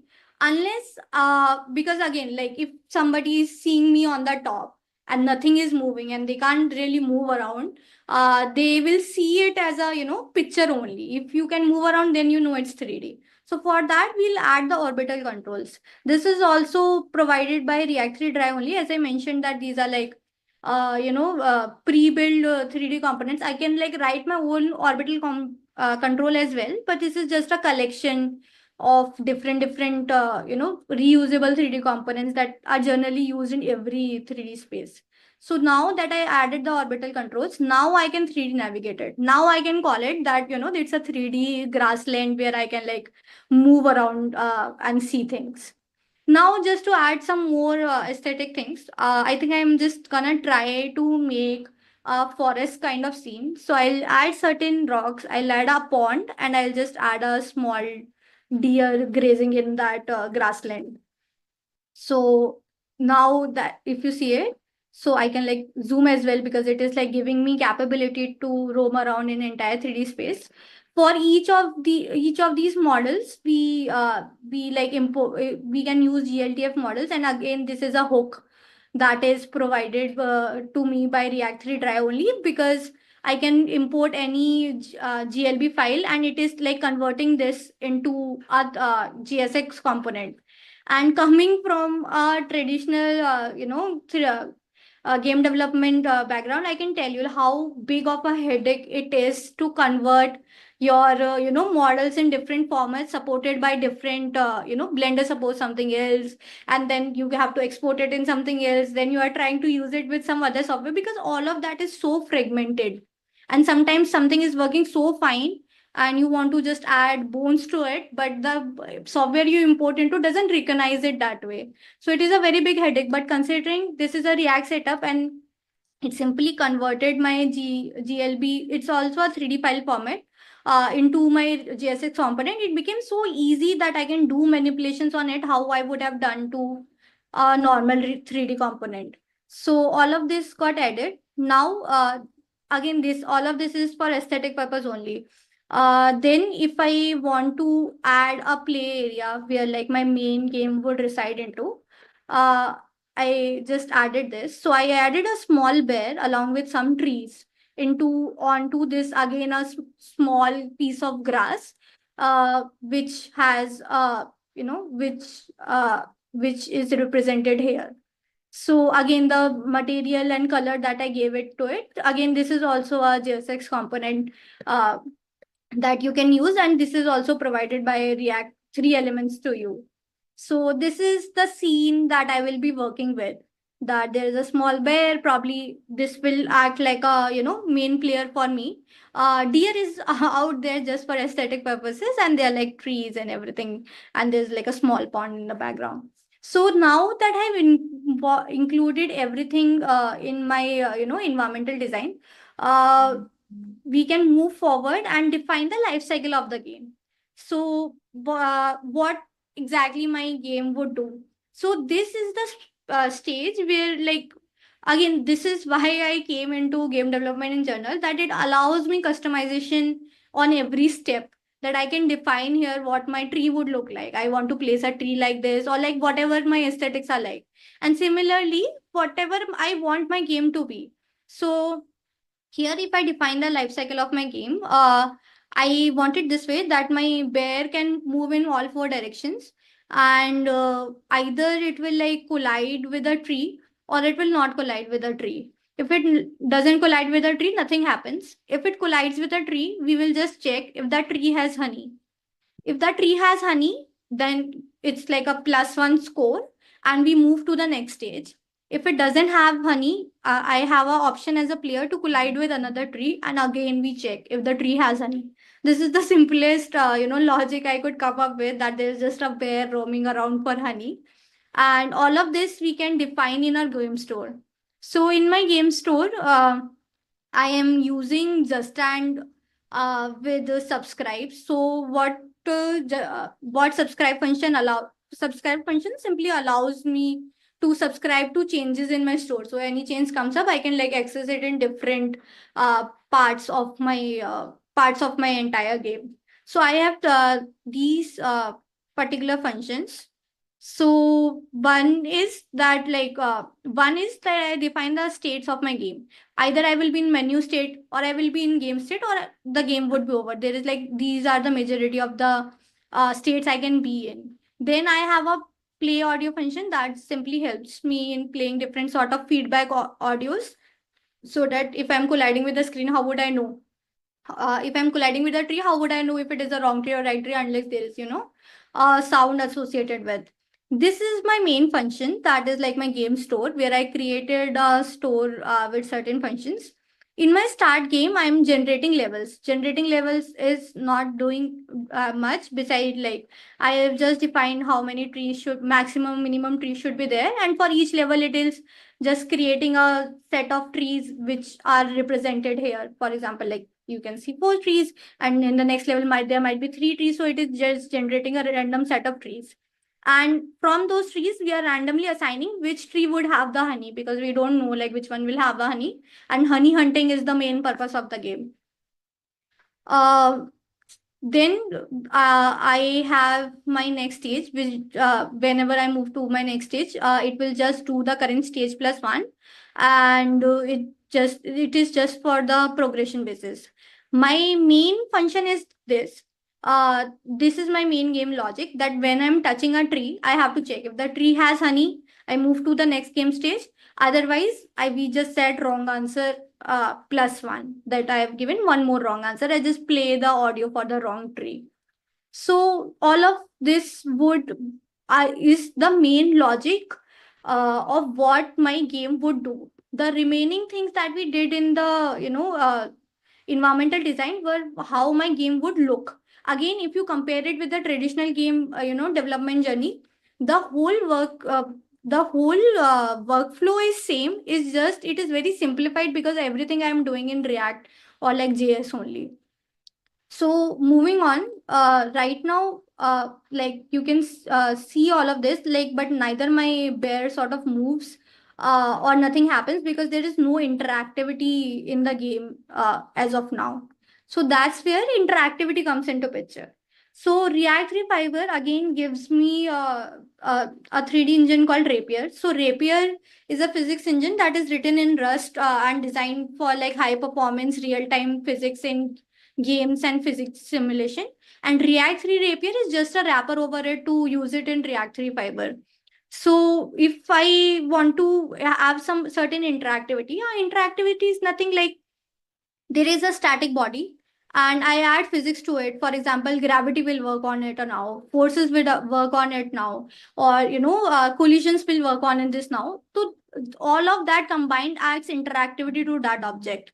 So interactivity is nothing but physics plus static body. And then we have things like rigid body and colliders. This you might have seen in the experience one as well. So a rigid body is nothing that I can apply things like, a rigid body can have things like mass, velocity, friction. Again, these things are the things that make any body dynamic.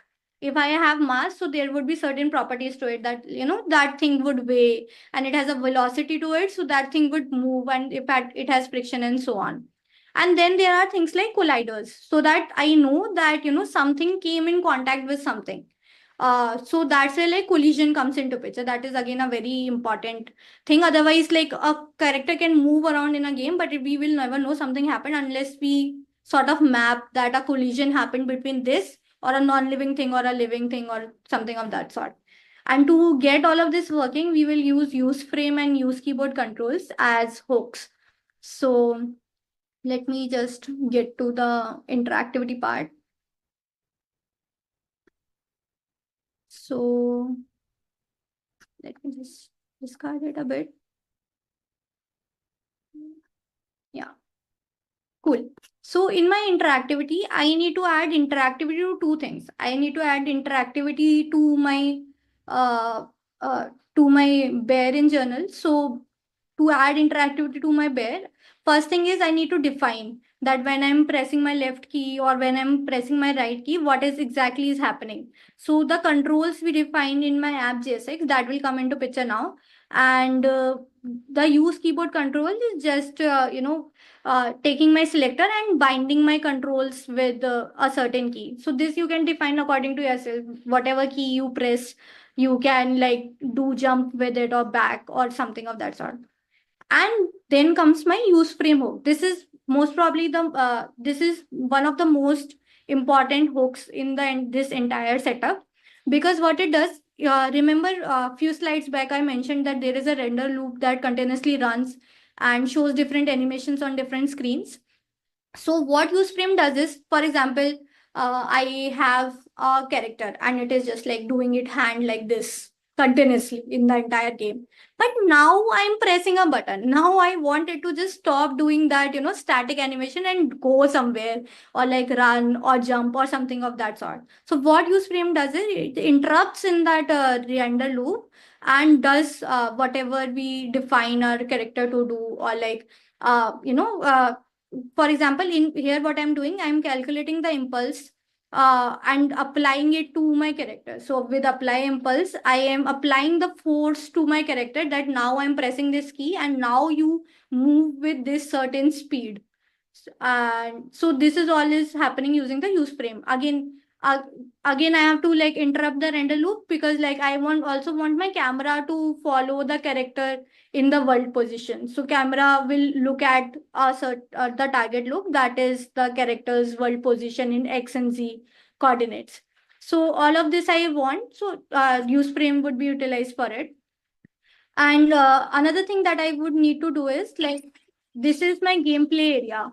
But if I move two away from this and like go into the void itself, again, if you remember, we named the entire grassland as void, and this is, I don't want my character to go beyond this. So what I will do is like every time it is going beyond the position, I am just resetting its position to 000 again, so that it doesn't go beyond the play area. So all of this is happening, and then this static element that we had, we added all of these hooks and intersections over it, so that wherever, so that we can add interactivity to this particular character.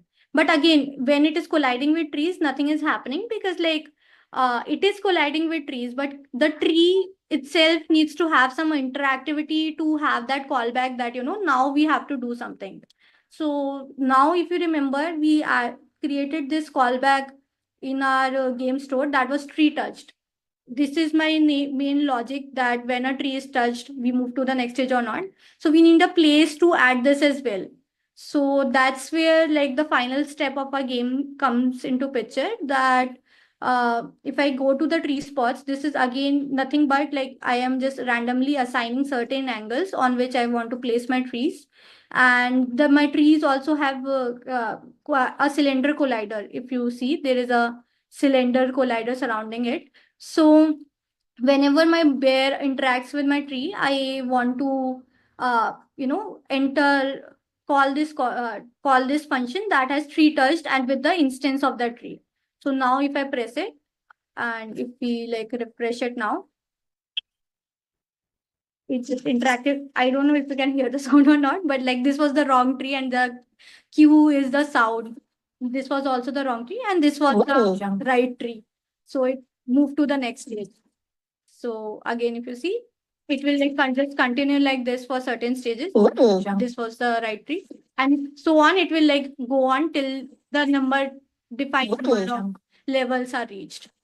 So that was majority of it. So congrats, you have just built yourself a little 3D game. This whole experimentation or taking such small example was mainly purpose towards showing you that how near it is compared to how our normal React development life cycle and everything looks like, compared to what how monolithic or how tedious it is to create the games the traditional way.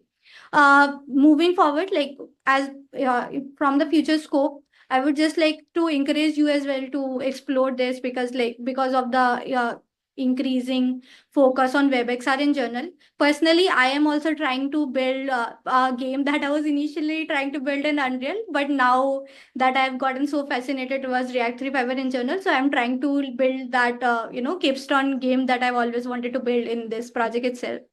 Thank you very much. That was my time today. Thank you for the organizers for putting this through. I really enjoyed giving this talk. I hope you all got to learn something. Thank you very much. Bye-bye. Awesome. Thank you so much for your talk, Megha. As I said, for me, WebXR is always an exciting domain. So I love the talk, and I saw how we can do different things using just React Fiber. So it was really good. And I think people mentioned in the comments also that the talk was very descriptive. Like even a non-tech person can actually go and get started with all of this. So thank you so much again. I think it was a great demo and a great talk. Thank you for giving your time and sharing your insights. Thank you so much. Thank you. Bye-bye. All right. Bye.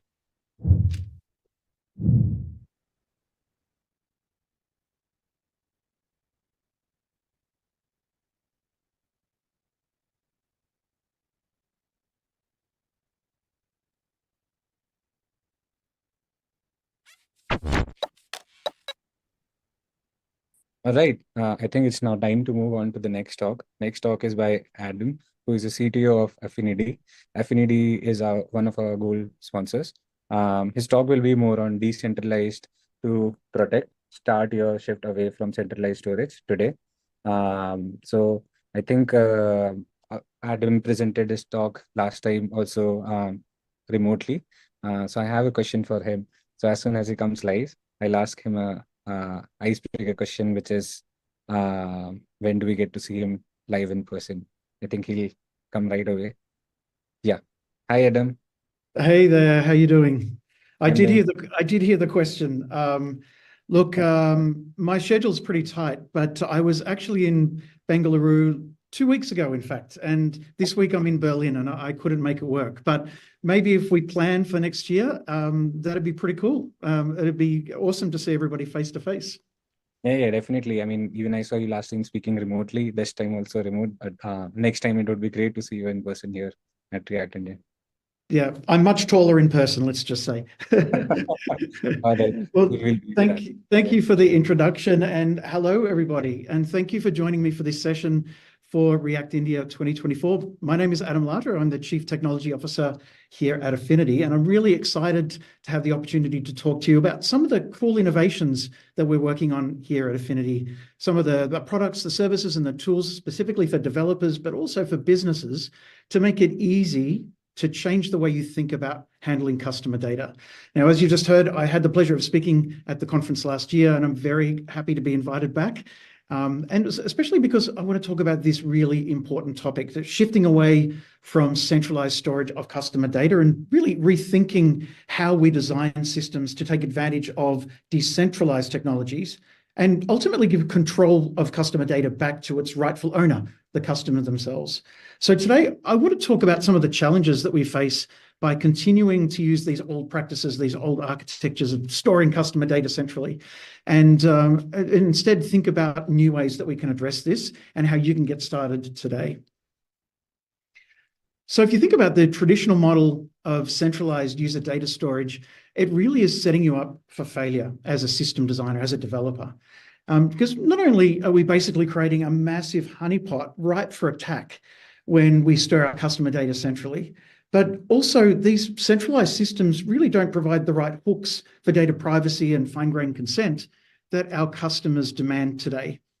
Now, there obviously have been some advances on this front. This is a very important topic, and there are best practices that are around now, like shifting left for security and compliance, or there are robust mechanisms for authentication and authorization that you can use now, and threat modeling and prevention and detection controls are very well established. But the user information is still being collected and hoarded in these central databases. We've put all these controls around that central database, but we're still hoarding the data in one central location.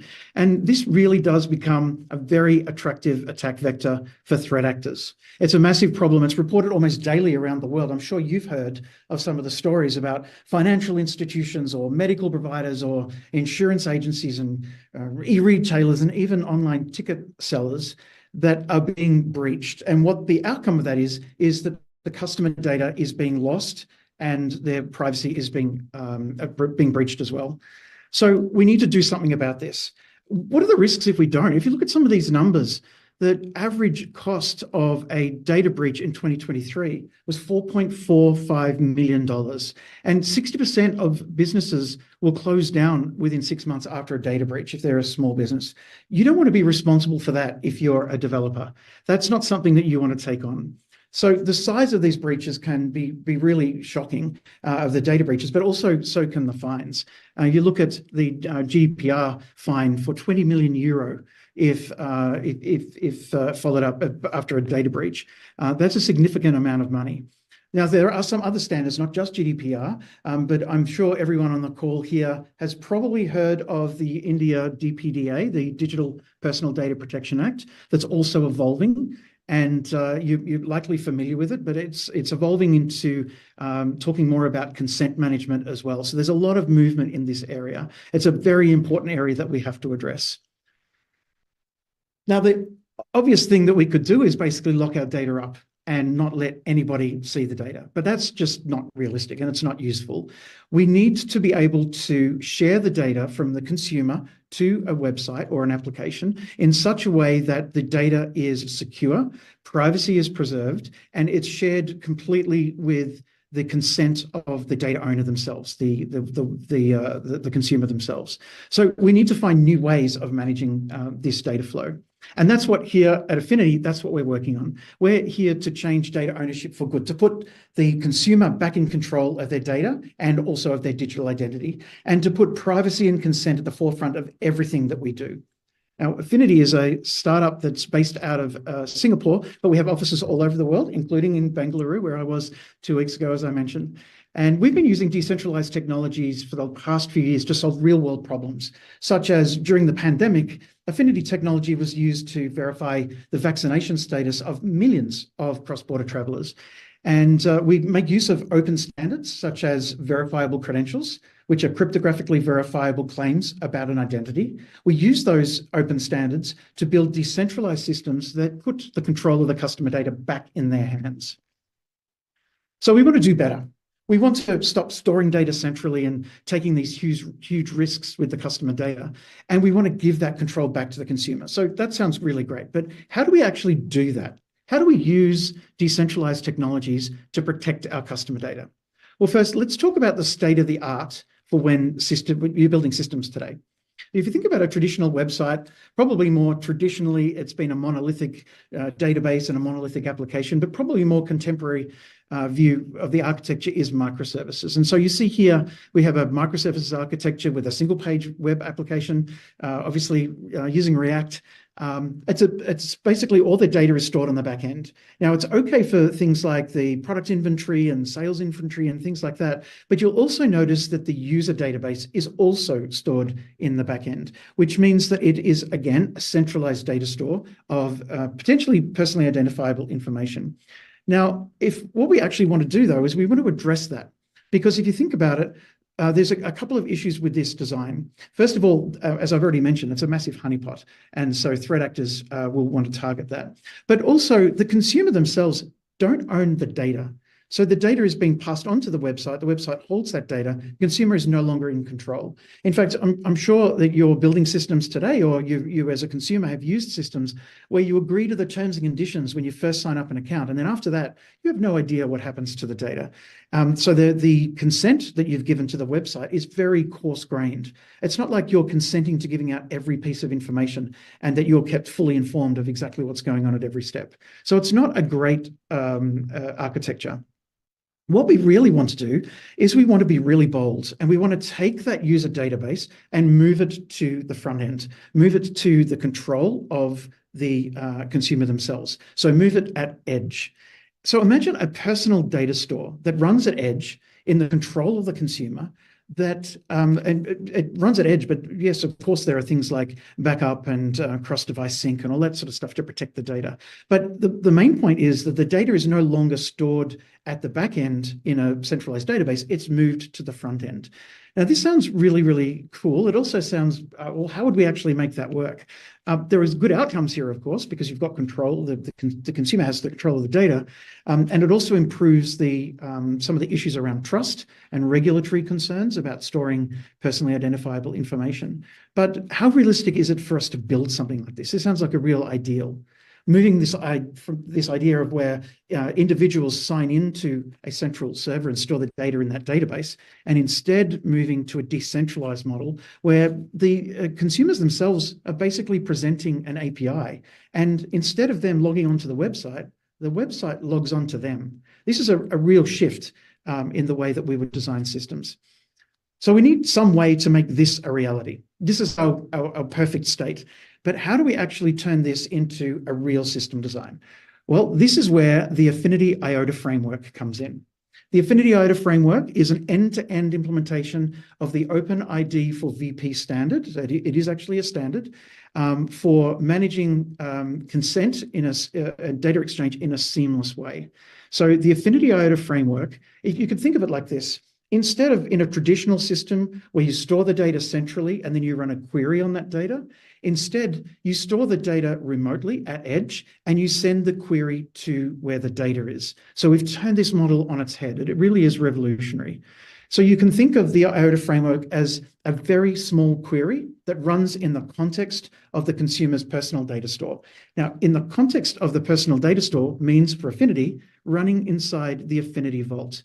So the Affinity IOTA framework and the Affinity Vaults and Affinity Login, all of these tools work together to create a seamless, privacy-preserving experience for the consumer.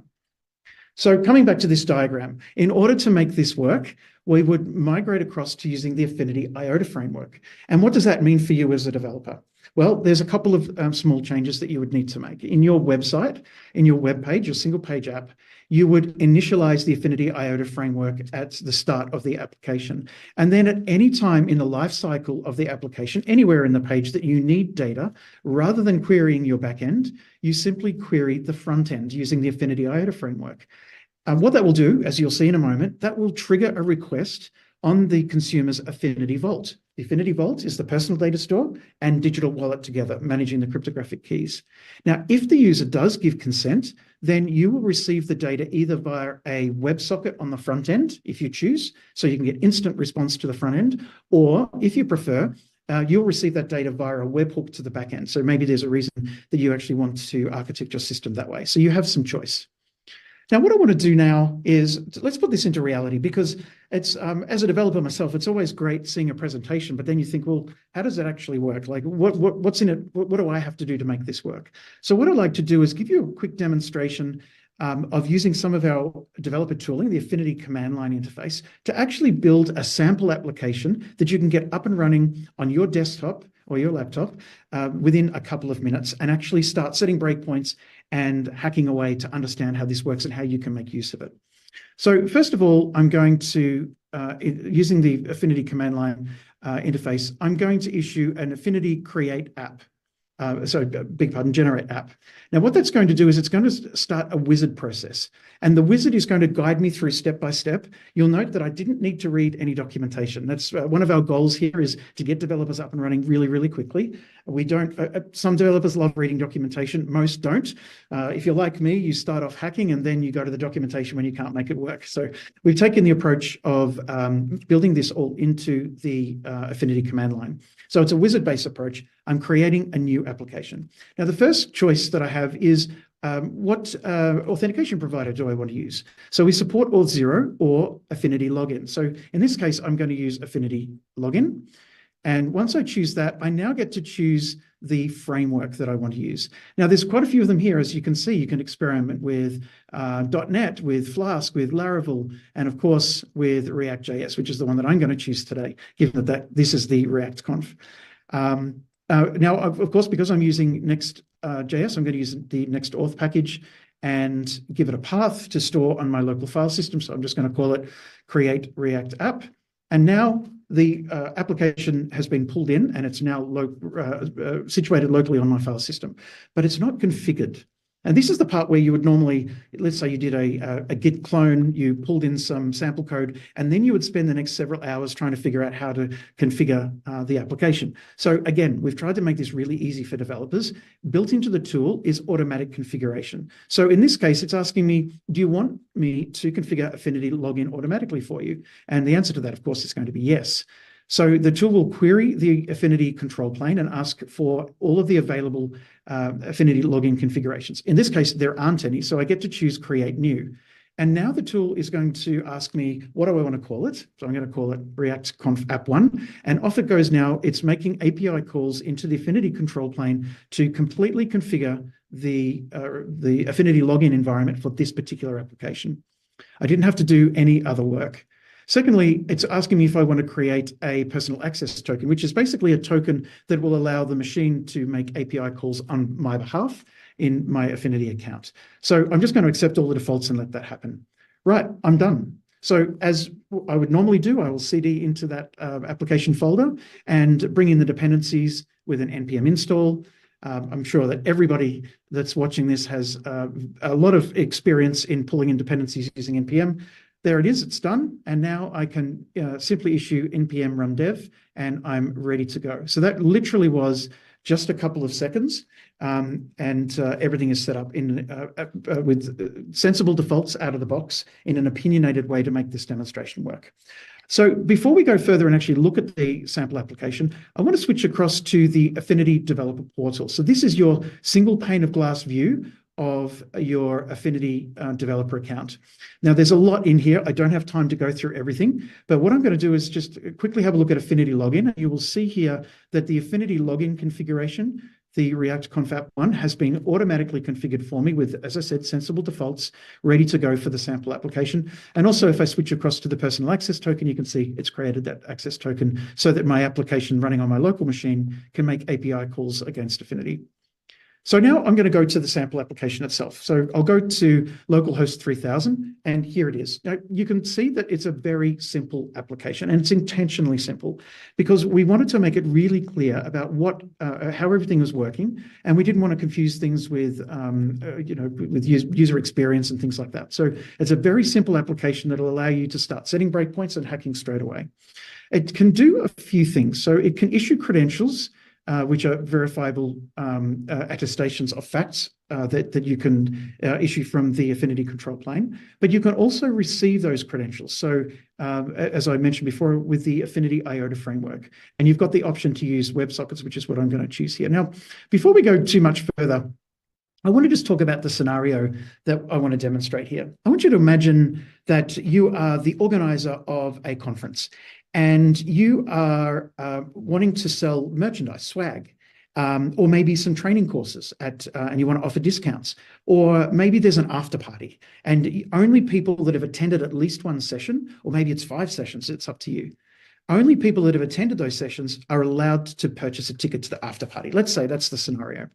Now, how would you do that in a traditional way? If you were storing all your data centrally, you would have all that information in a central database, and then you would let other third-party partners, for example, the training company or the merchandise company or the after-party caterers, whoever they are, you would let them have access to that data.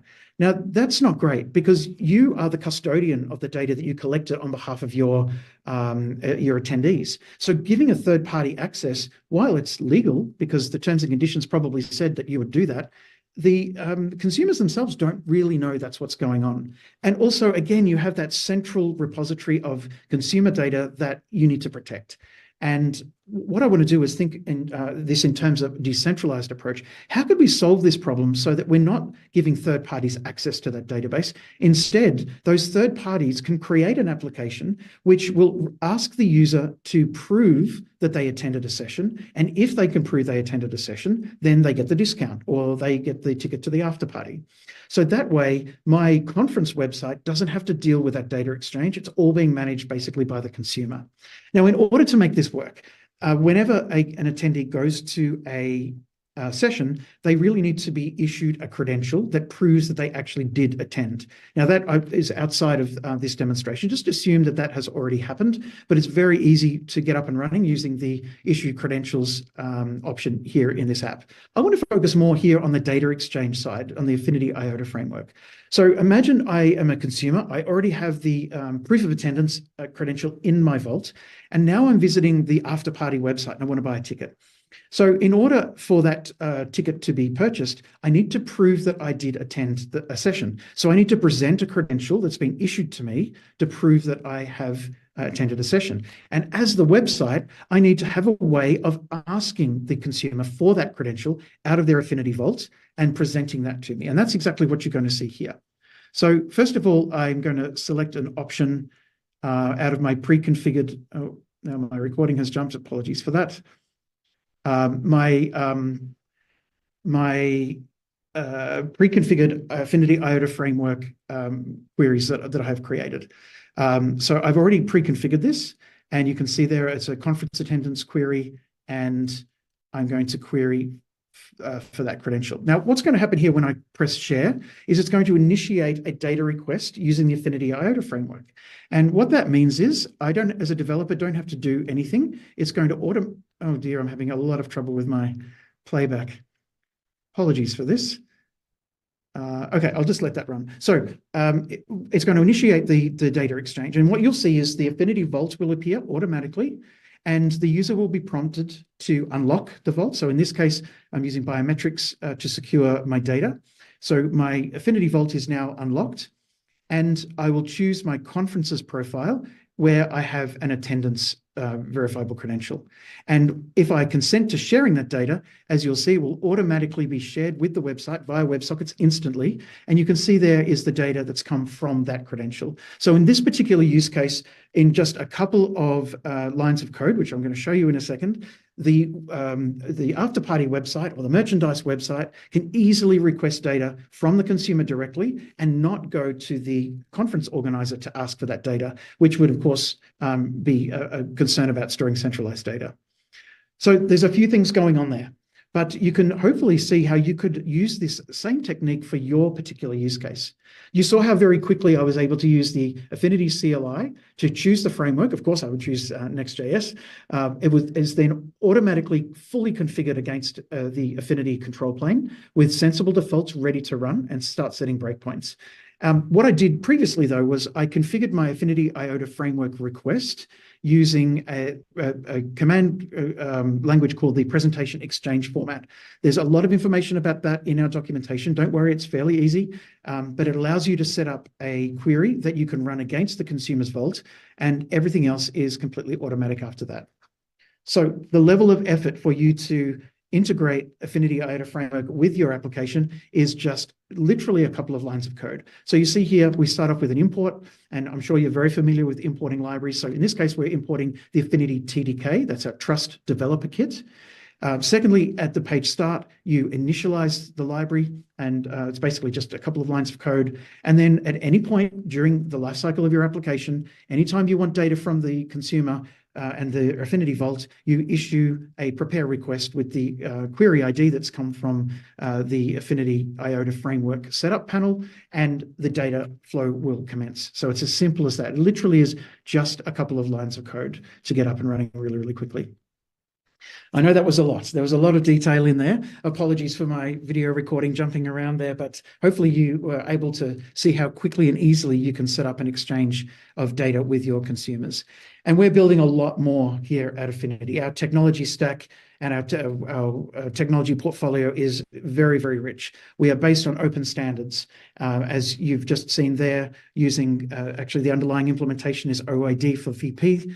We also implement OID for VCI for credential issuance, and we also implement DCOM for messaging. A lot of detail that we can go into there if we had more time, but it's very easy to get started. You have tooling like the Affinity Portal, as you saw very quickly, the Affinity CLI to create sample apps very, very quickly, and also to control your Affinity account, all from the command line. Lots of documentation, sample code, etc. And all of the heavy lifting is being performed by the Affinity Trust Developer Kit, the TDK, which is our software developer kit for using all of the Affinity services.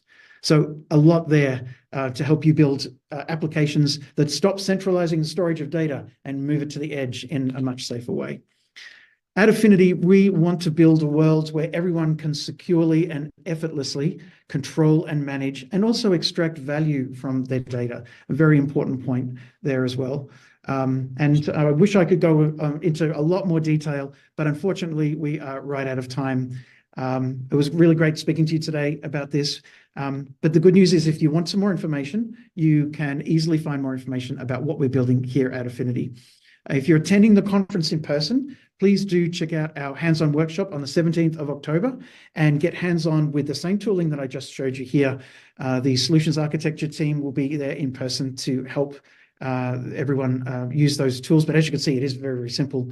And you'll learn how to master decentralized user profiles with the Affinity technology stack.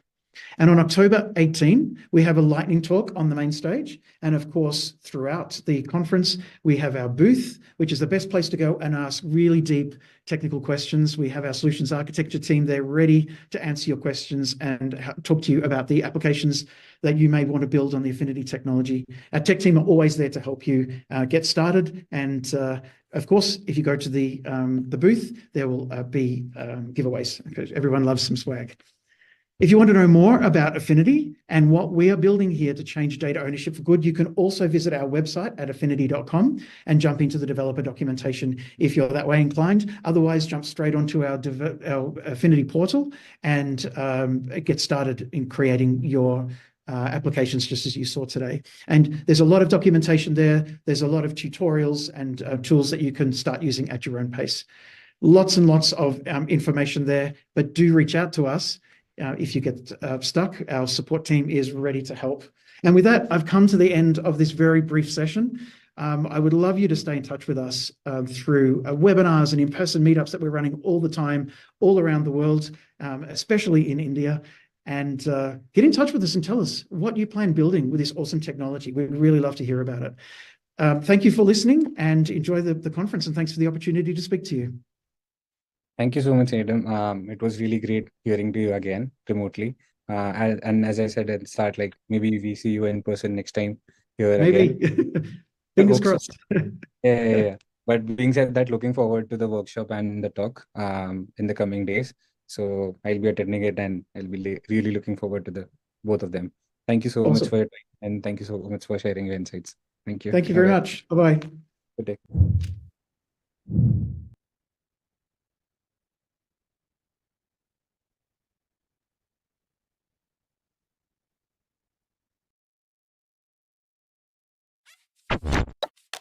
Introducing Affinity, a revolutionary digital identity solution that lets Sarah manage her data trails holistically with full control so she can discover her data found across social media, e-commerce, and more.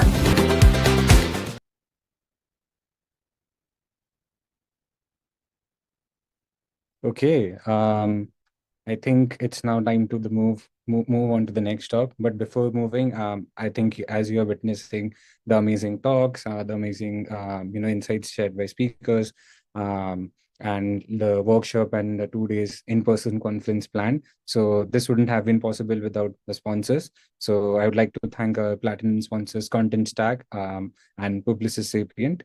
Gold sponsors, EPAM, Affinity, TE Shaw and Company.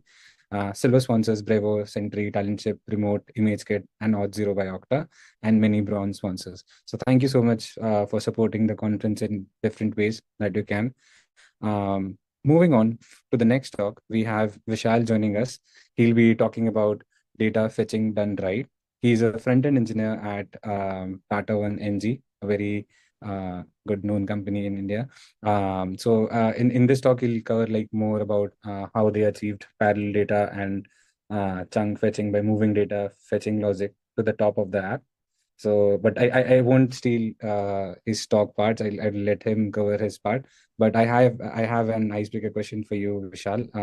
I've been asking this to many people since morning. So as a developer, I think the most common thing with us is bugs.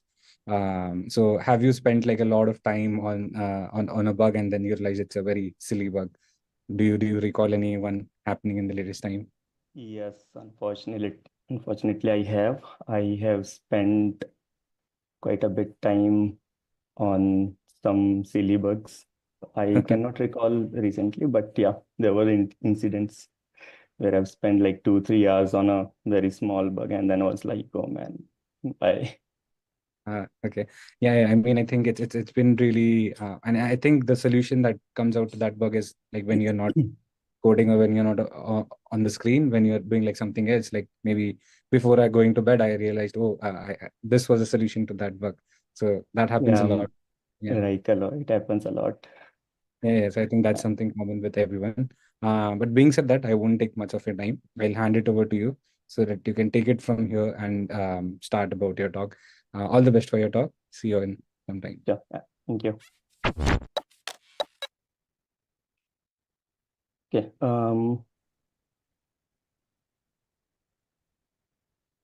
Hi everyone. Let's start. Yes. Okay.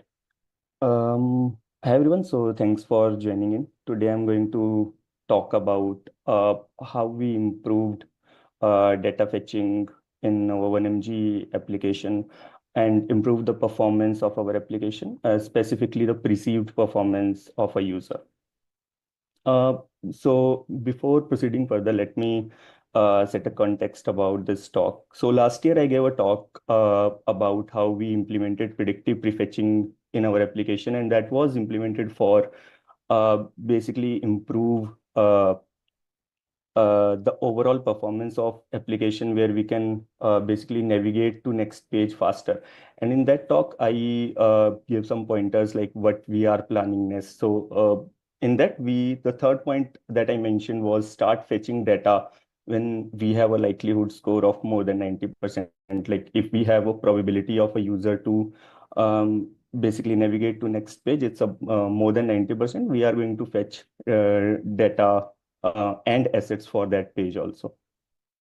So this talk is going to be around this, like what all hurdles we faced like during this implementation and how we implemented it. So like before starting on implementation, I want to talk about what basically what type of data fetchings we have in not React, in most of the web application. So in any dynamic application, there's going to be initial data fetching, like when you open a page on an application, you need a certain dynamic data to render that page and make it interaction ready. That is going to be initial data fetching. And another one is data on demand, like when user interact with your page, maybe clicking on a CTA, which loads some additional data. So in this talk, we are going to talk about initial data fetching only. We are not going to focus on data on demand. So initial data fetching, also there are three types of implementations that we can do. So the first one is fetch before render, as you can see. So in this, what we do is we make an API call first, and then we get the data, and then we get that data, like data is ready for consumption. We will start rendering our React application and then pass that data to application using a context API, or maybe you are using Redux or any third-party state management library, or if we go basic, we can set that in window also. And then while React will render, then it will consume that data and it will not show any kind of loaders or anything because the data is available to us. So it will render the page completely. So this type of approach is mostly used in server-side renderings, because in server-side rendering, we cannot re-render our application. It's going to be one render only, like it is going to render the application and give you the HTML. So in those cases, we generally want to have data readily available with us so that we can render the whole page with dynamic data. And other type of rendering is render then fetch. So what happens in this React application, basically we will start rendering out the application, and then while your components are rendering, you may have a use effect or any other data fetching library, if you are using, you will be defining that in your component. And basically you'll make an API call there, and you'll show some fallback UI on the page. Meanwhile, like when you are fetching that data, and uh, after you get that data, if you have a highly dynamic application, maybe based on that data you are determining like what next you are going to render. So this makes a chain basically. Your previous data is determining what React component you are going to render next, and then in React, in that component, you may be fetching some other data for that particular component or a section of your page. And the last one is render as you fetch. So what happens in this, when we start rendering, we start fetching data parallelly. So it's kind of decoupled from your rendering cycle. It's going to be like you maybe have some connection between your component and fetching. Like you may have a data fetching at the top of your application, where you are making the API call and also fetch assets for that page, like CSS and JavaScript chunks. And depending on whether you fetch your data first or you get your assets first, either you will going to show the loaders, or you are going to show the completely rendered page, like with data to the user. Like before going further down in data fetching, first I want to clarify like why is this required.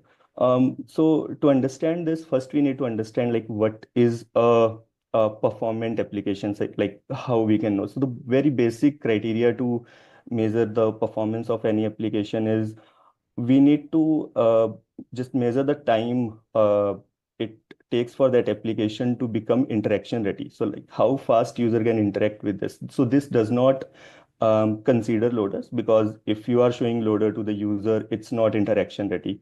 So you need the data, the dynamic, the API or dynamic data or the assets to make that app ready for the user. And when we talk about big applications like 1mg, there are going to be certain approach or techniques that we are going to use to make this number as small as we can. So first one is page level chunking. We are going to chunk our application into very small JavaScript bundles, because we don't want to download any JavaScript, CSS, or any other assets which is not required for that page or that part of the page. So we are going to download as minimum JavaScript as we can. And then other part is we are also going to download data. Like we are going to make API calls only for that page. Like if you are not going to download any other data which is not required on that page to like consume basically less bandwidth, we can say, or keeping this network call at minimum. But there is okay. First, let's just understand how this navigation process in a chunked application look like. So here's this. So this is a 1mg homepage that I'm showing here. So when you load this page, so this is recorded. Like I took these screenshots in slow 3G, because in 4G or 5G it's going to happen very fast. But if you check it in slow 3G, it's going to first show you the fallback skeleton UI. So this skeleton UI means you are downloading your JavaScript and CSS. You haven't got those assets yet. And then as soon as you get the assets, the fallback is going to change a bit according to what type of widgets we are going to show on that page. So this second skeleton means we have got our assets. Now we are making API calls to get the dynamic data. And at last, when we get the data, we show a fully rendered page to our users. So like at this point, our page is finally ready for the interaction. But there's one problem with this approach. So this makes it like there's a waterfall effect in this, because first you are going to download the chunks, lazy load the code. Then you are going to make the API calls to basically download the data for that page. So if we see this in effect, it's going to look something like this. So in this, if we see the network graph of this video, it looks like this. We are first downloading the assets, the JavaScript and CSS, and then we make this API call to get the products. So like this is very basic application. So we can see the assets are downloading very fast, but depending on complexity of your page, if you have very huge page and you are using much like more JavaScript and CSS, your JS and CSS bundle might take some time to load, and then you'll make API call to get the dynamic data. So it's going to be basically we cannot say slow, but it's going to take time because everything is happening in series now. So the solution for this is we need to move the code which is responsible to fetch the data out of the code which is going to lazy load. So ultimately, like what we need to do is, if our data fetching logic resides in the code, the chunk code for that page, we need to move it out. But the implementation wise, the issue is like where we are going to place it. So the implementation that we did is we moved out that data fetching logic out of use effects. Like we were using Redux Thunk to handle the async operations, and using use effects to dispatch those actions. What we did is we moved out that data fetching logic from use effect to a separate function. And then we basically, based on like, as soon as you navigate on to the particular page, we execute both like a chunk prefetching. Our application is going to do it automatically, but as soon as the page change, we make API call to load the data also. And if we see the demo, it's going to look something like this. So in this, if you see the network graph now, our asset call and our data call, like this products get API call, it's going in parallel. So I want to show the code also. So this is a very basic application that I have built on our in-house framework, which is Catalyst. So like Saurav is going to talk about this in person. So in this application, basically I have 4 routes and 1 homepage route. So if I go to implementation, so what we did is like this is our page which is responsible for rendering the UI. So what we did, we created a client fetcher function. So this is the function which is going to fetch the data for this page. So if you see in it, it's a simple function where we are making an API call to fetch the data, and then we are returning that data. And then we created a hook. Yeah, so we created a hook which is going to return you all these variables. So we have one more variable. You can also get the error here. So it's going to basically change whenever your like data in sorry, whenever this promise resolve, this you are going to get the data. Whenever this client fetcher function is executed, you are going to get this is fetching as true based on if API succeeds or it fails. You are going to either get the data or error. So this is basic abstraction over you can say basic implementation of any dynamic data handling.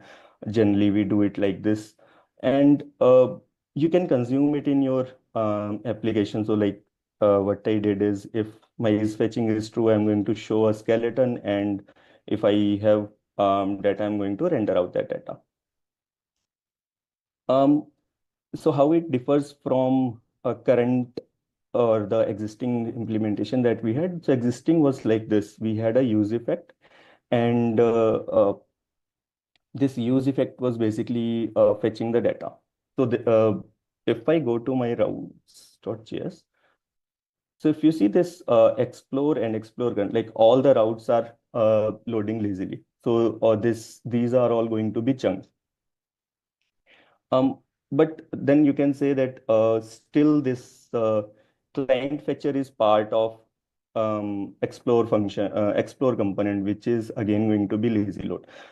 So we created a handy Babel plugin for this. So what that plugin does, it during the build time, it search for all the client fetchers in your page directory and move that into a separate bundle. So if I show you, it's going to look like something like this. So I have this build folder. If you see in build folder, I have these client fetcher functions defined on my pages. So what it is doing, basically, it is searching for client fetcher property on present in your containers, which you have passed to the route array, and then it is extracting out that client fetcher and moving it here. That's why we have mentioned one more thing, that this should be a pure function. You shouldn't be doing any mutations in it, because then on the during runtime, you might have certain if side effects, which maybe some errors, because it will not be able to change things outside its scope. So if I come back here,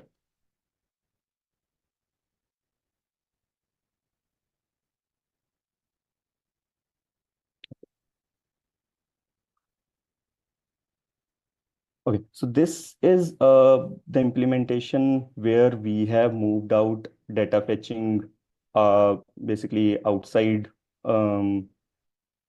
our like code, which is going to lazy load. But our ultimate goal was to integrate it with asset prefetching, right? So third point, if you remember, was to prefetch the assets, data along with assets.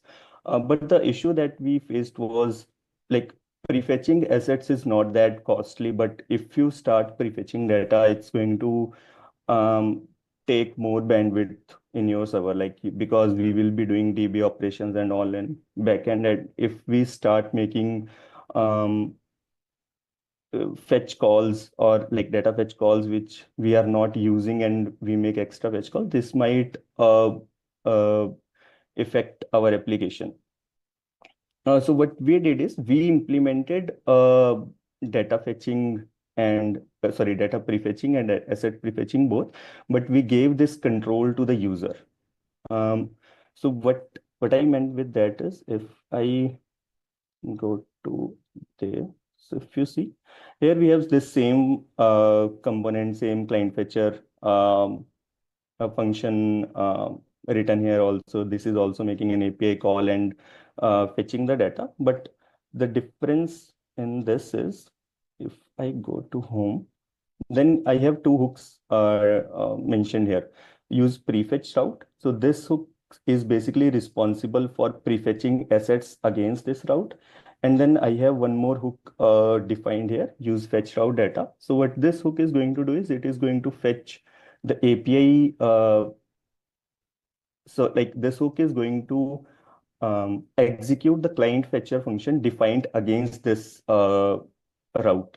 So basically, if I go to my route.js, so against this, I have this component. So ultimately, it is going to run this client fetcher function. But there is one thing that we have defined here. We are passing this is prefetched flag here, because you don't want to degrade the performance of your current page due to like prefetching or data for the next page, right? So we did what we did. We are passing this flag here, using which you can set the priority of this fetch call as like low or if the prefetched is false, it's on next page only, then you can set it to auto. So if we see how it is looking.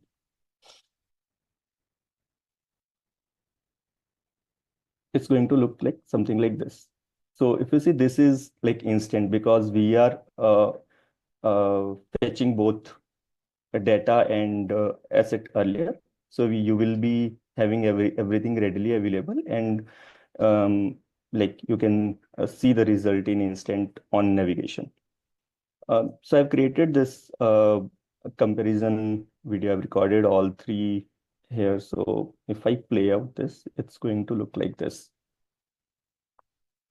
So first one is where you have API call defined in use effect. Second one is with client fetcher, and third one is where you are prefetching assets and data both on the previous page. Mind you, this is on slow 3G. That's why I was able to like record this. Okay. So this is all about where you are fetching the data in can say client side, where you are navigating from one page to another page and client side navigation is happening. Then you are okay fetching the assets, fetching the data, and rendering out your application. But what happens when if you want to implement the server side rendering in your application and want to render your page on the server? So we have created, so if I go to the code again, so I've created a similar function to the client fetcher, which we are calling as like server fetcher. So if you see, the code is almost same in client fetcher and server fetcher. We are making the API call, getting the data and returning it. The only difference is in server fetcher function, you are going to have access to your request, response, route, your params, like all these variables. And in client fetcher, you can access the window variable, because server fetcher is going to be executed on server side. So if you are using Express in your server, then or any other server framework, you will be having access to request and response, like whatever you are passing from your application, you will get that access in the server fetcher function. So if we see this in action, it's going to look something like this. Let me open up network tab.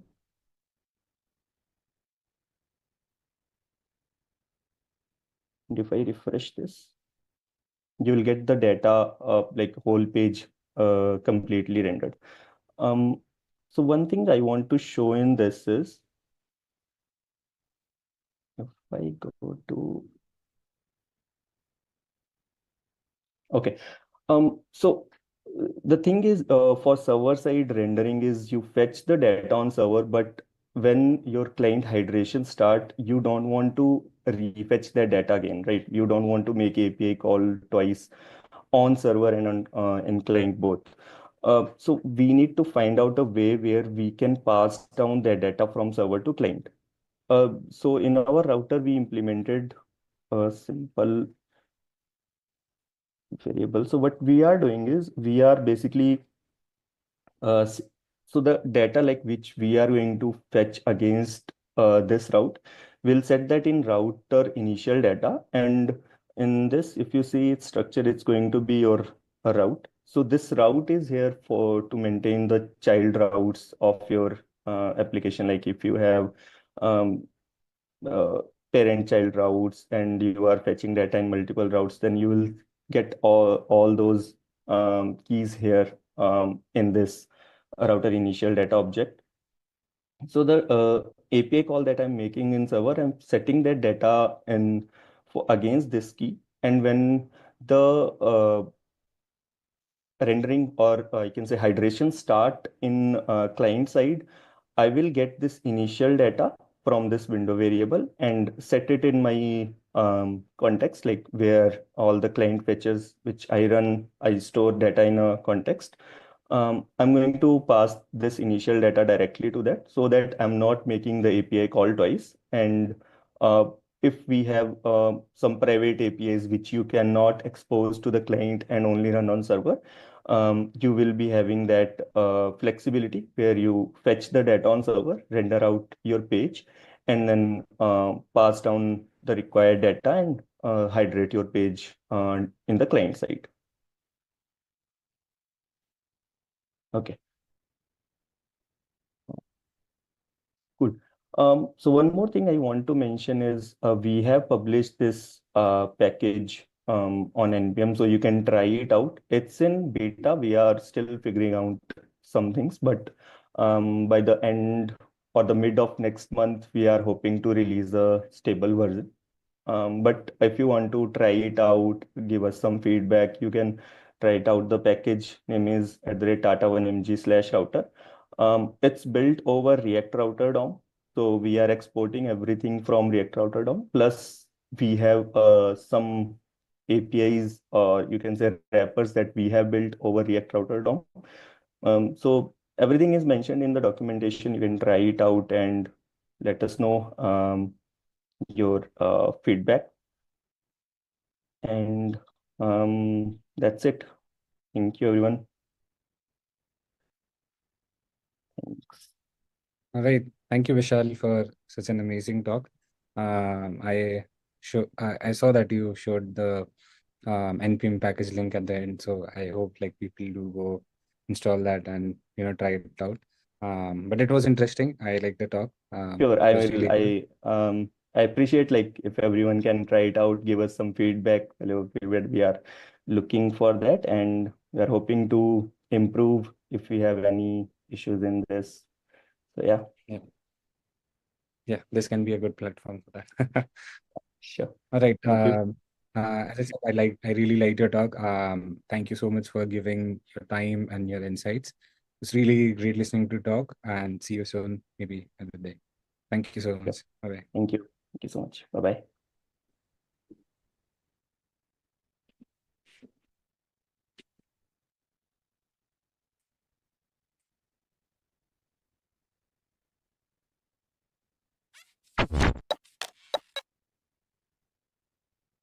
All right, so let's move on with the next talk. It's by Swati Jha. She'll be talking a bit about inside the decision, why Grow chose NATS over web stocks.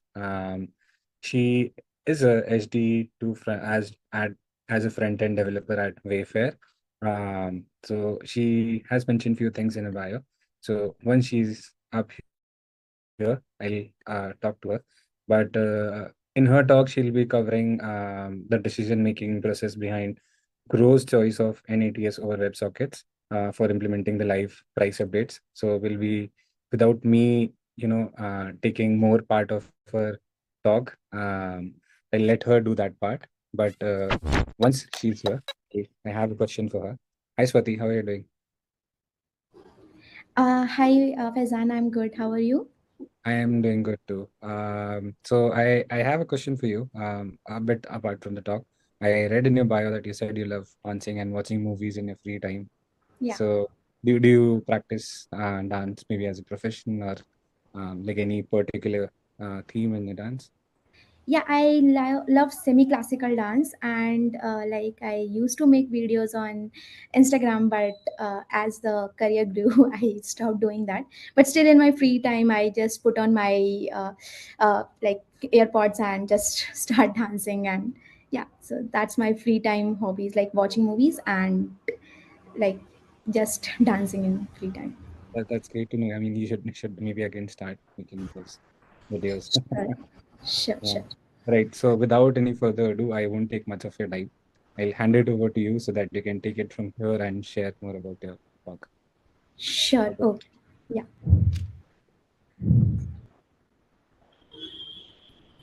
So I hope my screen is visible. It will be in a bit. Yeah, but you can start. Sure. Yeah. Is my screen visible now? Yes. Yes. Okay, okay. So first of all, I want to thank you all for joining in today. So today, like we will see why Grow chose NATs over Gorilla WebSockets. And basically, this seems like a backend decision, right? But by the end of session, I promise you that you will know why it was very useful, and how it impacted the overall performance, and how it impacted the front end, and how it basically improved the performance of live prices, and basically saved a lot of resources, and how basically we are using it at other places like order status update, and how it helped in cross platform updation. So like before starting, a little about me. So hello everyone, I am Swati Jha. I'm currently working as an SD2 front end at Wayfair. Here in Wayfair, I'm shaping the world of authentication and enrollment, and basically making the user journey easy. Prior to Wayfair, I was part of Five. There I worked on the server driven UIs. And prior to Five, I was part of Grow. There I spent almost 2 years, and I was the POC for mutual fund team. So if you have ever seen any mutual fund page after login, then in that case my work needs no introduction. You have already seen my work. So yeah, so that's it about me. So let's get started. So as Grow became the first leader, and basically first leader to achieve 10 million active clients along with 7.6 million active trader, scalability becomes the center of attraction or center of attention for each and every developer in investment board. However, like the basically the current infrastructure of Gorilla WebSockets and Kafka so begin to show some critical limitation, especially in terms of scalability and real-time reliability. Because of these basically limitations of like Gorilla WebSockets and Kafka, basically it forced like Grow to explore other alternatives which were efficient and scalable. So ultimately, which led us to adopt NATs over Gorilla WebSockets and Kafka.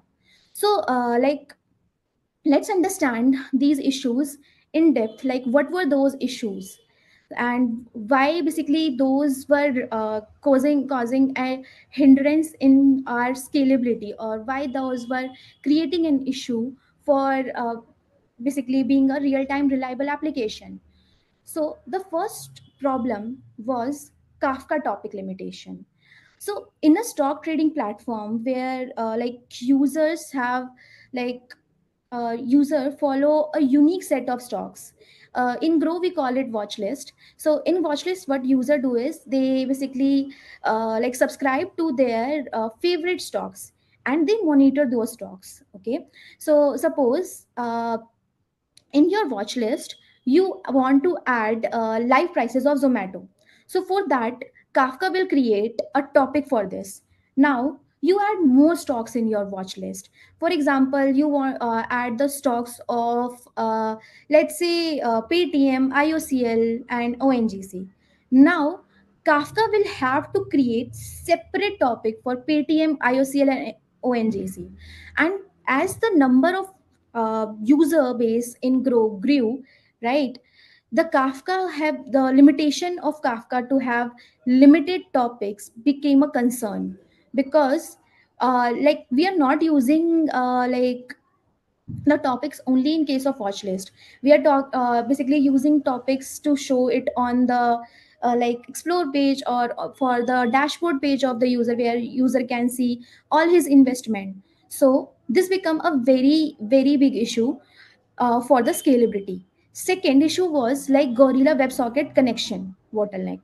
So basically, Gorilla WebSocket establish a persistent connection between client and server, enabling real-time live prices, right? But as the number of user in Grow grew, think of the scale. Like there are millions of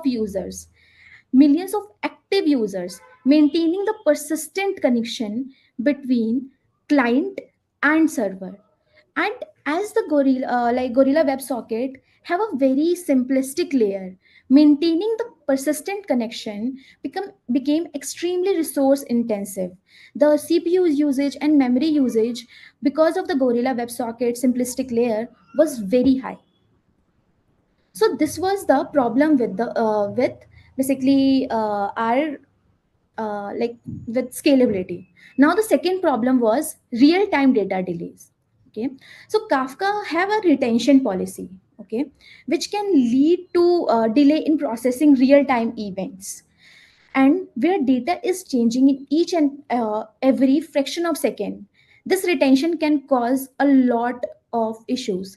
You know that the live prices of each and every stock can change in each and every fraction of second, and if there is a delay in stock live prices, this can lead to a missed opportunity for the user. And Grow being a customer obsessed company, it was a huge deal in itself. Second thing which could have led to real-time data delays was reconnect and data loss with the Gorilla WebSocket.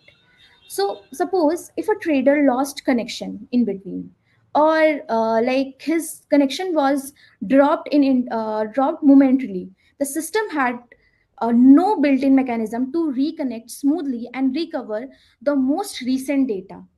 So with and there were high chances that user might see scale data or old data, right? But this was so not acceptable. So for this issue only, because of the reconnect and data loss issue with Gorilla WebSocket, we had to do extra handling on the front end and back end side to avoid these such scenarios, to avoid these kind of scenarios. Then the third problem was the complex user specific data handling. As I mentioned before, right, that Grow have watch list, right, where user can add their favorite stocks and can monitor them. Uh, or basically user have a portfolio, right, where basically they can see all the stocks in which they have invested.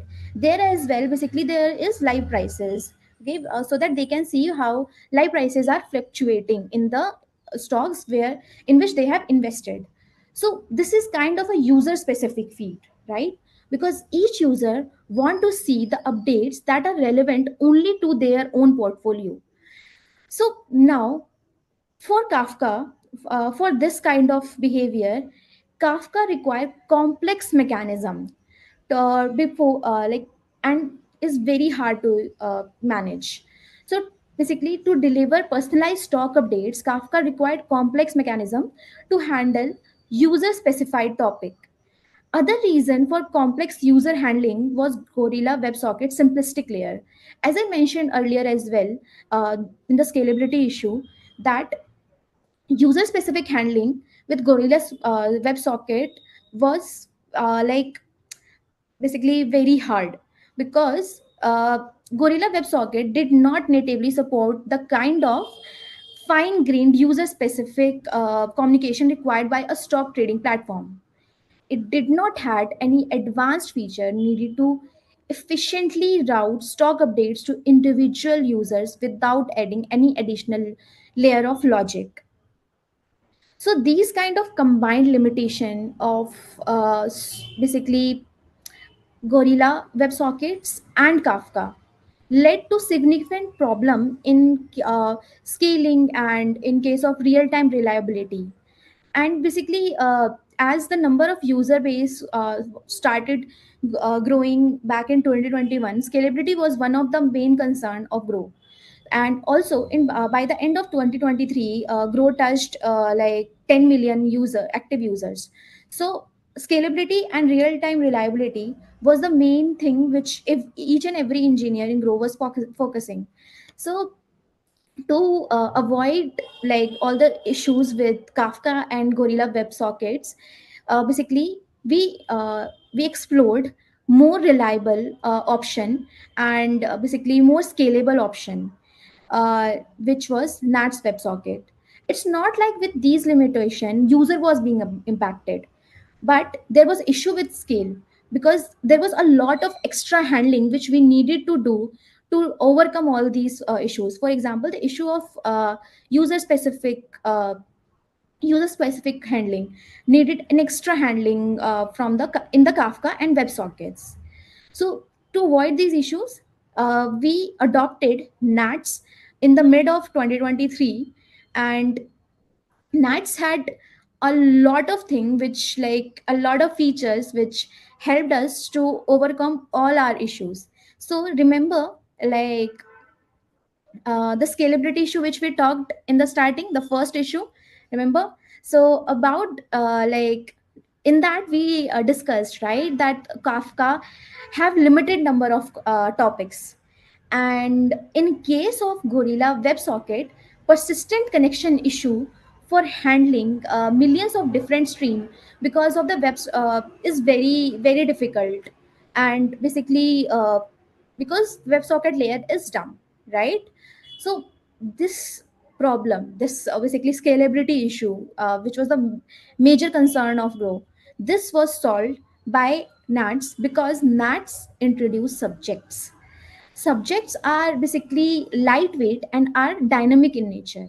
So now, suppose unlike Kafka, where we had to basically subscribe or to basically we had limited number of topics, NATS can create multiple or millions of subjects and can manage them easily without impacting performance.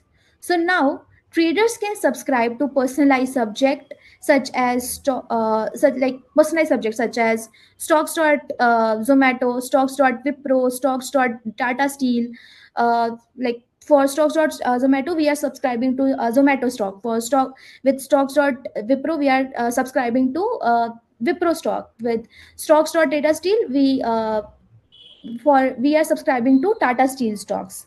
And now traders can subscribe to personalized stocks without any like problem and without any extra handling from the back end side, right? Which was very crucial because think about the scale. Millions of traders are subscribing to different stock updates each and a single day, and so this helped us this like the subjects in NATS helped us to solve the scalability issue of our basically of live prices. Now the second problem, remember, the second problem was retention issue, correct? Which led to the like which could have led to the delay in processing real time events, or which could have led to like which might cause the issue of like uh, delayed live prices, right? But now, as NATs work on fire and forget system where messages are not retained, which is ideal for our use case because we are using it for live prices, not for a messaging system where we have to basically get the old data as well. We need the fresh data. So it is the best for our use case that it operates on a fire and forget system and ensures that every client gets the most current data without any delay, and so always latest data. Also remember the Gorilla WebSocket that the reconnection was not smooth, right? As the reconnection process is not smooth, the user might see the scale data, right? Remember that issue? That was also solved by NATS because now the NATS offers a very robust handling of connection loss. If a trader loses the NATS WebSocket connection, NAT automatically reconnects and begins streaming the latest data. No retention is like in our case, no retention was beneficial, right? Because we don't need the like scale data or all data. We need the fresh live price update. So now uh, even if a trader connection is dropped or basically for a few seconds or basically there is a connection loss for few seconds, even in that case nets will automatically reconnect them and they will start receiving the fresh live prices update immediately without having to refresh the page. And this was in itself was a big deal because this helped us to guarantee that users are seeing the fresh data. Users are not seeing the basically the scale data. Low latency and real time delivery. The nats are built in such a way like that the that it is automatically optimized for low latency communication, which automatically means low latency and real time delivery. So now messages are pushed to subscribe with near zero delay, ensuring user receive real time stock update. So this was the issue with the this was the things which helped us to solve the issue of real time update and made it reliable for real time live prices. Now, the third problem with Kafka and Gorilla WebSocket was complex user specific handling. Remember that? Now, in this case as well, NATs stand out because NATs follow PubSub model for personalized data. Means publisher publisher can send messages to a subject without needing to know which subscriber are listening to that subject. Okay, so like we have a pub sub model, right, in which one publisher publish and subscriber subscribes, right? Now in this case publisher can message to a subject, okay, without needing to know a subscriber are listening to that subject or not. And similarly subscriber can listen to any subject without needing to know publisher, that who is publisher here. This decoupling allowed high scalability and independence between system component. Now, each user can subscribe to relevant stock updates through unique subjects, does not need any extra mechanism to manage these subscriptions. So now user A here, like suppose I am a user A and I can subscribe to stocks.zomato and stocks.wipro, okay, and user B can subscribe to subjects stocks.infosys and receive update for infosys stocks without being flooded with unrelated data, right? So this all these things does not need any sort of extra handling because of the PubSub model and unique subjects. So now each user can subscribe to relevant stock updates through unique subjects, and the system does not need any extra mechanism to manage these subscriptions. Okay.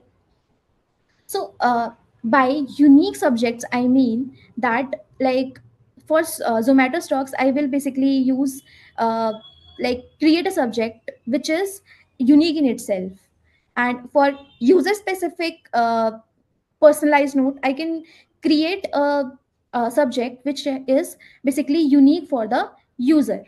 So message sent to the subject will be consumed to a specific user only who are interested, right? So these were few things which basically helped us to maintain a scalable system, and this was the benefit of using a PubSub model for live prices, which helped us to basically create a scalable and real-time reliable application with making the grow best application for where speed application for stock trading application, because in a stock trading world speed and accuracy is one of the most important thing, right? So adopting nats helped to scale as well as to basically manage speed and accuracy. So yeah, that's all the this is all the benefits which was provided by nats for in the live prices. So let's take a summary, like what does in which things nats help, like, and why. Nats are scalable and flexible because of the subjects. Second thing is nats doesn't have retentions, because of that it ensures that we have instant delivery. Third thing is that basically we have real-time user-specific subscription, which means that without any need of any extra mechanism, we can get the basically real-time data, user-specific real-time data. And fourth thing was that resilient connection handling, which means that user can get the real-time data, or even if the connection was dropped, or even if there is a drop uh, in their connection. The fifth thing is like low latency. The latency is very less in case of NATs, because it provides the real-time stock updates with virtually no delays. And the cross sync platform syncing is very high as well. I will tell you like in other application of NATs, that how cross platform synchronization is also maintained with the help of NATs. So when we implemented in the mid of like in May, we implemented or launched NATs for all the users in Grow. We checked the metrics, and the result came out to be awesome. Like first thing was the architecture. Because we don't need the extra load balancing, we don't need the extra mechanism for user specific behavior. So this helped us to lead a simplified architecture on the backend side. Second thing was like it helped us to optimize the resource by 2.5x times. Like earlier, the amount of resource which was used by suppose 1 million user, the same amount of resources now we can be utilized by 2.5 million user. So you can see the scale, right? So the resource optimization was one of the biggest win for Grow. So this was the outcome of uh, implementation of NAT's WebSocket in live prices, which was simplified architecture, optimized resource, and great performance.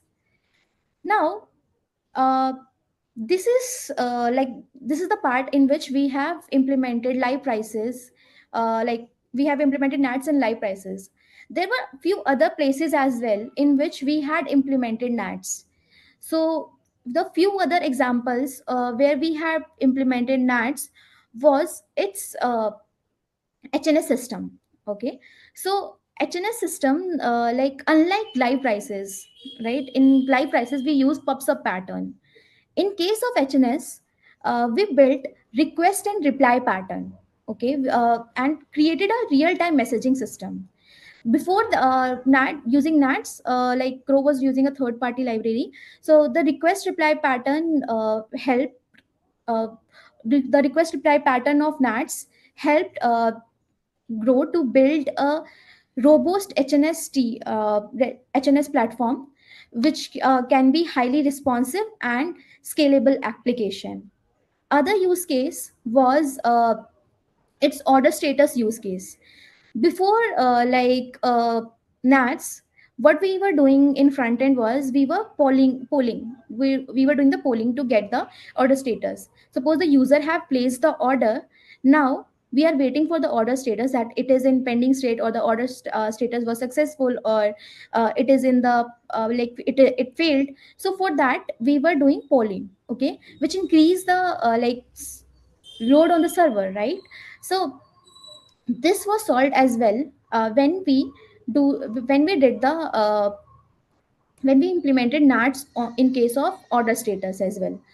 And as we made it real time order status updation real time, it helped in the cross platform synergy as well, because now we can see the order status update consistently both in web and mobile at the same point of time.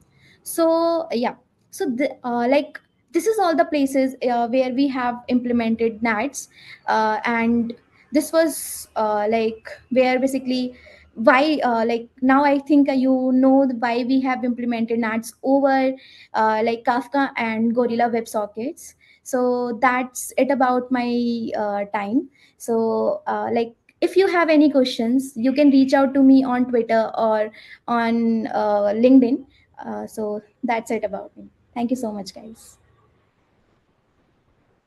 Thank you so much, Swati. It was really a great talk. I would just say that initially it looked like a back-end decision, but now I'm convinced that it was a front-end decision too. So at least now I'm convinced by after listening your talk. So thank you so much for your time. Thank you so much for giving such an insightful talk and short and sweet.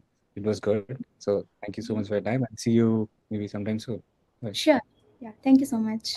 Bye-bye. Bye-bye.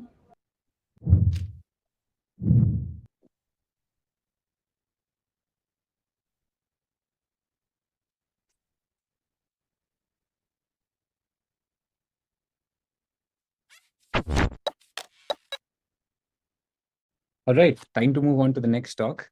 The talk is turbocharging React Grid performance. It will be given by Ravi Teja. He's a principal tech at DE Shaw, India. He has almost around 10 years of experience in developing web infrastructure, libraries, and applications. So he's passionate about optimizing web infrastructure and applications and improving code quality. So though the session will demonstrate their capability to develop feature-rich performant data grids by utilizing available technologies in innovative ways. So I am really excited for this talk. I hope you all are too. Over to Ravi for the talk.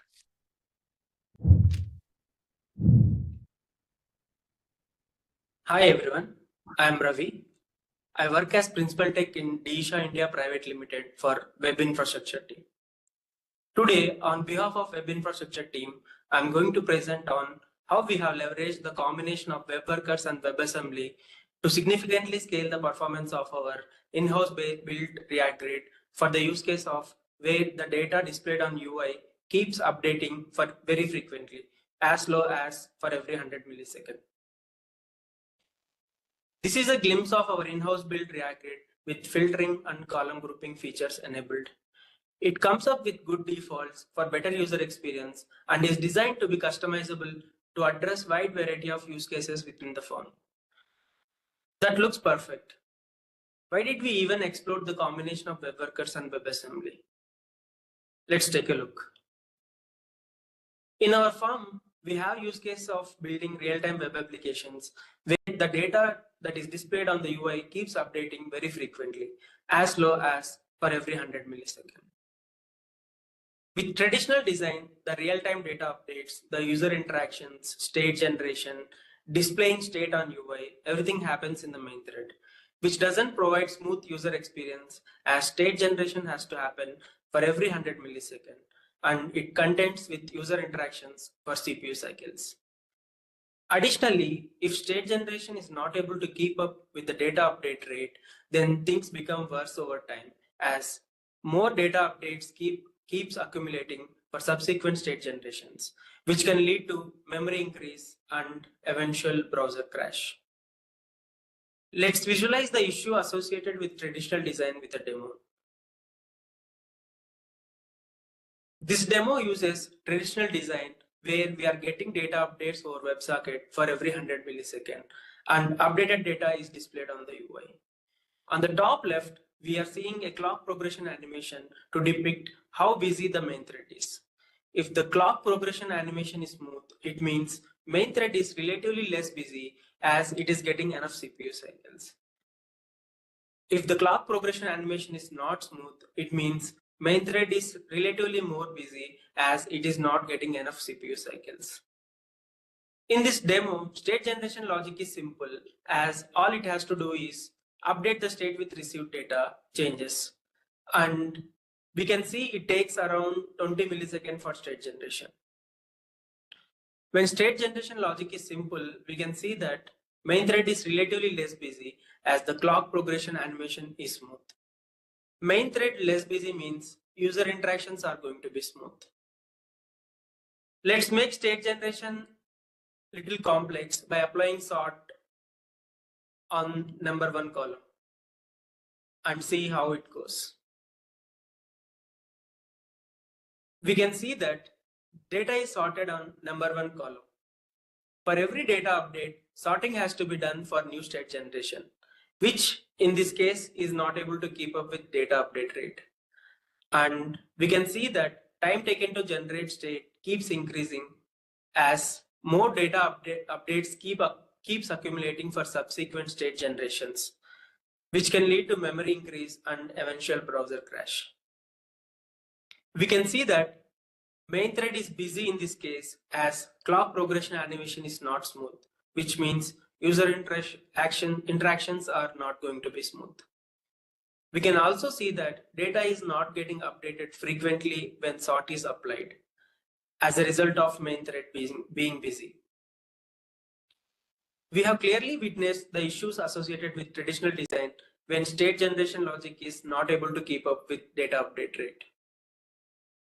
Let's have a look at how we can solve this with the combination of web workers and WebAssembly. With web workers, we can move the state generation logic from main thread to worker thread, which offloads the work from main thread, keeping it relatively less busy, which makes user interactions smooth. Worker thread and main thread are completely isolated, and any data sharing between them needs to happen via serialization, which involves copying data and can add significant overhead based on the data size being serialized. Web workers also has a concept of transferables where the data ownership can be transferred between threads, which doesn't involve copying data, and overhead associated with ownership transfer is negligible irrespective of data size, as all it has to do is transfer the ownership. It's worth noting that only certain data types like array buffer are eligible for ownership transfer. And once ownership of data is transferred to another thread, we can't use it anymore in original thread. Using web workers, we can make user interaction smooth as we are offloading the work from main thread. However, within worker thread, state generation is still running in JavaScript and might end up not keeping up with data update rate. For example, what we have seen in the demo where sort is applied. To overcome this, we can use WebAssembly for state generation. WebAssembly is binary instruction format which is designed to run efficiently on variety of operating systems and instruction set architectures. WebAssembly is backed with linear memory, which is a continuous buffer of raw bytes. WebAssembly linear memory is eligible for ownership transfer, which makes the combination of WebAssembly and web workers very powerful. However, as mentioned earlier, once the ownership of linear memory state is transferred from worker thread to main thread, we can't use it anymore in worker thread. But we need the linear memory state in worker thread for subsequent state generations when the data updates or user interactions occur. To solve this, we can create copy of linear memory state and transfer the ownership of created copy of state to the main thread, so that both main thread and worker thread have its own copy of same state. Creating copy of linear memory is generally faster because it is continuous buffer of raw bytes, which can benefit from low-level optimizations like faster sequential access and possibility of copying bigger chunks at a single go. Essentially, with web workers offloading the work from main thread, user interactions are going to be smooth. With state generation being WebAssembly based, it will be able to keep up with the data update rate. WebAssembly linear memory being transferable makes the combination very powerful. We have chosen to use Rust language for WebAssembly to avoid writing code for manual memory management, which is prone to memory leaks. In Rust, memory management happens with a set of memory ownership rules and are verified at compile time. Let's take a look at the demo with WebAssembly and web worker combination. Here, we have used web worker and WebAssembly combination. When compared to traditional design, this is able to keep up with data update rate when state logic is simple. This is the same case with traditional design too. One difference we can notice is time taken to generate state has improved from around 20 milliseconds in traditional design to around 6 milliseconds here. Let's proceed and see what happens when sort is applied on number 1 column with the combination of web workers and WebAssembly. We can see that data is sorted on number 1 column. For every data update, sorting has to be done for new state generation. With web worker and WebAssembly combination, we can see that state generation is able to keep up with data update rate, which was not the case with traditional design. We can see that even though sort is applied, main thread is less busy in this case as clock progression animation is smooth, which means user interactions are going to be smooth. This is mainly because we have offloaded the work from main thread to worker thread. Even with sort applied, we can also see that data is getting updated frequently, which was not the case with traditional design.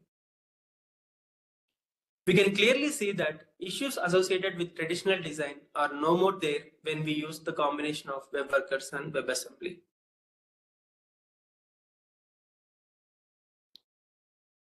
Thank you all for joining the presentation. We hope this powerful combination of web workers and WebAssembly is going to be useful for your use case too. You can learn more about Disha India Private Limited by following us on LinkedIn or visiting us on our website dishaindia.com. Thanks again. Thank you so much, Ravi, for such an insightful talk. It was actually very good, which can help us to turbocharge our performance, especially for React Grid. So thank you so much for such an insightful talk, and I look forward to hearing more from you. And I think now it's time to move on to the next talk. Next talk is by Sarah. She'll be talking about front-end issues with backend solutions, a bit of very new topic, and something which I am really interested in for. So I'll definitely look forward and hear from her in the next couple of minutes. But it'll be really great. So I would suggest, hope you have grabbed a coffee or something and really excited for the next talk. Over to you, Sarah, for the talk. Hi, my name is Sarah Guffels, and I lead DevRel at Sentry. Today, we're going to talk about tracing and how you can find and resolve front-end issues that actually have back-end root causes. Before we get started, I want to give you a quick introduction to Sentry. You might have heard of Sentry as a monitoring platform, but monitoring suggests that we're just looking at graphs, staring at metrics, and exploring events. Sentry has always been focused on helping developers take action, and monitoring really does imply those more passive activities. What we really need is a tool to actively help us with debugging. So how can a monitoring tool help you move beyond passively monitoring events in your applications to actively helping you debug errors and issues? Well, Sentry does this really well with 3 key areas. We like to call this debuggability. First, we need to understand the context around what's happening. What browser, operating system, or device triggered the event? What were all the things that happened right before an error happened? What line of code triggered this error? How many users are experiencing the issue? Is the issue impacting revenue? Is the entire app or website crashing? You might be used to sifting through all of this data in a more traditional observability or monitoring tool. But Sentry contextualizes this data into more actionable insights that you can leverage to be able to prioritize and assign those issues across your entire organization with ease. I mean, every single developer in your organization doesn't want to be alerted to every single issue in every one of your applications. So you can use the context that comes with issues to decide which team or team member or Slack channel gets alerted to what types of issues. Is the issue a priority based on how many users or types of users it's affecting? And do you even want to be alerted to this issue at all? Now, when the right people do get alerted and open Sentry to start resolving issues, tracing is at the core of their debugging workflow. You can use the trace view to inspect every single event that led up to the trace across all distributed apps and services, so you know exactly what went wrong, where, and why. You also don't need to spend time recreating the issues locally. We most likely have all the information and context that you'll need to start working on a fix. Now, this may sound too good to be true, so let's jump straight into a demo so that I can show you how Sentry is your debuggability platform. Okay, so let's actually see debuggability in practice. We're going to debug this e-commerce website. It's super real. Okay, maybe not, but it's a store called Empower Plant. And Empower Plant sells things for plants. So let's go ahead and browse some products. Seems like we might have a slowdown there. Not sure what that's all about, but hopefully it'll load. Maybe it's my Wi-Fi. All right, well, products loaded. I'm fairly patient. I really want to keep my plants alive, so let's go ahead and scroll through here. It looks like we've got something that's like a mood ring for our plants, voice, letting them speak for themselves. Oh my gosh, a plant stroller. Okay, so I'm really bad at keeping my plants alive, and if they could just walk up to me and maybe even let me know that they need water, I would be so happy. So let's go ahead and just, yep, you know what? I'm gonna go ahead and drop over $1,000 on just trying to keep a few plants alive. Let's go ahead and proceed to checkout here. I'm gonna fill in all of my information, click submit. No. What? Why? Huh. All right, you know what? I'm gonna go ahead and submit this. Yeah, we'll go ahead and do Sarah. Yep, that's definitely my email. And I was just trying to check out and I got a crash report. I don't know what's going on, so let's go ahead and submit that. Cool. All right. Yeah, I'm not sure exactly what happened there, but I guess I'm not buying any plants. I might try one more time. Yeah, no, it does not seem to be working. Well, this is so frustrating. I really don't know what's going on. But luckily, this site has Sentry enabled. So I already got a notification in Slack here that says that I have a 500 internal server error. It's on production on this release, and this is the user that experienced that error. You can see that I get some information right here in Slack in this notification. But what I find most useful, to be honest, is that I can just click right in here and it'll take me directly to Sentry, directly to that issue view. So this is Sentry, this is our issue view. You can see this is that same 500 internal server error that happened on checkout. We can see that this is actually only happened once for one user, which is really interesting. Immediately, we get some information right here at the top. So first of all, I can jump in to get a full trace. And I'm probably going to do that because tracing an error from the front end to the back end is what this talk is all about. But I want to give you a quick overview of what else you get here within Sentry. One of my favorite features is this suspect commit. So it seems like this commit right here that happened 2 months ago might actually be the one that caused this issue. So that's really interesting. We also get that user feedback that you saw me fill out that says that I was just trying to check out and I got a crash report. We get some event highlights here at the top showing us that this is an error, that it happened in production, it happened on checkout, and then I get some information about the user. So they were using Chrome and this is their email address. As we scroll down, we get to see the stack trace and we can see that this issue is actually handled. So we are getting where that error was thrown. And we also get a session replay. Now, if you have not seen session replays, I'm going to open this up real quick.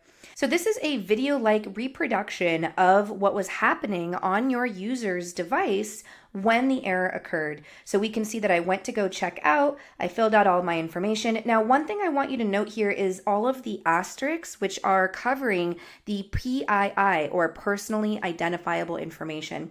Out of the box session replay obfuscates all of that information, but you can specify whether you want that obfuscated or not. So up here in this configure replay, you can unmask text or unblock media like images or video if you know for a fact that it does not contain PII. So feel free to go check out the docs for that. But let's keep watching. We can see that they tried to check out and then we got to this error right here. And this is actually the second time we've seen it, because if we scroll back all the way over here on this timeline, we can see that first of all, oh my gosh, there's that slow DB query. I had a feeling there was something going on with that slowdown right there. So we actually can see that we've got that slowdown when we were first trying to load in all of the products.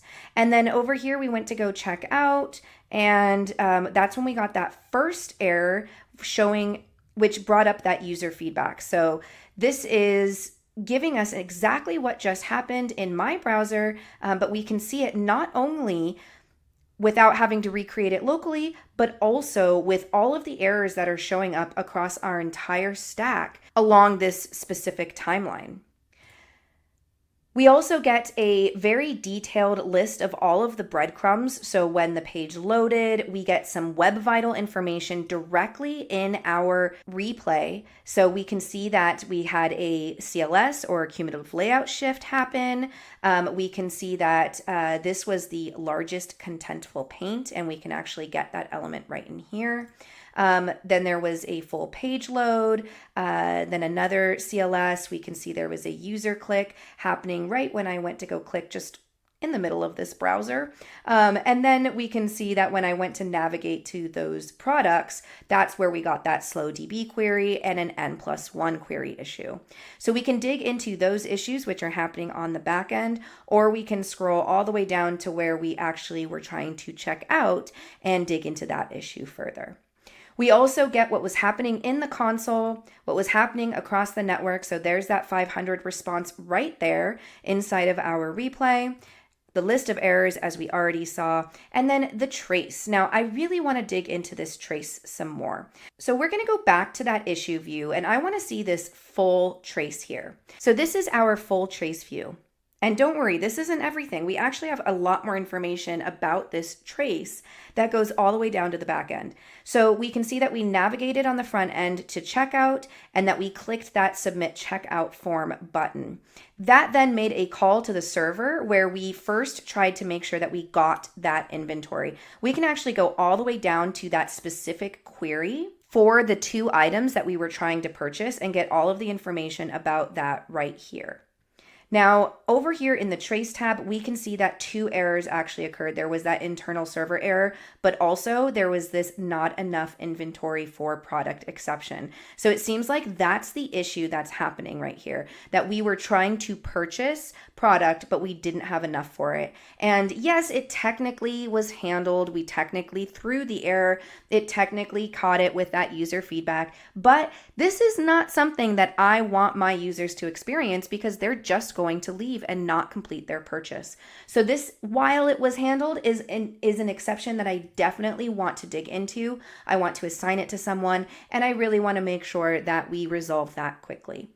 And that's really how we contextualize, prioritize, and trace issues so that we can quickly and easily resolve them. We started with this front-end issue that we got alerted to in Slack, and because of this full trace view, we were able to dig deep into it and determine that it was likely happening in the back end, and it's a not enough inventory for product error. And this one in particular is actually not handled properly. So yes, maybe the front end team handled all of their 500 returns properly, but the back end team, they've got some work to do. In fact, if the backend team doesn't know where to get started, they might get lucky with this AI solution. There's definitely no PII here, and we can maybe get some tips as to, oh, look at that. It looks like we have a proposed solution for how to resolve this issue. So, hopefully it'll be pretty quick and the team can get that fix out right away. As you saw, Sentry really is your debuggability platform that helps you resolve performance issues and errors quickly and effectively. So let's recap some of our key debugging features. Our trace view helps you confidently find the root cause to your application issues, regardless of where they show up across your system. And the best part is that you can find traces throughout our application.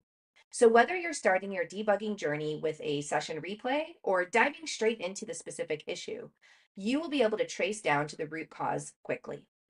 We all want to avoid our users going on social media and ranting about how broken our applications are, especially when we try to follow up and get repro steps like, I opened it and it's broken. That's why we also have the user feedback widget and session replay, two features that help you get closer to your users. Now, when your users report an issue, you have all of the context that Sentry provides to better understand what the user was experiencing. And with replays, it's easier than ever to literally see what was happening on your user's machine without having to figure out how to recreate the issue locally. These features make time to resolution much shorter and your customers much happier. And what kind of tech company would we be if we didn't include AI somewhere? But don't worry, we are focused on only including AI where it can help you take action. Our autofix suggestions will suggest fixes to your errors from inside the issue details page. And if you're not often hanging out in Sentry, we've got support for you too. With the Sentry Copilot extension, you can contextualize issues your application is experiencing from right inside VS Code. Sentry offers many plans, from our free developer or self-serve plans to enterprise plans. So whatever the size of your team or code base, Sentry will grow with you. You should also check out some of our recent blogs. We've been focusing a lot on authentic developer challenges and how to solve them. And if you want to learn more about tracing, definitely check out our blog all about tracing. Be sure to join our Discord and let us know if you have any questions. Thank you so much.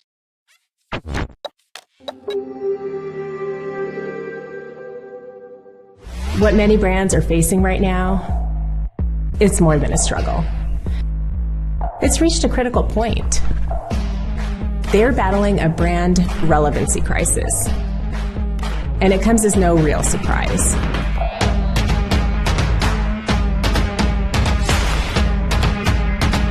I mean, look what they're up against in today's market. How can I stay relevant, stay differentiated while trying to cut through all of the market noise? Look, it's a battleground, and digital experiences are now the competitive frontline. Competing today looks nothing like the past. Consumers' expectations and appetite for digital experiences are higher than ever, on more channels than ever. Customers need to feel engaged, involved, and connected to brands through their experiences. And if you don't, there's plenty of others waiting for a shot. You need to stay in lockstep with customers, with experiences that make connections, that make you stand out. Or else, you're not. And where does that leave your brand?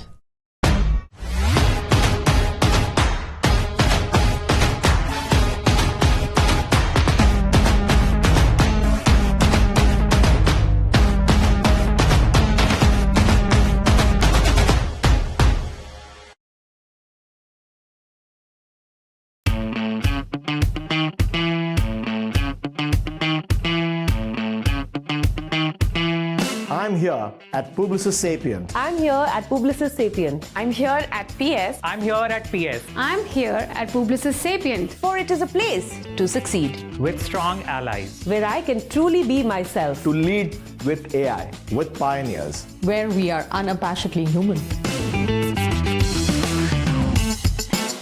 I am here at Publicis Sapient to create 10x client impact. Where we do tech for good. Where I can be limitless. where we are all for one. With visionaries. For endless learning.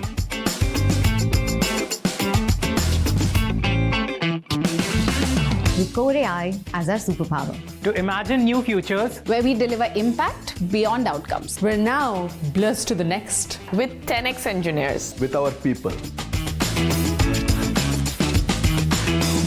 I'm here at Publicis Sapient, where I can be absolutely fearless. For it allows me to be vulnerable and authentic. With gratitude for inclusion in everything we do. Where relationships trump designation. Where people always come first. For it is home.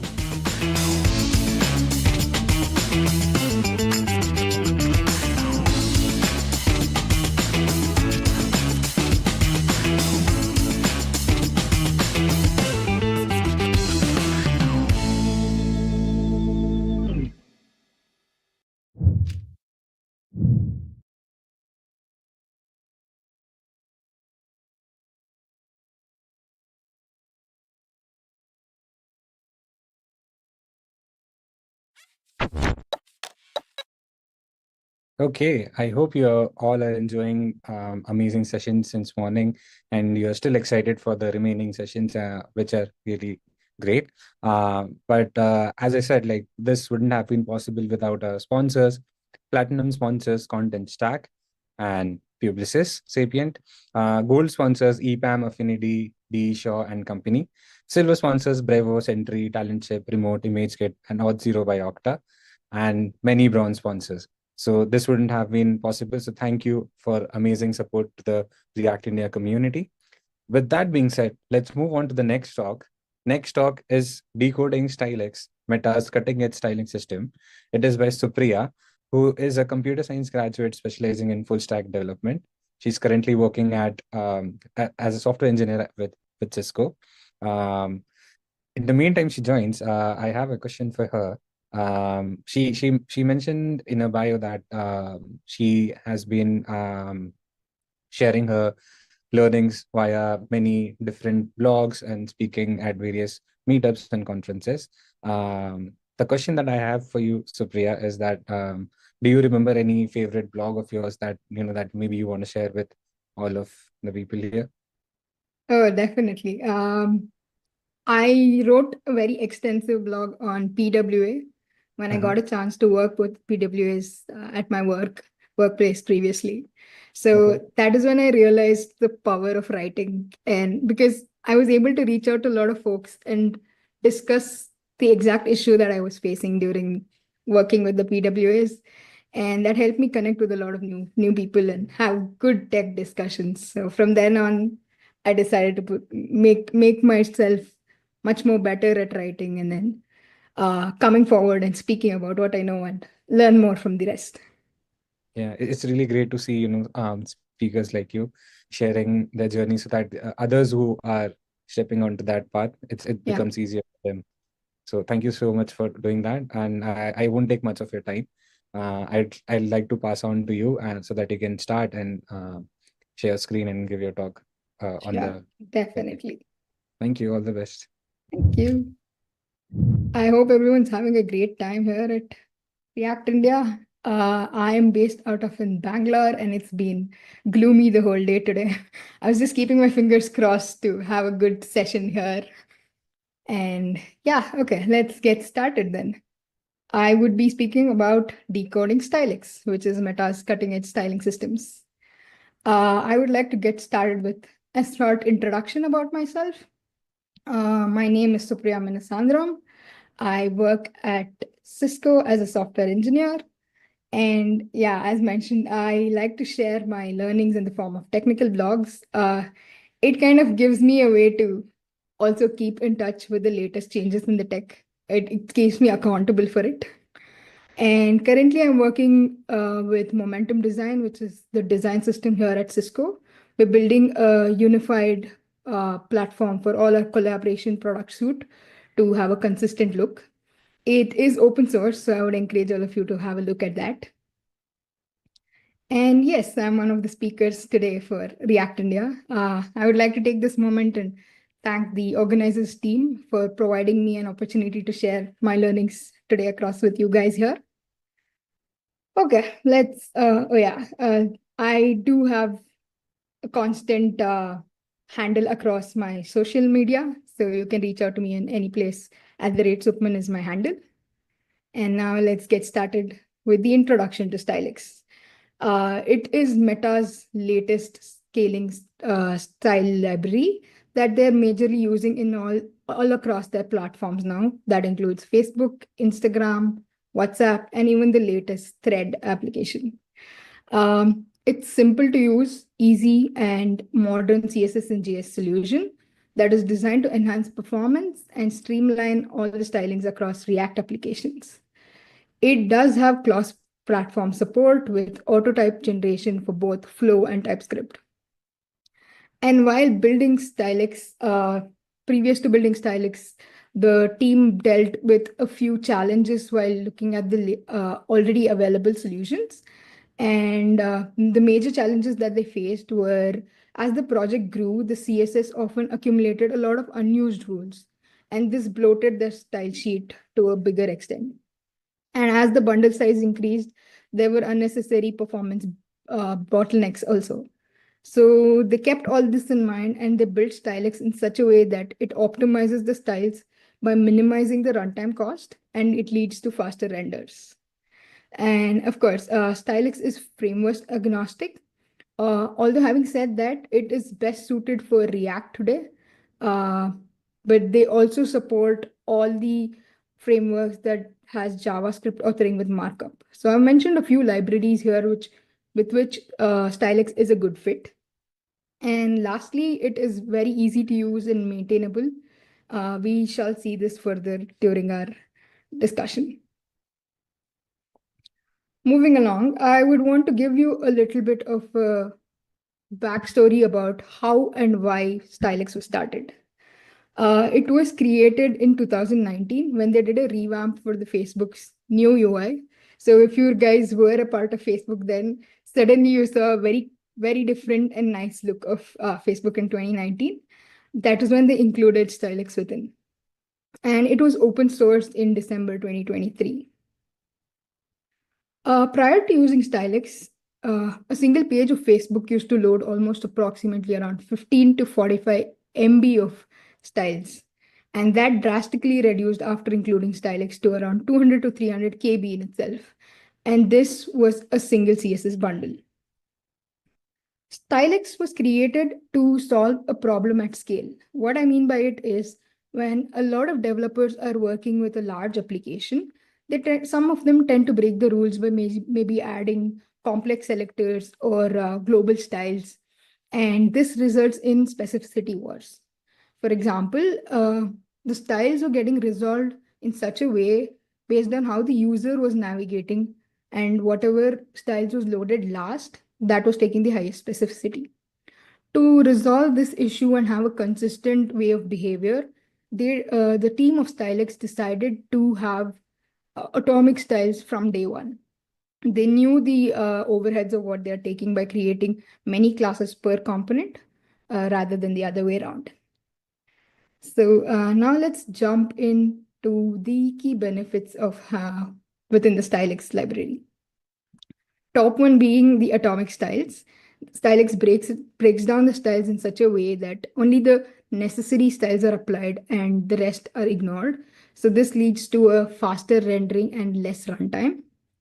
They also avoid duplication of styles such that across the components, they reduce the conflicts and minimize the overall CSS size as well.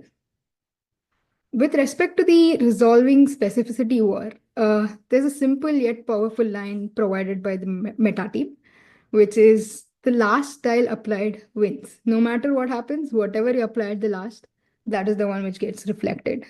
So this is a very simple key that you can place it in your mind while working with Stylix.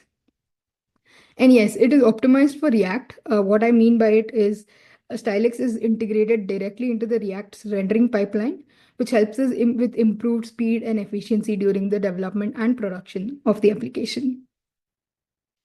Stylix is authored using Flow, which is again created by Meta. And they also support by generating autotyping for TypeScript. So they have a strong type-safe API styles and themes. It is flexible for conditional styles. We can easily apply conditioning styles based on the props and states. And this offers a flexible way of handling our styles without needing to add any complex CSS overrides. And also with respect to scoping, Stylix automatically scopes your components at the component level. So this ensures that your global CSS conflicts are reduced and everything is customizable at a component level. Unlike other CSS and JS solutions, Stylix performs the style resolution ahead of time. So this is also one of the ways they optimize by reducing the runtime overhead and increasing the overall app performance. They do have better maintainability with respect to tightly integrated components, so it becomes easier to maintain and refactor code over time. And since it's already battle tested and used in the production level at Meta's large-scale React applications, it definitely speaks about its robustness and scalability. So having discussed all these now we can let's get started and understand how do we work with Stylex? How do we include it within our code base? Since here we are at React India, I would be making use of the React example for this, React code example for this. So simply put, let's create a app component, app.jsx, and include a button component over here. And this is how our button component would look. Very straightforward. We have an HTML button tag that includes text as its children, which is being passed as props. And yeah, this is your straightforward output. No stylings applied until now. So let's add on Stylex on top of this. We import it using the Stylex.js, and this is how we would create the styles using Stylex. So there's an object where we call stylex.create and pass in the different values that we want and how do we want to generate styles. So you see base, which is an object here. You can treat them as classes, or ideally Stylex mention it to be known as namespaces. So base is a namespace, which is containing a background of black, a text color of white, and a font size of 18. And this is stored within our variable called styles. And how do we include it within our component? We just use the spread operator. So stylex.props is spread across, and this namespace is passed through. So in this manner, we just get the styles applied. That's simple to use, and it is at the component level. So right now, I would want you to observe the background color here being mentioned as black as a string. So let's say I want to tweak this button where I want to add a color on my hovering. So all I need to do from here is just convert my background color from a string into an object. So here I would say the default value is black, whereas on hover, I would want to change it to blue. And voila, that's how it would work. So this is very simple in terms of adding pseudo clauses and playing around with your styles. Moving ahead, one thing which Stylex does differently when compared to the already existing solutions across is with respect to the media queries. So here in Stylex, we would define the media queries specific to a property. So in this example, what I'm going to do is add another property to the same namespace, and this is width. So by default, I'm defining a width of 100 pixels for my button. But if for the screen sizes lesser than 476 pixels, which is generally our mobile screens, I would want it to take the whole 100% width. And that is how we would deal with the media queries. Whereas we wouldn't have a separate column across to define all the media queries and mention all the styles there. This could have been treated as a pro and a con depending on your use cases. Okay, now we have done the basics of understanding Stylex. Let's take it a bit further and understand what more can be done in Stylex. Talking about conditional stylings, I know I have gone through this, and I know for sure a few more developers would have done it. So when you're dealing with a large code base and you have to make a change to your stylings, you try to make a change into the CSS file, go and look at the web page, do an inspect element, and you see that the styles are not getting applied. There are a few more specificities which are added above. So what do we do as developers? We go in our code base, add an exclamation, important, right? Been there, done that. So how do we fix this using Stylex? Let's see with this example. So in the same button.jsx, along with my base namespace, I'm adding a few more namespaces. One is highlighted, the other one is danger, and the other one is primary. And within my component, I would extend to include a few more props. One is highlighted and a variant. So within the styles.props, comma separated, I'm passing these values. Observe that the is highlighted prop only when it is passed through and is true would help us apply styles.highlighted. Otherwise, it wouldn't get applied. And with respect to the variant, we are defining a variant to be either danger or primary for now. All are going to play around with the background colors. Within our app component, I would like to just include a few more button components so that we see different looks. And this is how the output is going to look like. At this point, I want you to observe one thing with respect to the danger button.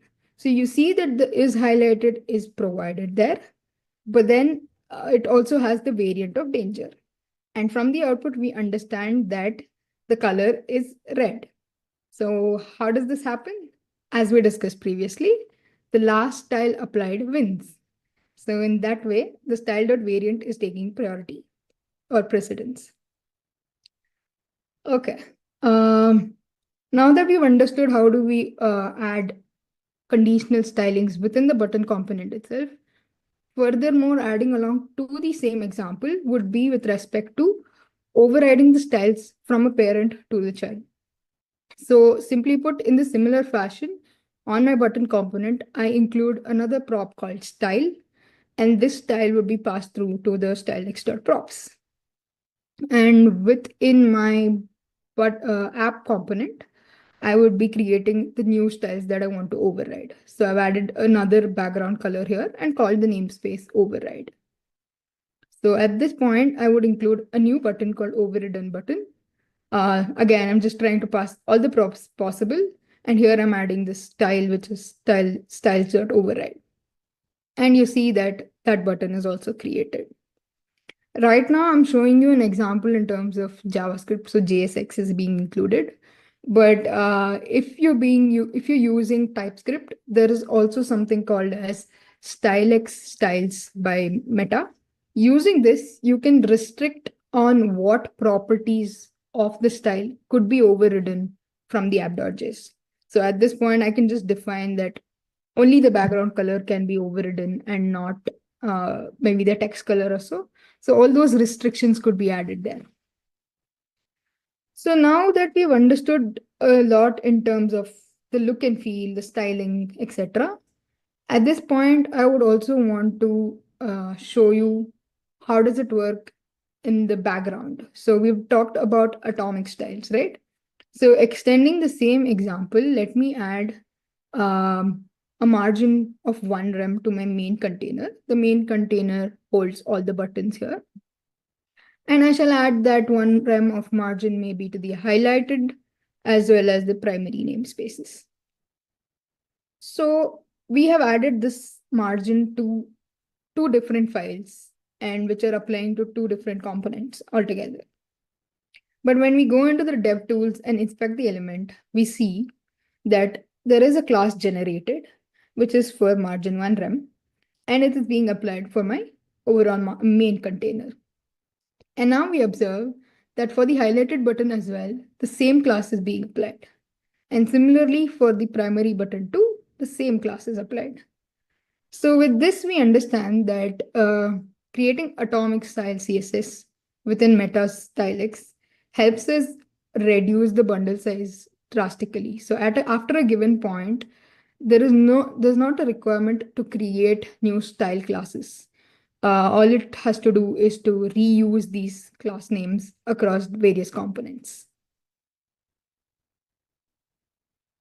Okay, so being able to override stylings at a granular level is definitely great. But any given design system needs to support design tokens and theming. So in Stylex, the theming APIs are directly inspired from React Context API. Let's see this example too. So I'm creating a file called tokens.stylex.js.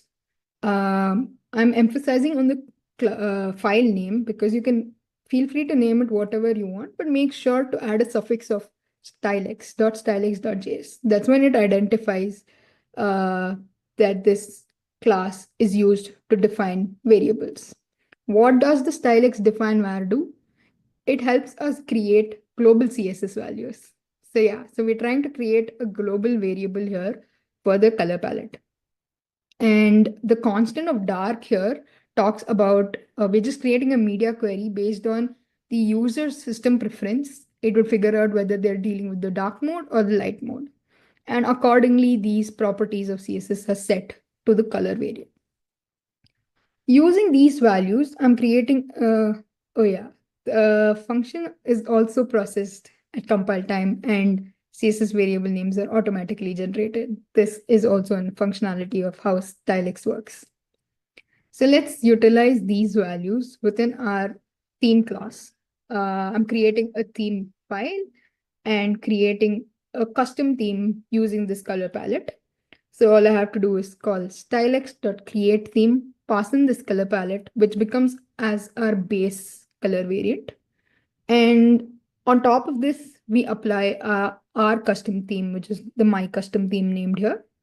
And I'm trying to tweak around with, again, the background colors and the foreground colors, mainly to do with blue shades here. And importing this or adding the theme is as simple as adding any other styles. So within my component, all I do is add it like any other style, just adding the theme here. And this is going to be my container. I'm just adding a few more text for us to observe, and the button component remains the same. So it would simply look at this in the light mode, and this is how it would look in the dark mode.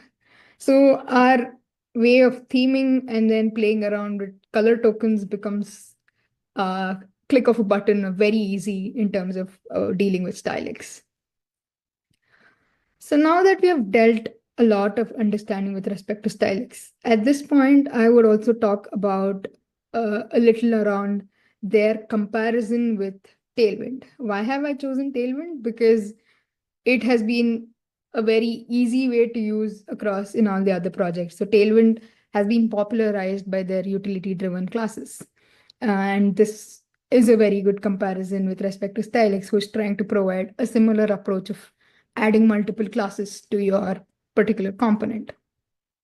So dividing into multiple sections here in this comparison, with respect to the styling paradigm and output, of course, Stylix uses their atomic styles, which reduces the bundle size.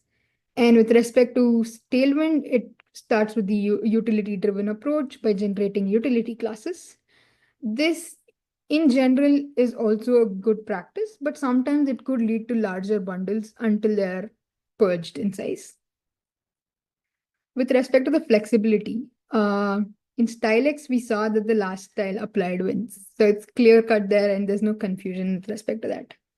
Although in Tailwind, we see a similar fashion, we can encounter certain situations where, for example, let's say I have applied text red 500 and text blue 500 to the same component. So the class names, and I'm defining these two class names into the same component.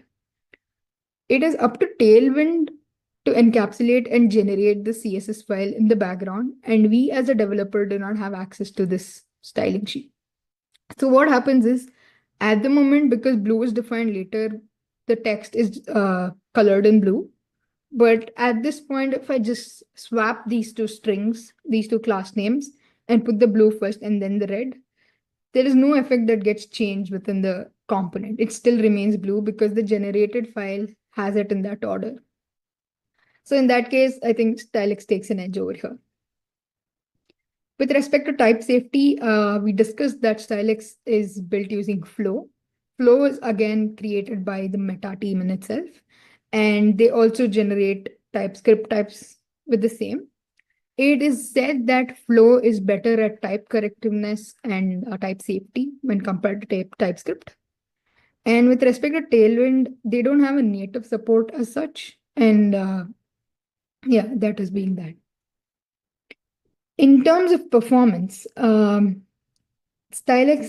just compiles the styles into static CSS bundle at build time itself, and this helps us at runtime in a better performance.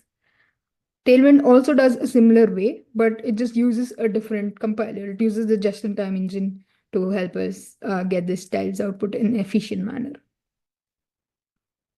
The Stylix kind of is highly maintainable with clear and readable styles, whereas in Tailwind, because they're all utility classes that we add to different class names, sometimes a lot of classes could clutter the look and readability of a component. Talking about use case, Stylix is best suited for large-scale applications where you prioritize performance and scalability. Whereas in Tailwind, it is ideal for rapid prototyping of projects that is focused on consistent styling. In terms of design system, Stylix is strongly built for scalable design systems, and Tailwind still needs an extending approach for custom design systems. Lastly, in terms of conditional stylings that we saw in the example, Stylix also talks about conditional stylings a lot because that is one of their USPs, how they have decided to reduce the calculation time while merging classes. So Stylix uses dynamic merging of classes and conditional stylings. Whereas with respect to Tailwind, we need to make use of these utility functions such as CLSX or class name merge, or even to that matter, because they're just string values, you can play around with template literal strings and do them conditionally. Okay, so that was great. Now that we have come to the end of talk, I would thank you all for listening to me.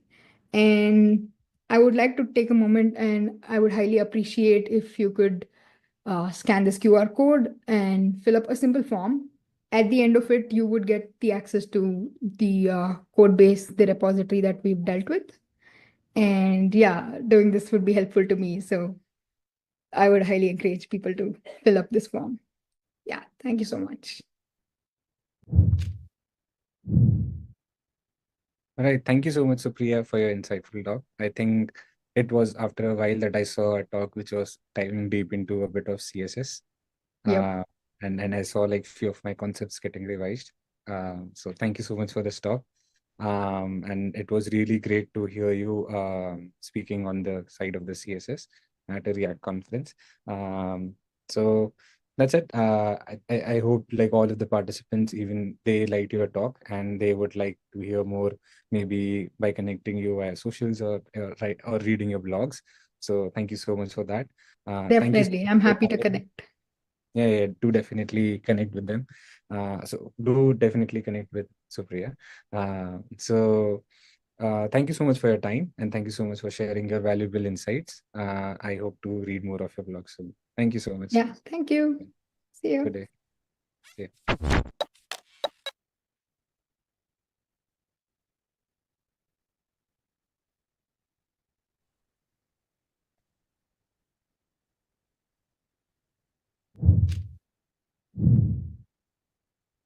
Okay, now it's time to move to the next talk, which I'm also really looking forward to.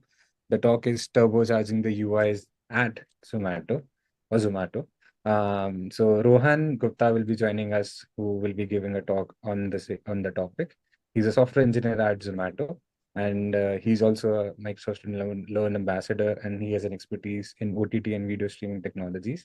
He's also an open source contributor, so really great to look at his profile. But before we move to his talk, I have an icebreaker question for you, Rohan. First of all, can you hear me right? Yeah, sure. I can hear you. Awesome. So my question is like, you might be working on few features at Zomato, which you might be seeing them, in production, and you might see like maybe some of your friends or people using it. So when you see that, how do you feel about it? Yeah, definitely. That's great. So many asked about the insider, but definitely we cannot share much about that. And we are always building on such stuff to build impactful features and release such products which create great impact on the audience. So yes, that's it. Awesome. Yeah, I know. I mean, I think it would feel like really great, when you see your part of the code developed by many thousands and millions of people using it. So yeah. So without further ado, I would like to hand it over to you so that you can share your screen and start your talk about turbocharging the UIs at Zomato. Thank you so much, and all the best. Over to you. Okay. So can you confirm if is my screen visible? It should be, but you can start. Okay. Yep. Just a second.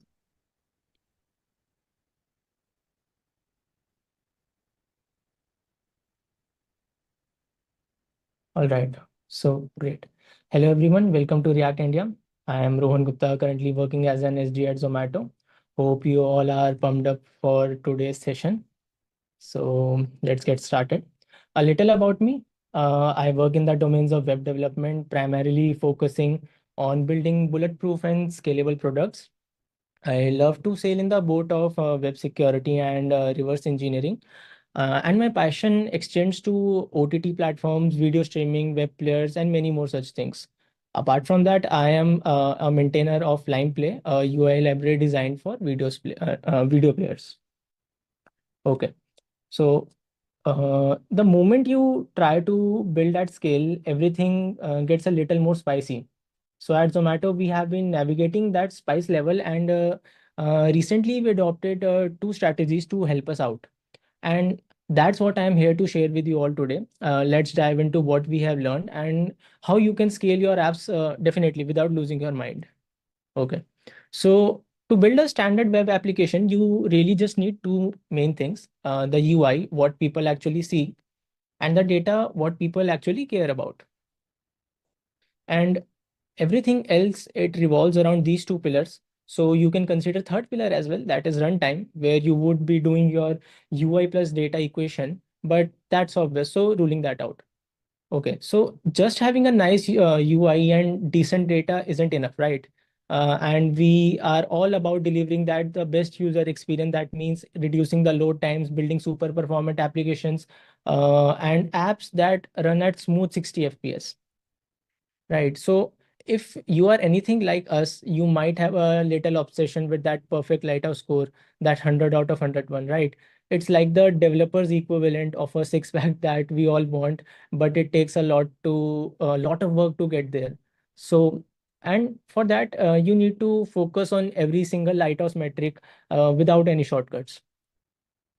For now, let's talk about React Server components. So my manager at Zomato sees it as a potential paradigm shift, and definitely he is not wrong for there. And for years now, we have been working with a limited set of rendering strategies in React, like it may be CSR, SSR, SSG, ISR, and whatnot.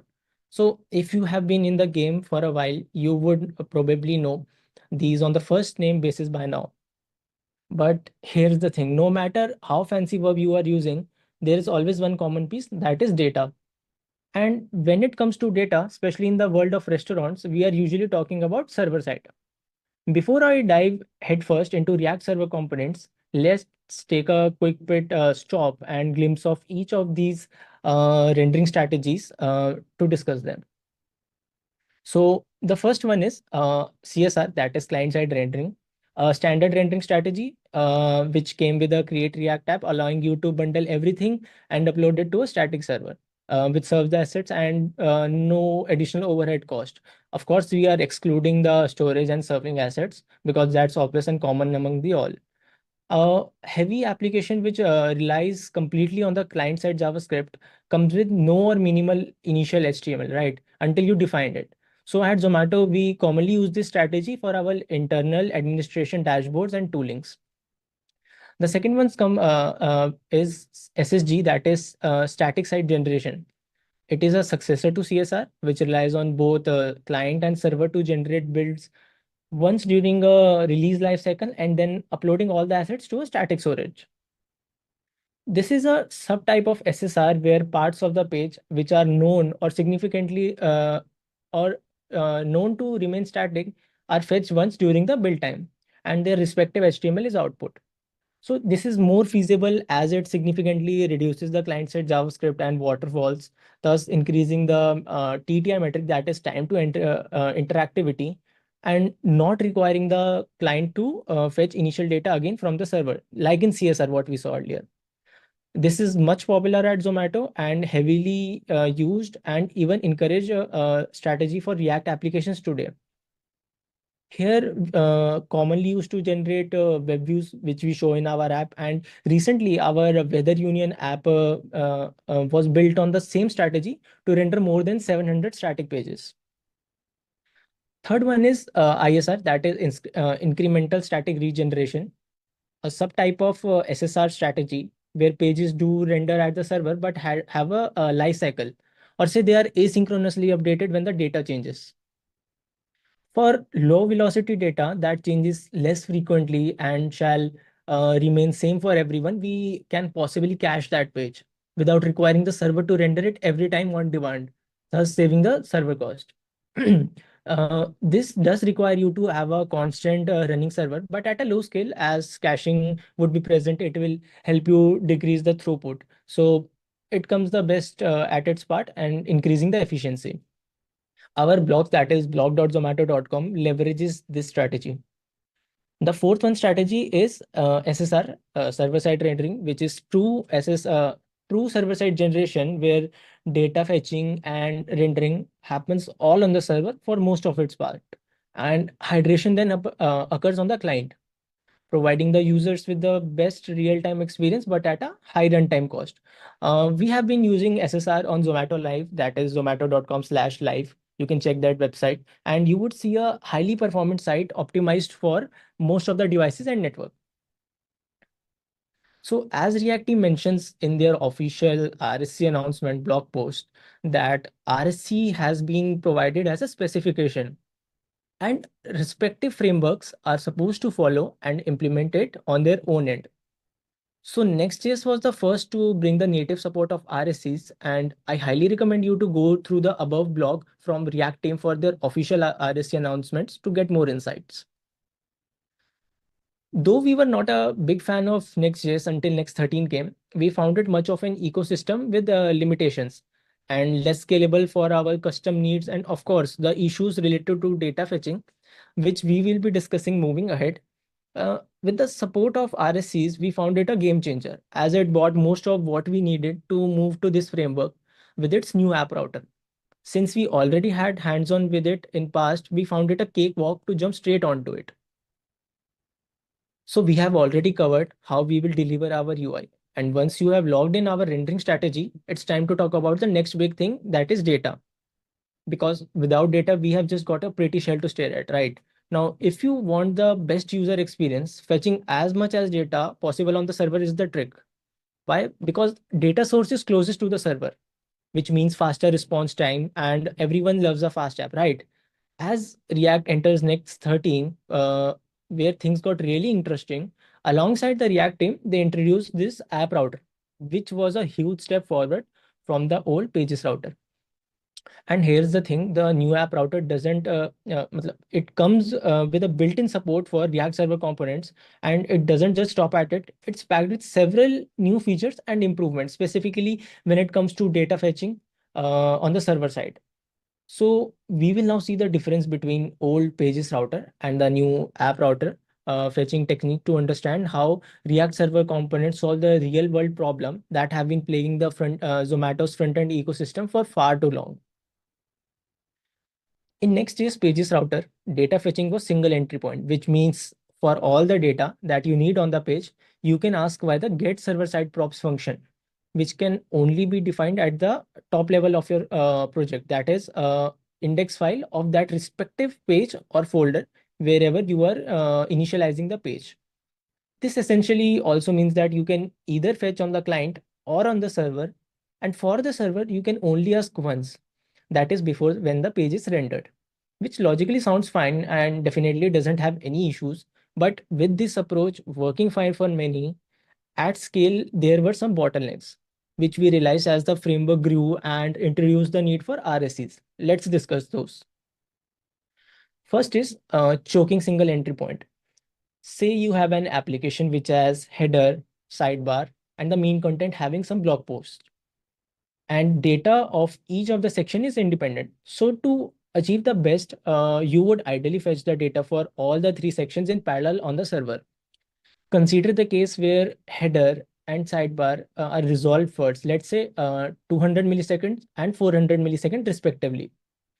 And the main content data called resolves in 800 milliseconds, which is actually 400 more milliseconds to complete. Now with this architecture, the user would be seeing skeletons for that extra time by which we could have shown them the header and the sidebar. But guess what? We awaited them until everything was resolved on our end. We see the problem here, right? Here, we awaited the user due to our technical limitations while we fetched the main content data. Now, some of you would say it's still possible. One would suggest to fetch on client, but no, we aren't using the full of the SSR and compromising a lot, right? We need something that is more similar but performant. And also, additional round trip calls for the same data, which server could have easily got. We can't afford this in this case, right? And some would also feel it is fine. Yes, it is at some scale.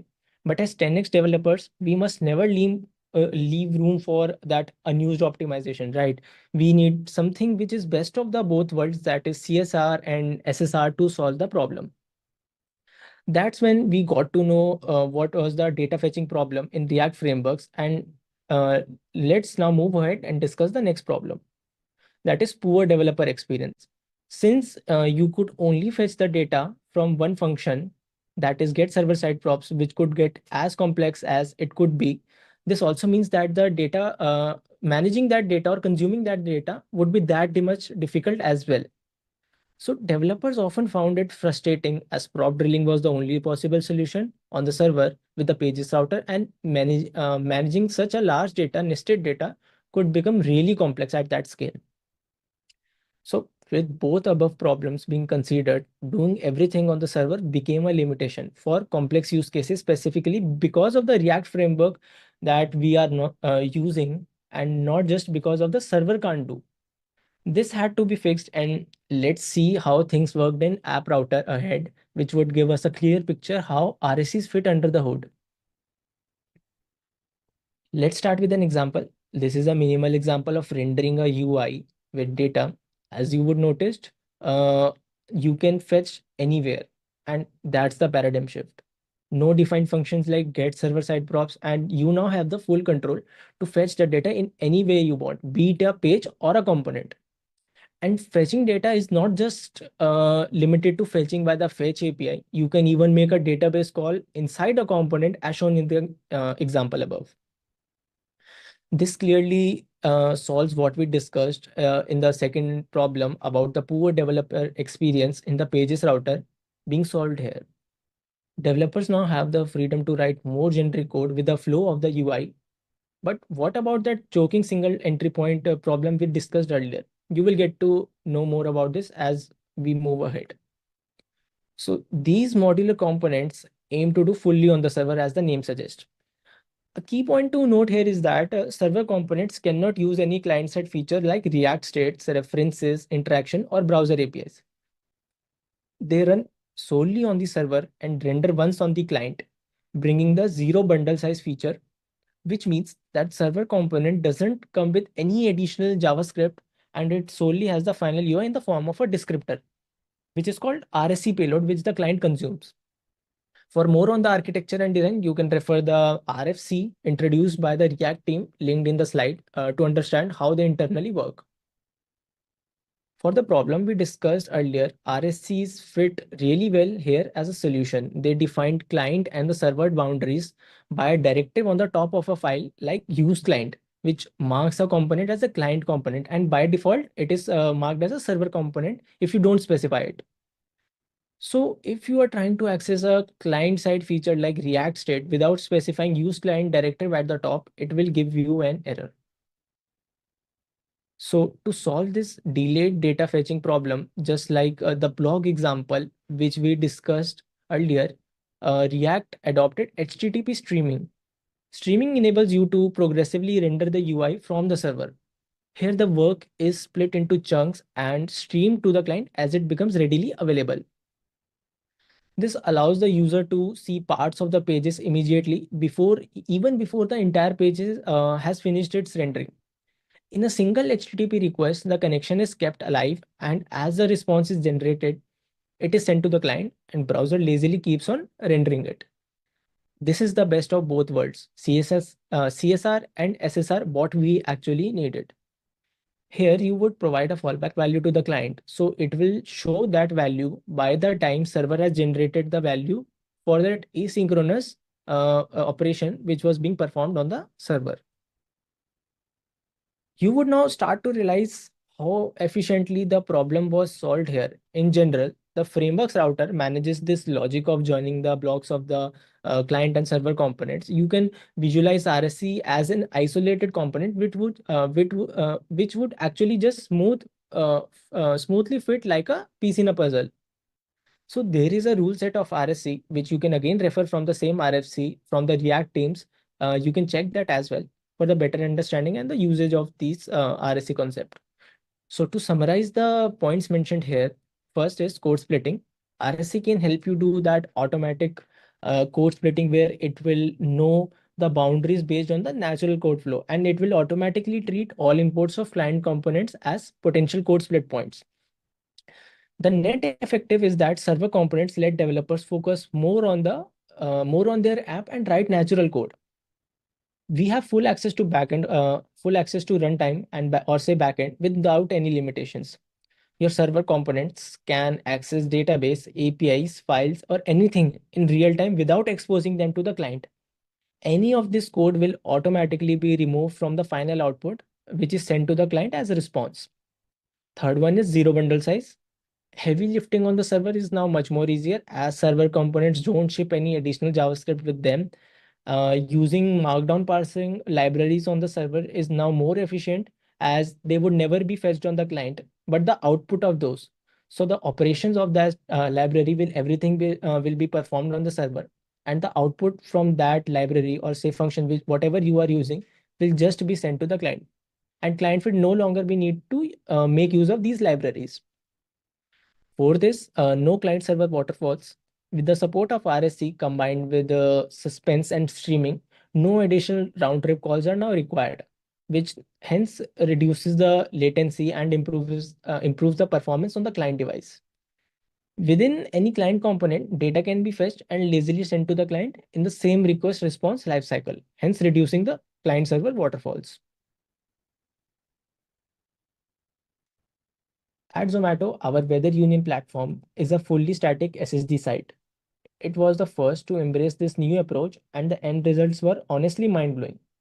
We were able to load a massive amount of client-side data without sacrificing the performance, even on mobile devices. Now, that's a big deal because mobile is where many performance bottlenecks actually show up. This website has a video, carousels, data heavy interactive maps, and everything on the landing page, which is a UI engineer's nightmare. By cutting down on the amount of client-side JavaScript and leaning more into server-rendered static content, we were able to hit some of the best lighthouse scores we would have ever seen. Post-launch, we continued to see incredible performance gains. Users are getting faster load times and smoother interactions. Once we got comfortable with React Server components on our first project, that is Weather Union, we knew we were onto something. So that with that confidence, we decided to take things up a notch. Zomato Live, our next big project built on Next.js 14. This time we went all in with RSCs, and guess what? We were able to serve a lightning fast experience without breaking a sweat. The best part is that even with this massive data and real-time updates in Zomato Live, we still managed to deliver a performant experience across the devices. So after Zomato Live, React Server Components officially earned a VIP spot in our toolkit. It has been amazing to see how much we can push on the performance.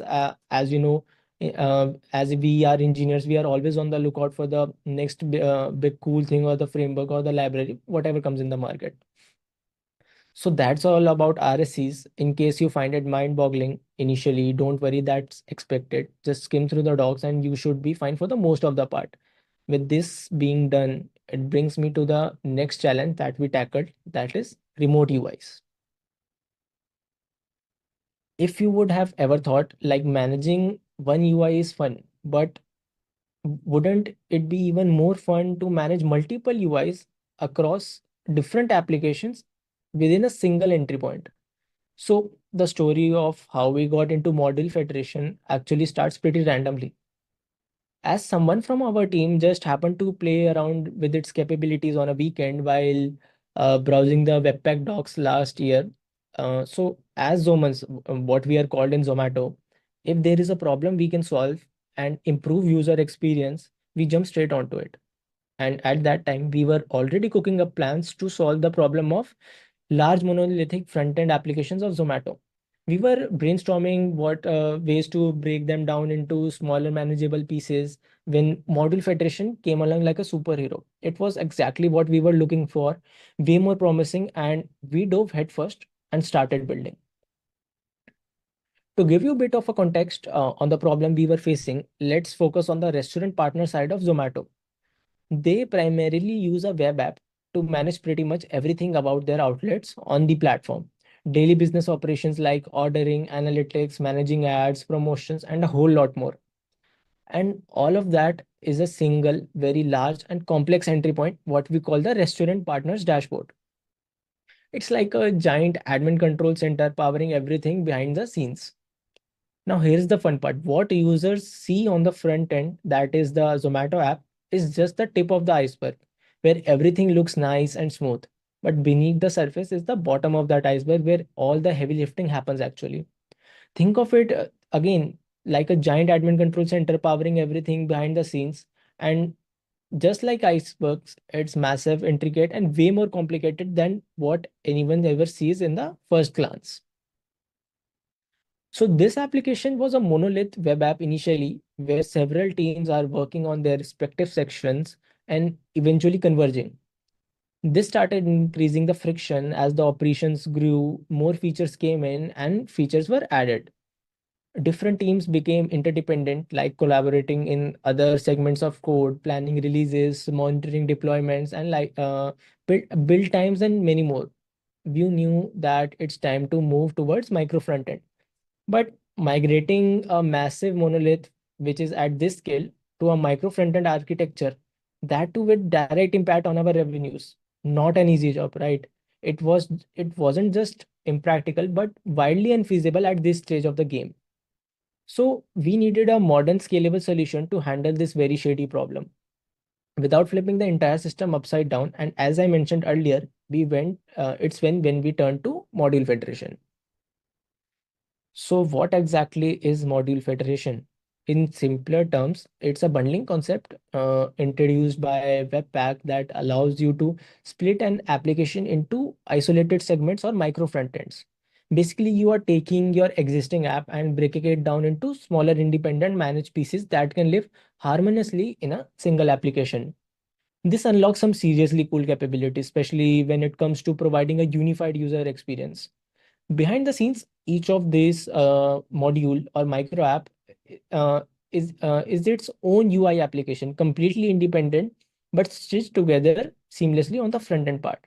And for those of you who are wondering how this actually works, think of it like a website loading an iframe, except that it's way more polished and without that clunky iframe look. The end result is that user never even realizes that they are even interacting with different or independent applications.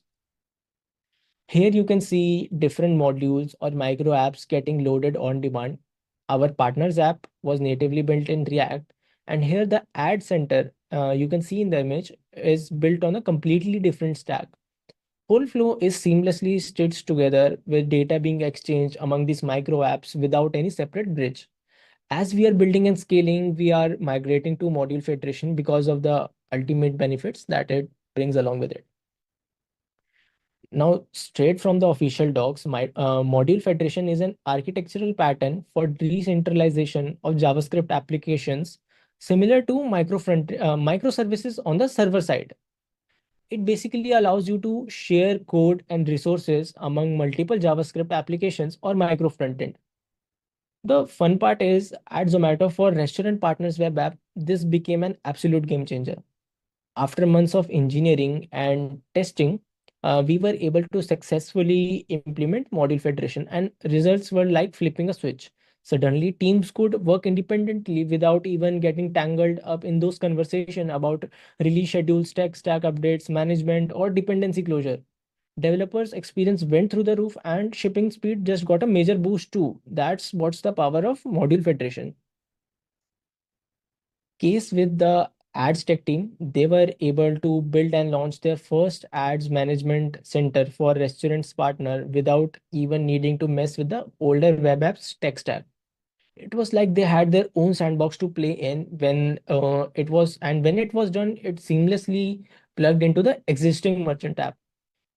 Now, restaurant chains have even more power to manage their ads across the application. It all just works seamlessly, and no one even had to coordinate on the every little thing. This independent ad center would be opened, can be easily opened inside any web, Android, or iOS application without having to worry about any dependency or access control. So that's it on the model federation, our second strategy, which we adopted. I have attached some references which you can refer if you want to glide through the concepts. Feel free to check them out. So we just discussed two of our recently adopted strategies. Regardless, we didn't find our perfect framework, but as the saying goes, it all depends on the use case. As we speak, we have apps running on Next, Astro, Svelte, Remix, and Vanilla, React, and whatnot. The more we work with open source, the more we support it and the more we love it, definitely. We continue to explore and play around with the new tech and share our learnings with the community. And yes, that's it for today. Hope this session brought you feelings of hunger, salivation, cravings, and rules. Okay, that's it from my side. Thanks. Thank you, Rohan, for such an amazing talk. As I said, I was really excited for this talk after hearing Zomato, and especially the side where, we see your code being used by many people out there. So yeah, it was really exciting, to be honest. So thank you so much for your time. Thank you so much for sharing your insights, your valuable insights. And I hope to look forward to more of your talks. Sure. Thank you so much. Have a good day. Bye-bye. Yeah.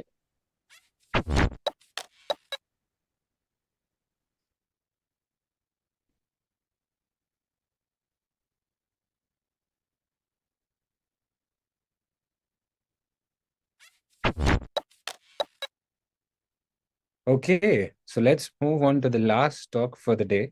Last but not the least, the talk is on custom dev tools to supercharge your team's productivity. It will be given by Brendan Morrell. He's a principal front-end engineer at Asprey Group. He's a creator of open source libraries, ESLint plugin style components A11Y, that's the full name, which has approximately around 50K downloads. That's me doing a subtle flex on behalf of Brendan. And he's also a creator of many open source libraries, given talks at many conferences. He has a really amazing profile. But before we move to his talk, I have a question for you. As this talk is about custom dev tools, do you have any ideas, maybe if you want to build a custom dev tool to debug any issues from your real life? Debugging an issue from real life, huh? Yeah, well, I think my answer is going to be something that's not particularly useful, but satiates my my curiosity.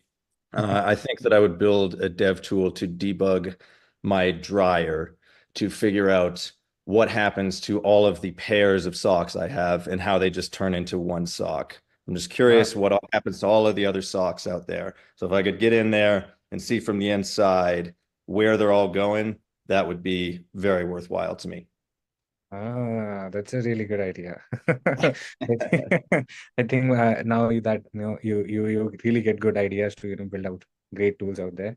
So on that note, I won't take much of your time. I'll pass on to you so that you can take it from here and start sharing your screen and give the last talk for the React India Remote Edition. All right, very excited to do so. Thank you for the intro. Right.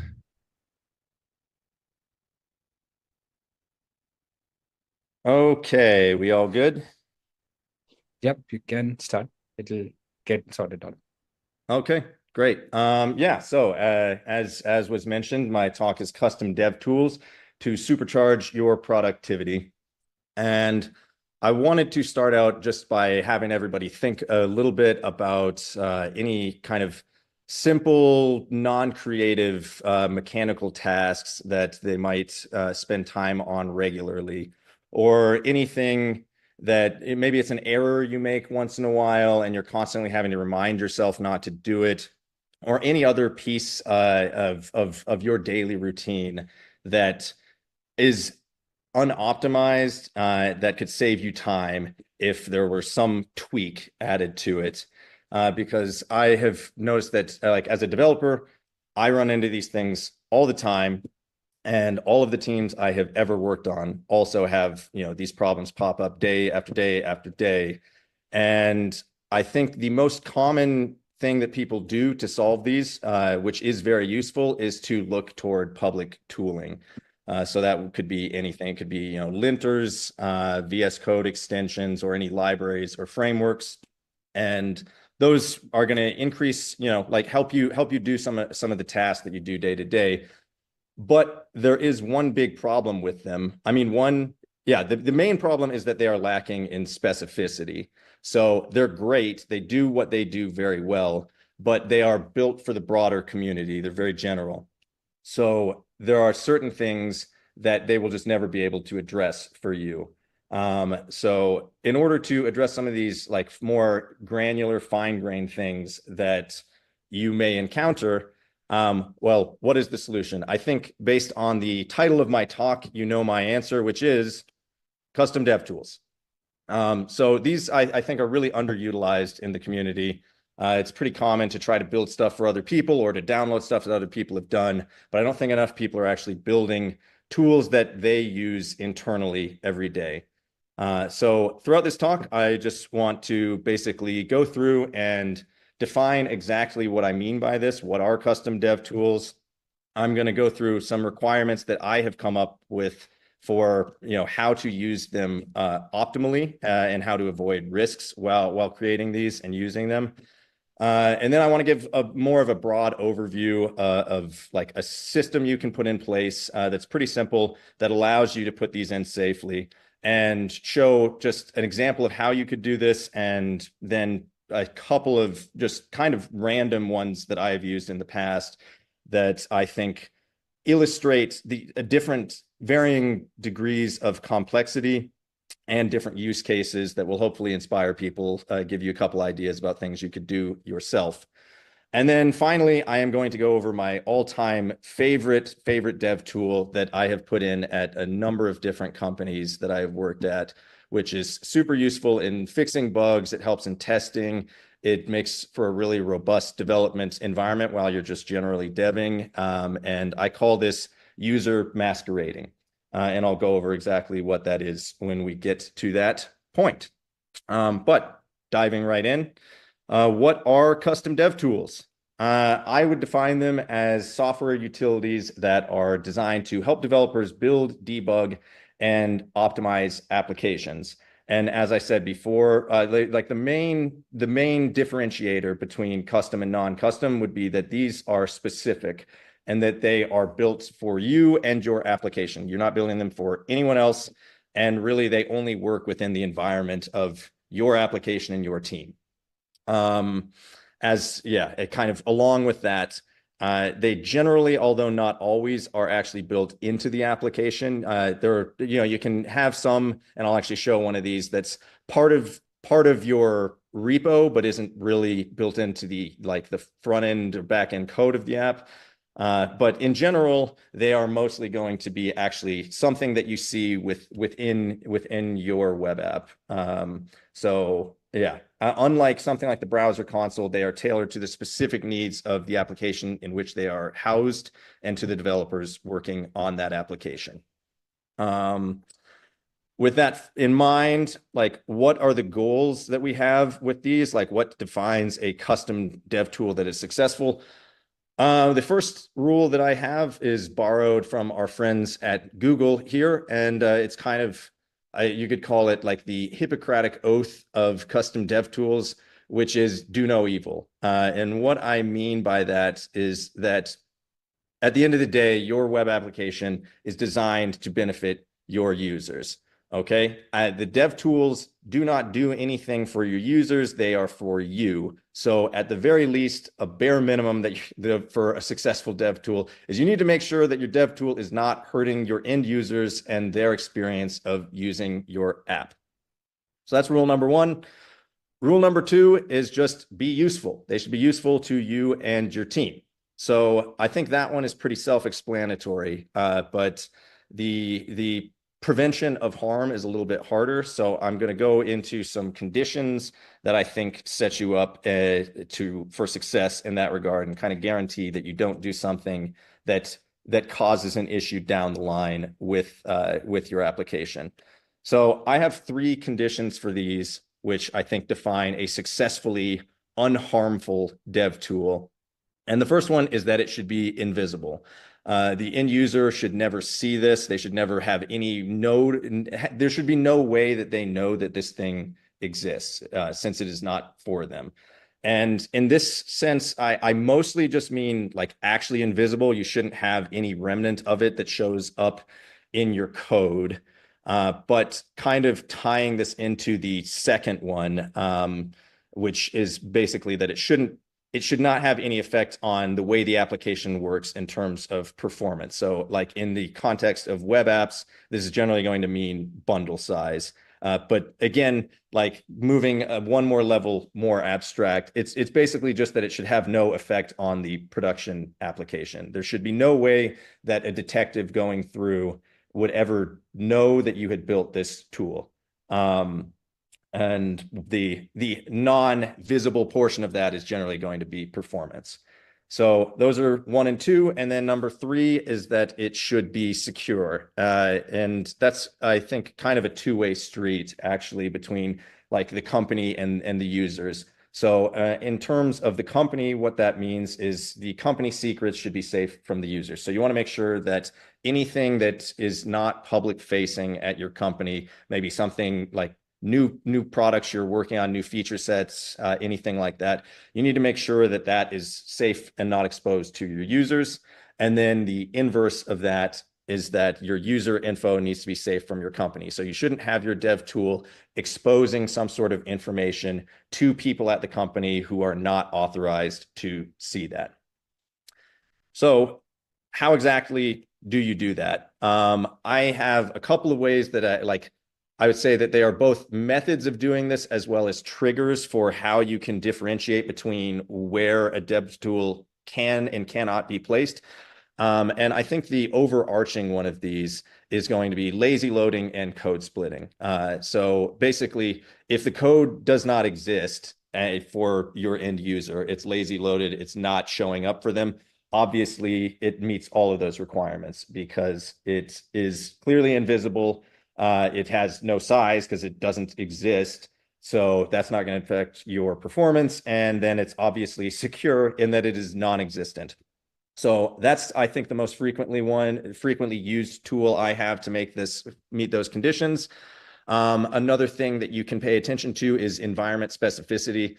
And by that, I mean it as a more general than it's frequently used in software. I'm not just meaning dev, staging, prod. It's really just any of the circumstances surrounding your code and how it is run. So this could be whether you are running in dev mode or whether you are built.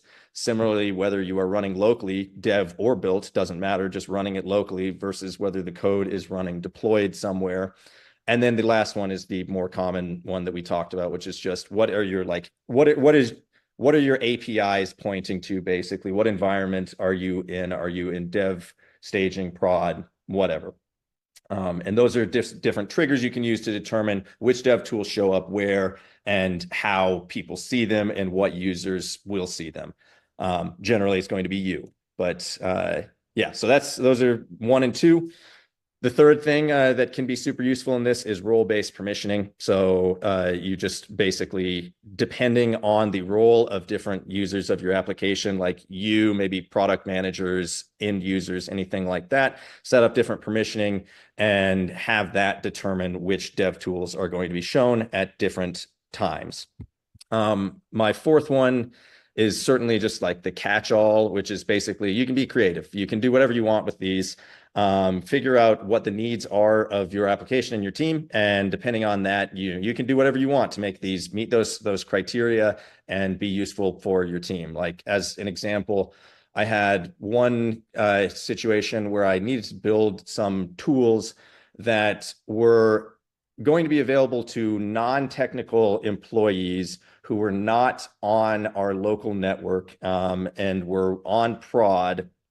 on prod off of our local network and not logged in. So like a lot of conditions for this, and hard to make it such that they would see this and other users wouldn't. So what we ended up doing was like when you came on, when you were at our office on the dev portal, it was on the same domain as our production application. So since it was a subdomain of the prod app, we were able to set a cookie when people would come on and log into that. And then that cookie would actually carry over to the main domain of our production application. And then we would key off of that to show dev tools to these non-technical, non-logged in employees off network. But the point is, you can just do a lot of things with these. So, you know, whatever you need, you should be able to figure it out. Just be careful.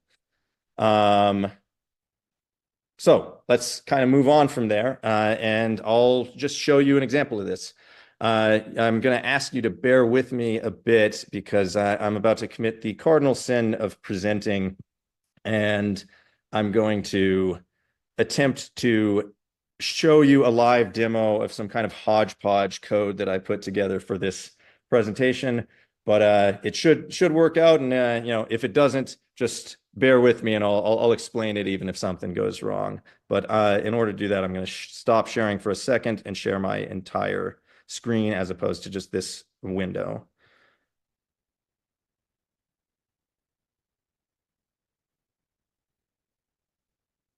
Okay.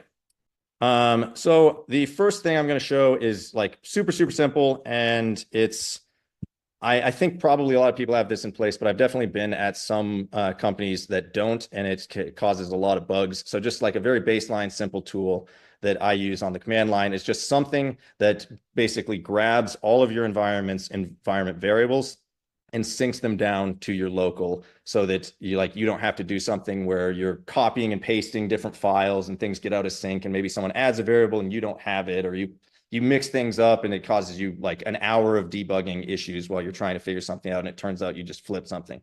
So I always recommend people have something like this. Ours live in AWS parameter store. So I just have, you know, my AWS creds here, and I've got a little node script that runs up, grabs all of those and saves them into all of these files, which you'll see show up down here right below this here.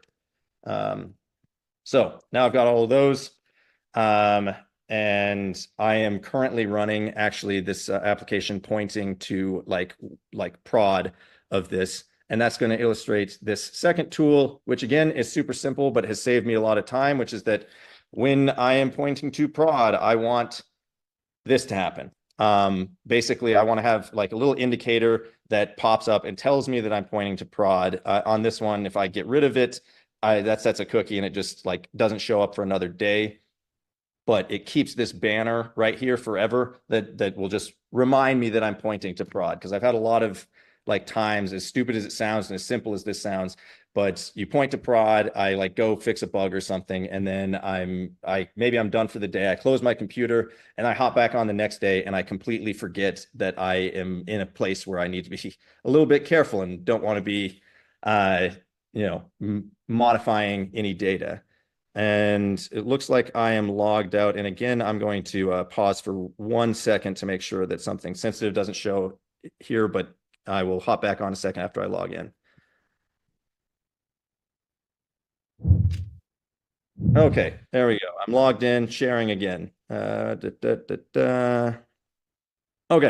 so now that I'm logged in, here we are. This is my little demo application. So generally how I have this set up is either I've moved this to like a widget that shows up for employees, and then it just so that I can access it on every page. But in this talk, essentially I've got like an admin panel right in here that for an employee is going to show up. And then you've just got your separate dev tools page. And again, this just guarantees that nobody sees it. It's, it doesn't affect the bundle. You just load everything in afterward, and then you can kind of do whatever you want in here very safely. So here's like a simple example of some stuff you can do. I like throwing a couple of Git pieces of information in there. Again, this is part of the deployment process that puts the SHA and the tag in there, so it's not going to show anything here. But I like including those in there. so that you can cut down on wasted time when like you do a deployment and someone doesn't see a feature working the way that it should. And like maybe the reason for that is that the deployment failed and nobody noticed it, or maybe, you know, like somebody has some caching issues. So they are actually running the code, the old code that isn't deployed, and that's not why they aren't seeing it. So you can just very quickly do a sanity check with this stuff and be like, okay, are we actually looking at what we think? I also like putting stuff in there about like the environment and allowing you to switch the environment. So like something where when you click any of these, it's just going to kill your server, grab the correct variables, and then reboot it up in that environment. I find it super useful, a big time saver. And then kind of similar to that, things to restart the server or clear like your dev server cache. And so those are like really simple ones that you can use. I guess on the more, I guess, and you can also ignore this stuff down at the bottom. That's for the user masquerading. But for the moment, on the more complex end of some of the things that you could do is like, if you look at this airplane mode indicator here, this is a dev tool that I made because I found that a lot of times I'm traveling and I don't have access to Wi-Fi, but I don't want that to stop my ability to work. So this is something that allows me to continue developing even while I am not online. So the way this works is basically, if you look at the network tab here, we use Apollo client, so you'll see these. But basically, yeah, let me actually put on my network tab for that. But what this does is every time a request is made through, as I said, for us, GraphQL and Apollo, the request itself and the result of that are saved to a file locally. And then as soon as the Wi-Fi kicks out, this will automatically pull from that local file and serve it back instead of, you know, actually making the request. So if I start that process right now, you can see I've got this little record icon. It's starting to write all of those the queries that are in the cache. It's writing those to disk. And yeah, so if I go here, you see here's my React India data query. And I'm going to head back to DevTools. This just loads those into the cache. But if I go to, yeah, my actual file service here, you can see I've got this hashed, you know, file with my React India data mock set up in here. And so as soon as I lose Wi-Fi, that's actually going to be what ends up showing up on the screen. So I can go back here and you can see that since we're in, you know, in airplane mode, that pulled that from disk and into the cache. And so that still works. And you can see that that query didn't run here. But if I clear this and I turn airplane mode off, you know, that query is going to rerun. And that's where I would get this error. So that's, as I said, a more complex one that I think is kind of cool. And I recommend you be creative and put something in, whatever suits your needs. Just try to make something fun. So that's broad overview of some of the things that you can do. I'm going to go back to just sharing a single tab here, which will be, okay. So at this point, as I mentioned, I'm going to go and show you user masquerading, which is my favorite dev tool. And basically what this is in principle, what it's allowing you to do is run your application as though you were any of your users. So I think that the best way to think about this would be like, if you've ever heard of LogRocket or Sentry Session Replay, there are services that allow you, like while a user is using your application, it's recording that session and saving that session data, some of the network requests and things like that, so that if you get an error, a bug report or something like that, you can go back to the session and just at least see the user journey and see what led to that, and then hopefully reproduce it and be able to fix it. So I consider this user masquerading kind of like those things on steroids, because you're not just able to see what happened. If somebody tells you a bug, you can essentially just become them, and then you can go through and do it yourself on your local and actually be stepping through the code and everything and debugging that issue as though you were they. It's super useful for, as I said, for bug fixing, but it's also great for like testing and while you're deving for your diversity of information, because you can test out different features or develop against different features using a ton of different like user data, different users and things like that, and make sure that everything works well for everybody there without having to do a bunch of artificial seeding of data and things like that. And it's really easy to put this in, and you can do it securely and with a very small footprint. The way that I have it set up, I'm going to go through a couple of requirements. You probably could even omit some of these, but at least it's what I have found to be the easiest way to do it. But the requirements are things I think everyone should have. Basically, you're going to need a server or some sort of backend like API endpoint for these requests to be made securely.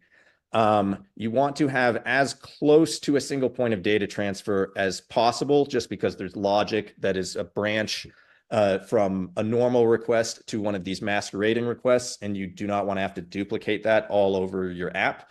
As I said, you might have to do it in certain cases with separate services that just don't jive together. But in general, you want to, wherever your requests are being made from, you want to encapsulate it into a single point so that you can branch these once and just deal with it with a single gatekeeper. Then the third thing is you need different levels of permissions. So, obviously you want these branches to work with people who have permission to do this, like developers.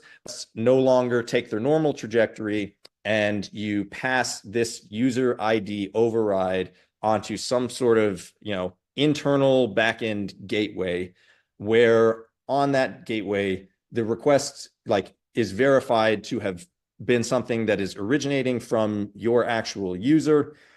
You verify that that user has the ability and the permissions to make this request, and then you send the request. You essentially just proxy it as is to your database, or in our case we use Hasura, but whatever it is that you use, you proxy it through to that with the modification that you essentially just tell your service,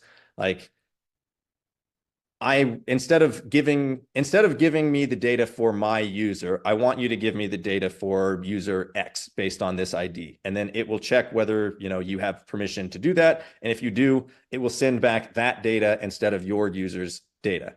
And before I continue, I am sure that as I bring this up, people are probably thinking that sounds cool, but it also seems incredibly dangerous, because although it's hidden, it seems like someone can just, mock this up somehow and hit your service, and then they can look at somebody else's data, which would be a massive security concern, which I understand the concern. And this slide's just saying that's exactly what it is. You don't want to expose sensitive information. You don't want to have unauthorized access. But as maybe was clear in the original explanation, there's really nothing unique going on about this. It feels a little bit weird because you're not used to seeing this other users' data being visible on the client in this way, but it really is no different from just standard database access. So if you have that set up and you have your authorization set up correctly, this is really the same thing as that, even though it is in an unfamiliar format where it's displayed on the client.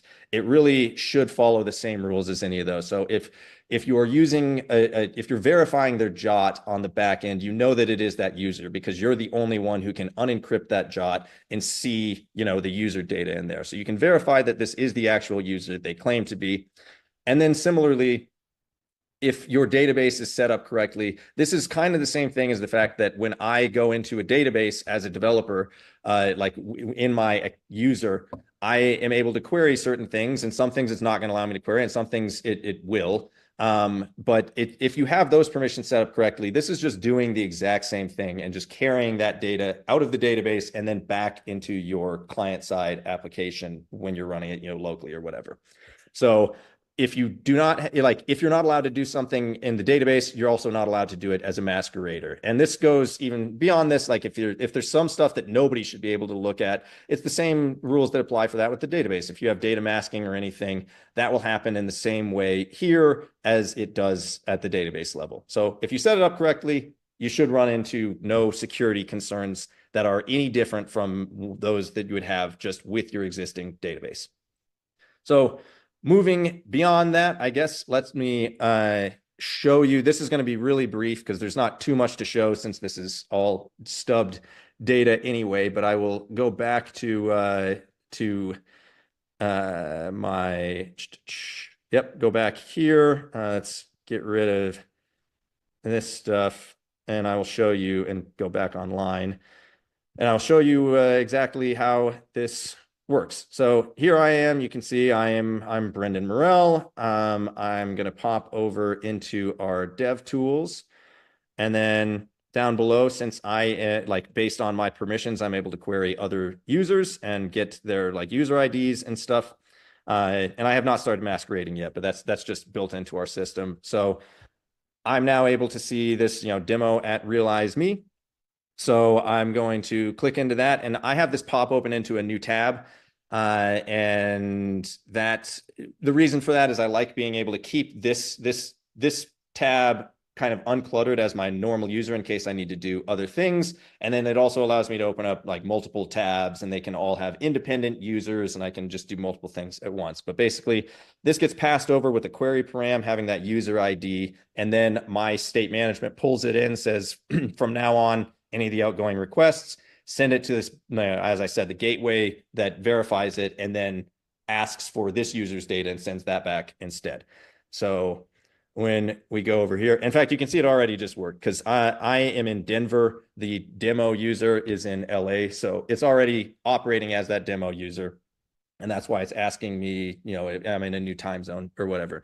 So there we are. These requests are now going through. It's getting verified as the request being made by Brendan, but it is requesting data for demo at Realize Me that gets proxied through in its entirety, other than that minor modification I just mentioned. And then whatever comes back from that is now what's getting fed into the application. And you can see right here that if I go here, no longer am I Brendan Morell, and I am now the demo user. So yeah, that's basically it. That's masquerading. Those are dev tools that I think you can put in place, and as well as just a quick overview of how you should be doing them. And I hope you found it useful. I appreciate you taking the time to listen, and yeah, thank you, and go out and be great.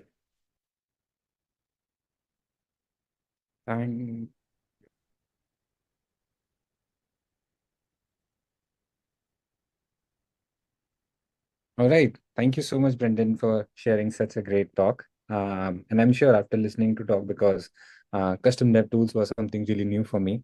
So I think maybe many of us are already thinking about how we can apply these custom tools to boost our productivity and increase our team's debugging and development productivity, right? And I think one of the unique and most powerful accessible tools out there.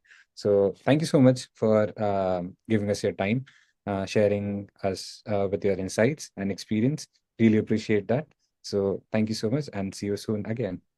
Absolutely. Thank you very much for having me. Yep. Thank you. Bye-bye.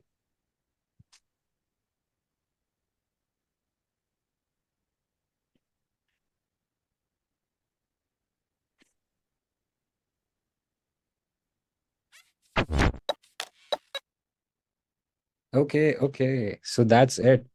Not for React India, but for today. What an incredible journey it has been on this remote day of React India. We have witnessed inspiring talks, connected with fellow developers from around the world, and dive deep into the world of React.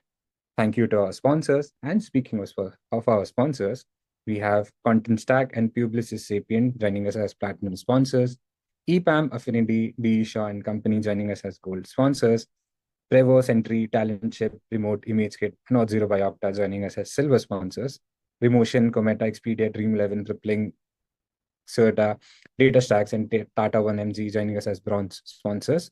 A heartfelt thank you to our sponsors for fueling the innovation and learning that makes events like React India possible. Your support is invaluable. But our journey is far from over. In just 2 days, we'll come together in person to continue the incredible experience, to shake hands, share ideas, and build lasting connections. As we close this virtual chapter, let's remember the power of technology to bring us together, no matter where we are. Let's carry the energy, knowledge, and inspiration we have gained today into the in-person event where we'll take React India to new heights. So thank you to our incredible speakers, sponsors, and all of you, our amazing attendees, for making this remote day so memorable. So get ready to bring the same enthusiasm and passion as we made face-to-face in just a couple of days. So see you all soon in React India 2024. Until then, keep coding, keep building, and keep the React India community thriving. Goodbye for now and see you soon.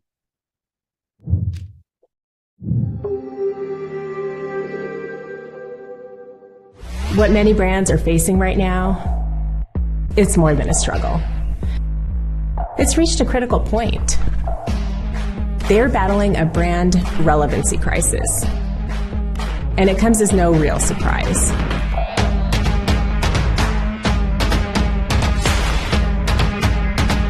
I mean, look what they're up against in today's market.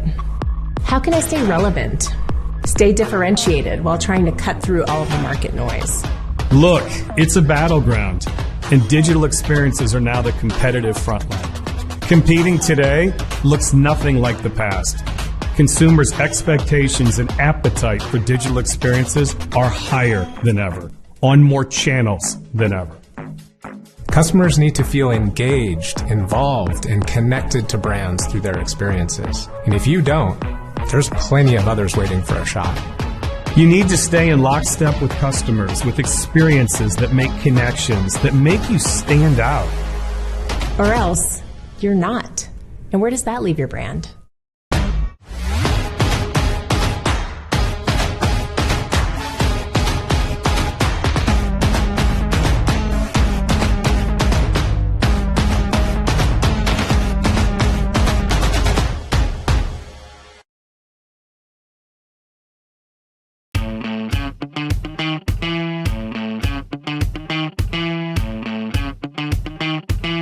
I'm here at Publicis Sapient. I'm here at Publicis Sapient. I'm here at PS. I'm here at PS. I'm here at Publicis Sapient. For it is a place to succeed. With strong allies. Where I can truly be myself. To lead with AI, with pioneers. Where we are unabashedly human. I am here at Publicis Sapient to create 10x client impact. Where we do tech for good. Where I can be limitless. Where we are all for one. With visionaries For endless learning.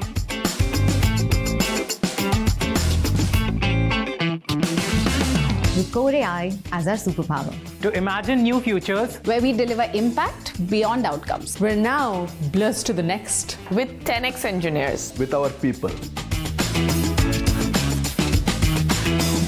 I'm here at Publicis Sapient, where I can be absolutely fearless. For it allows me to be vulnerable and authentic. With gratitude for inclusion in everything we do. where relationships trump designation. Where people always come first. For it is home.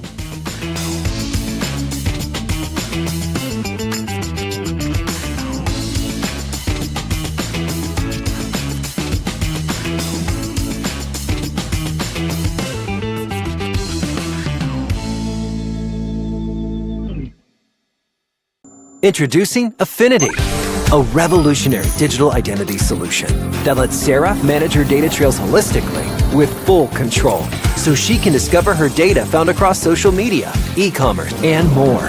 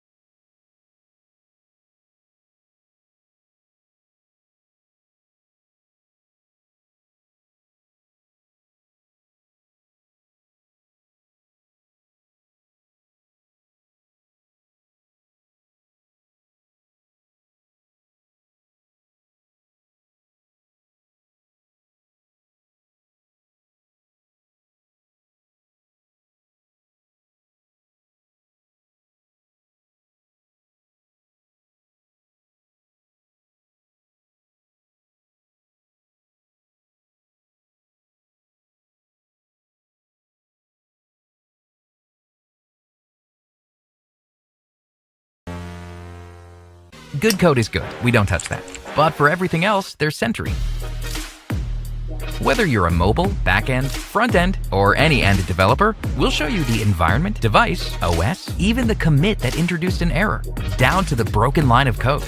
Yet the woes of a developer go far beyond when code is broken, it's also when code is slow. Detect endpoints, slow spans, and operations consuming the most time across your stack and keep everyone feeling not bad. Why do so many companies struggle with IT and software development? Why is it so hard to attract great talent and service providers? And what separates the fast-moving tech pioneers from the stragglers that always keep lagging behind? My name is Sushil, and together with Balu and Oliver, we are the founders of Talentship. At Talentship, we've consolidated our 25-year experience. We've founded, built, and sold 5 global tech companies with headcounts of up to 400 people. We have built excellent IT teams across 11 countries. We develop products that are now being used by more than 25% of the Fortune 500. And we have run several IT consulting and software development companies on 3 continents. Our biggest challenge has always been building a strong product and IT team. Up until 3 years ago, when we finally got it right and developed a unique method that put an end to our challenge. Ever since, it's been like a dream come true. We've got the top 5% talent working on our teams. We fill open positions like this. Quality and speed of output are on all-time highs, and we're delivering complex products like clockwork. And our cost is even 50% lower than before. No more struggles with IT. We know it sounds crazy, but it's the truth. And here's how we can help you succeed. Firstly, based on our eye-opening experience in India 3 years ago, we have developed our own data-driven method of finding premium engineers quickly and at scale. This way, we are able to provide you with virtual in-house teams that have exactly the skill set you need. Their output is world-class, meeting and exceeding European standards. Secondly, we only employ very senior IT experts to manage the teams, both in India and in Europe.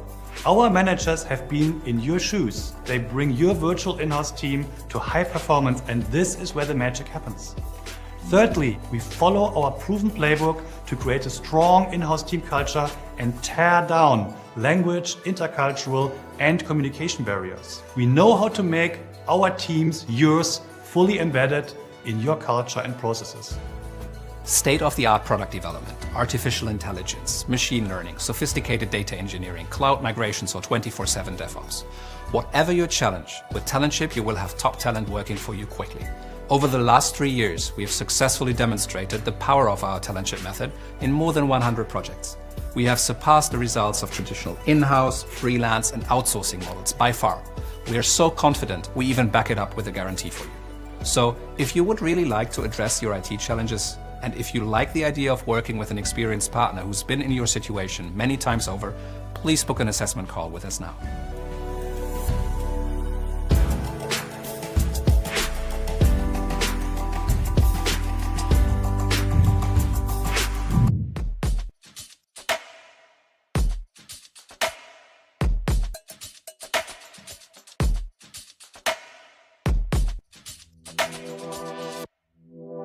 React India.